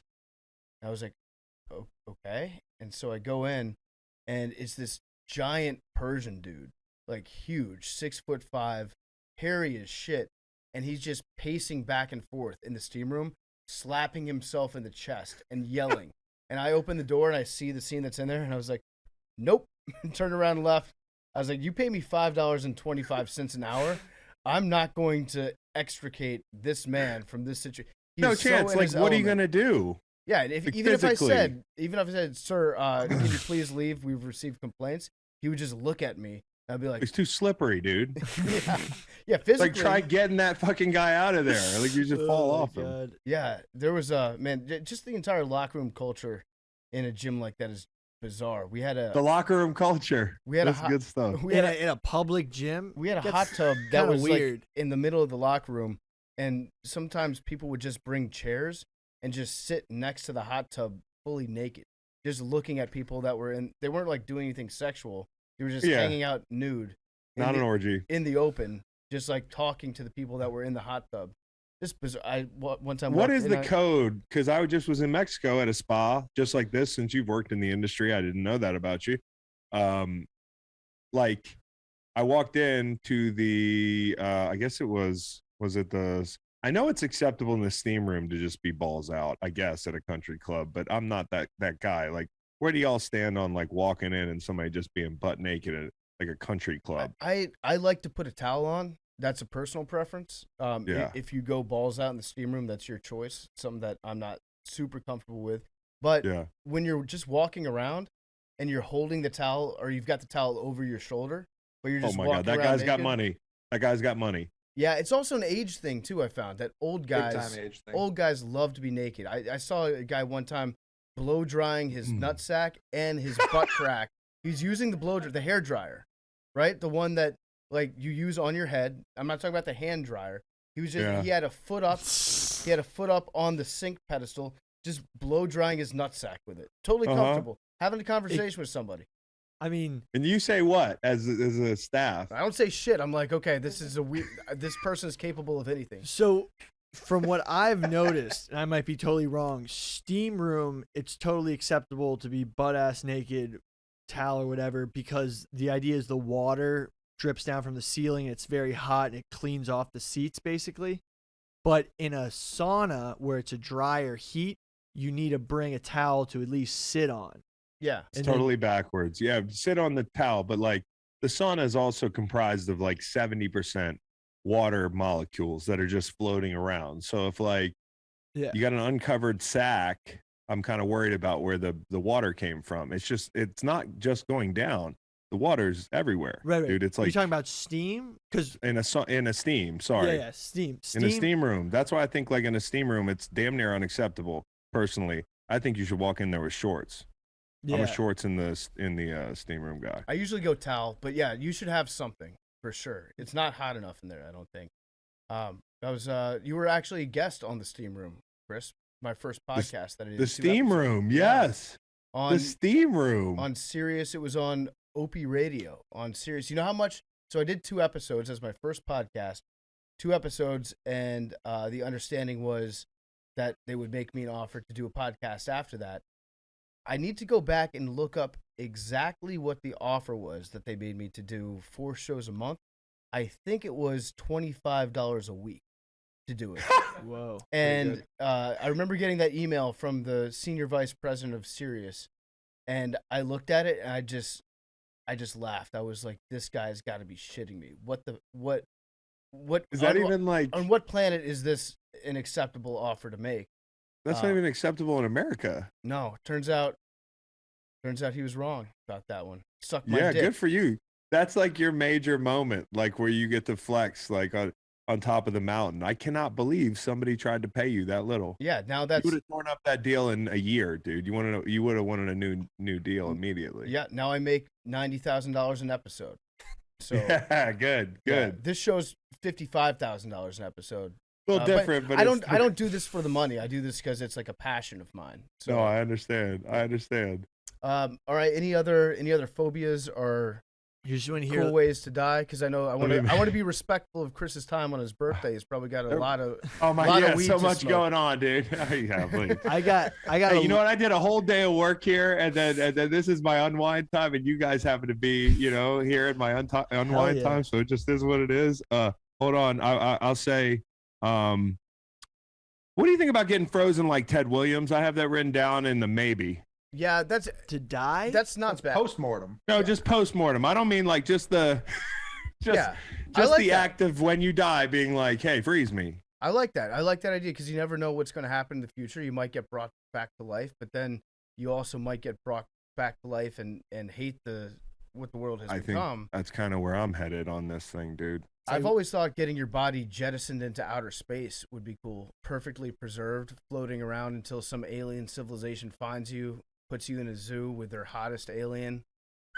Well, I how feel do like- you, or what if they put you in the zoo with like another human female and they want to like make you recreate your species like we did with pandas? Yeah. It's like imagine you just like Maybe that's why pandas don't fuck as much. Maybe like we're just picking ugly pandas. And so Just forcing, well, there's no chemistry between them, maybe. yeah, on both sides. It might be like the chick is put into an enclosure with some like guy that can't get it up and it's like, well, I'm not gonna fuck you. What planet are we on?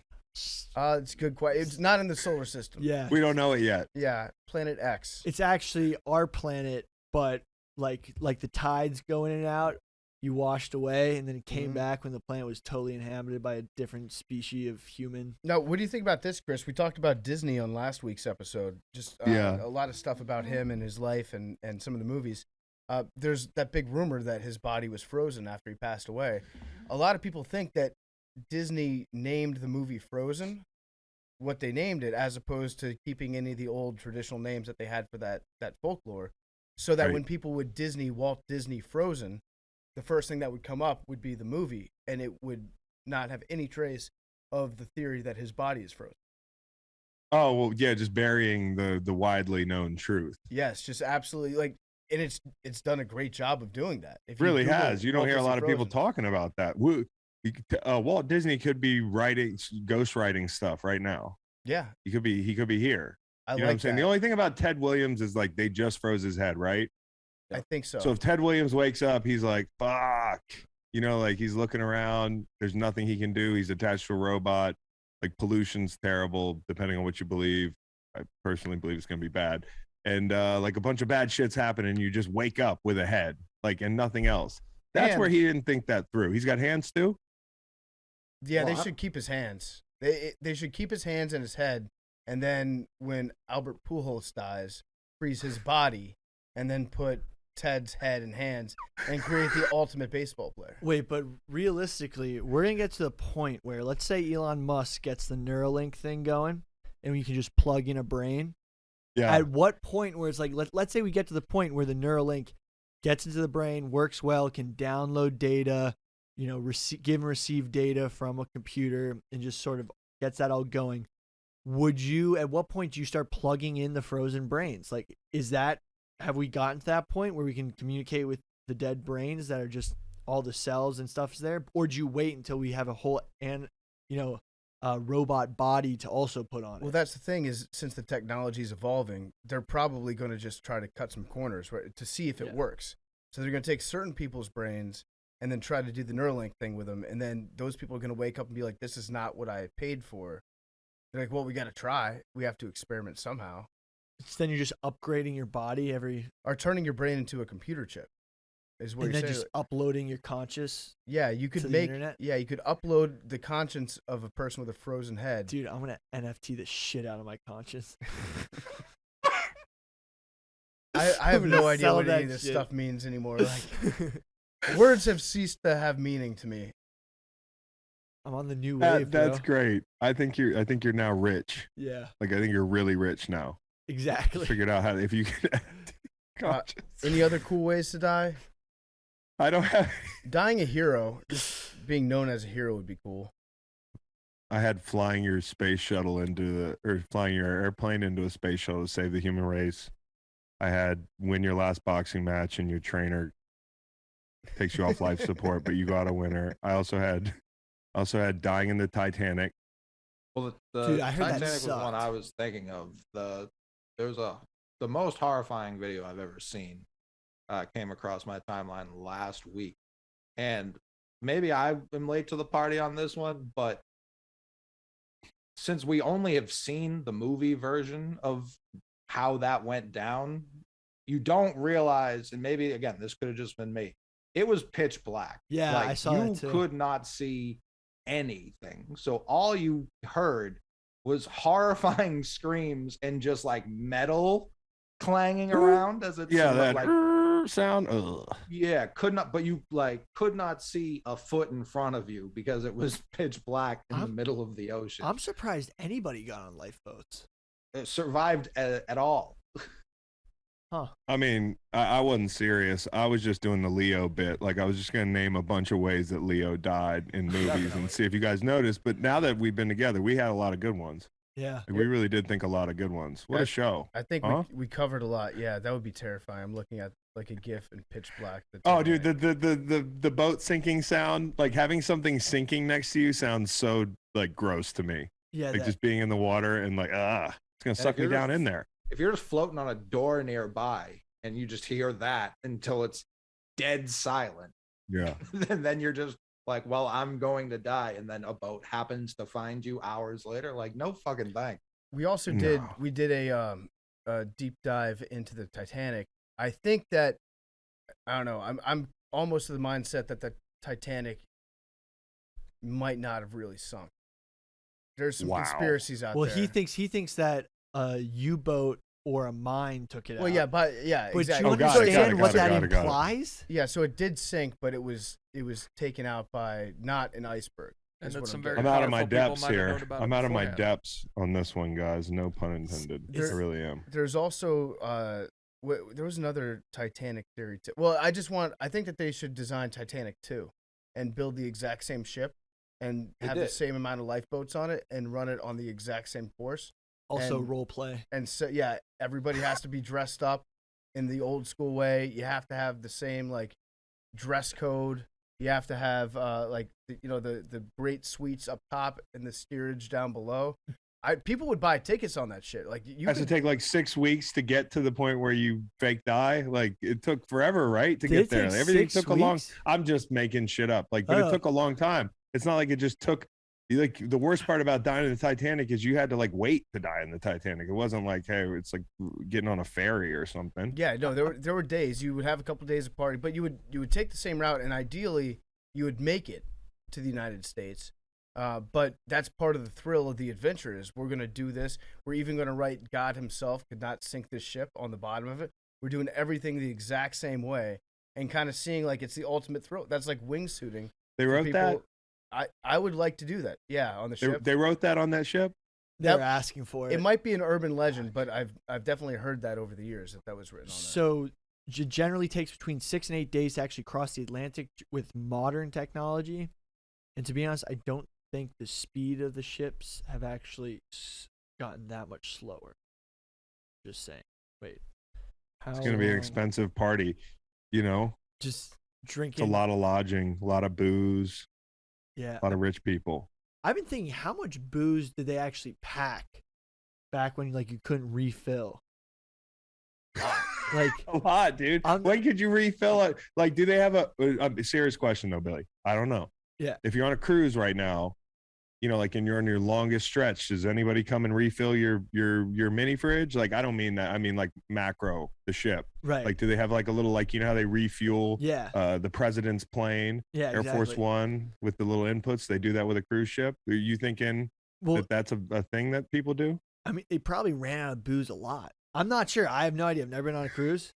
But like the idea of like every night in the Titanic, it seemed like they were playing the fiddle and steerage and just boozing. Yeah, because you had to be drunk to like be comfortable back then. It was like life was hard, even on the Titanic. Yeah. It was I mean, safer. it was fucking It was safer to drink beer and whiskey than it was to drink water. Yeah. Oh, so no question. the voyage was supposed to take 5 days and 18 hours. Wait, is that till they Still sunk? a long time, dude. Yeah, That's still too long. Yeah. Very They're long cutting time. corners. That's with that route. It's too long, guys. All right, well, Chris, thank you for joining us. Wow, only 5 days. Happy birthday. Hey, thanks, man. Happy yeah. Happy birthday, 37th. bro. You're an old man. Thank you. Welcome to the club. Thank you. Are you in the 37 club too? I am, yeah. Yep. Oh, that's cool, man. So Look Big it up. Cat is January 30th. I'm January Yep. 31st. We were born back-to-back days, 1985.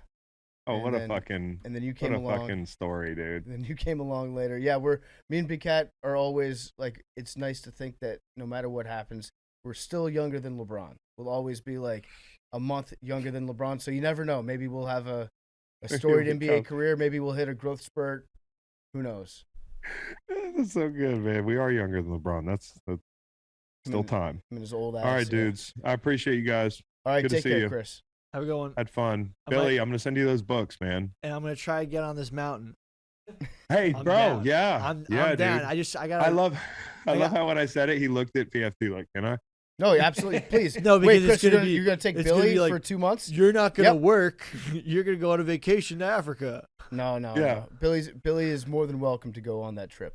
All right. So do we want to do voicemails or do we want to save those? I have voicemails. We I can think we're save at them. like 4 hours. We are at 3.5 hours right now. Okay, so let's save the voicemails. Yeah. How For does that Nano? sound? Yeah, that's what we'll do on Thursday's episode. So Works for me. this was a fun episode of Macrodosing. Thank you guys for joining us. And yeah, if you have any weird phobias, let us know. I'm interested to hear what some of the strange ones that you actually have are. The last thing, let me just read some weird phobias just to finish us off. Arachibutyrophobia is the fear of peanut butter sticking to the roof of your mouth. Nomophobia is the fear of being without your mobile phone. Arithmophobia is the fear of numbers. Plutophobia is the fear of money. Billy, you have that. Cash money. Yeah, no, that's what they're talking about. But no, this comes with like, they don't want to become super wealthy because they think wealth may bring like more money, more problems. Like actually worried about that. Xanthophobia, the fear of the color yellow. Octophobia, the fear of the number 8. Optopophobia, the fear of opening one's eyes. Globophobia, the fear of balloons. Hippopopomonstrosophobiphobia, fear of long words. Okay, that makes sense. that's fucked up that's what they yeah. called it. So if you have to Yeah. say like what your biggest fear, What's- what condition you have, you can't even say it.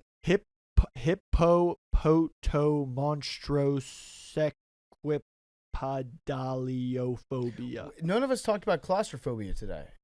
And I honestly don't have a problem. I might be the opposite. I might be claustrophilic. Agoraphobic.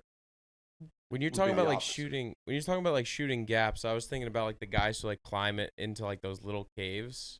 I Oh, see it okay. sometimes on Instagram. It makes me sick.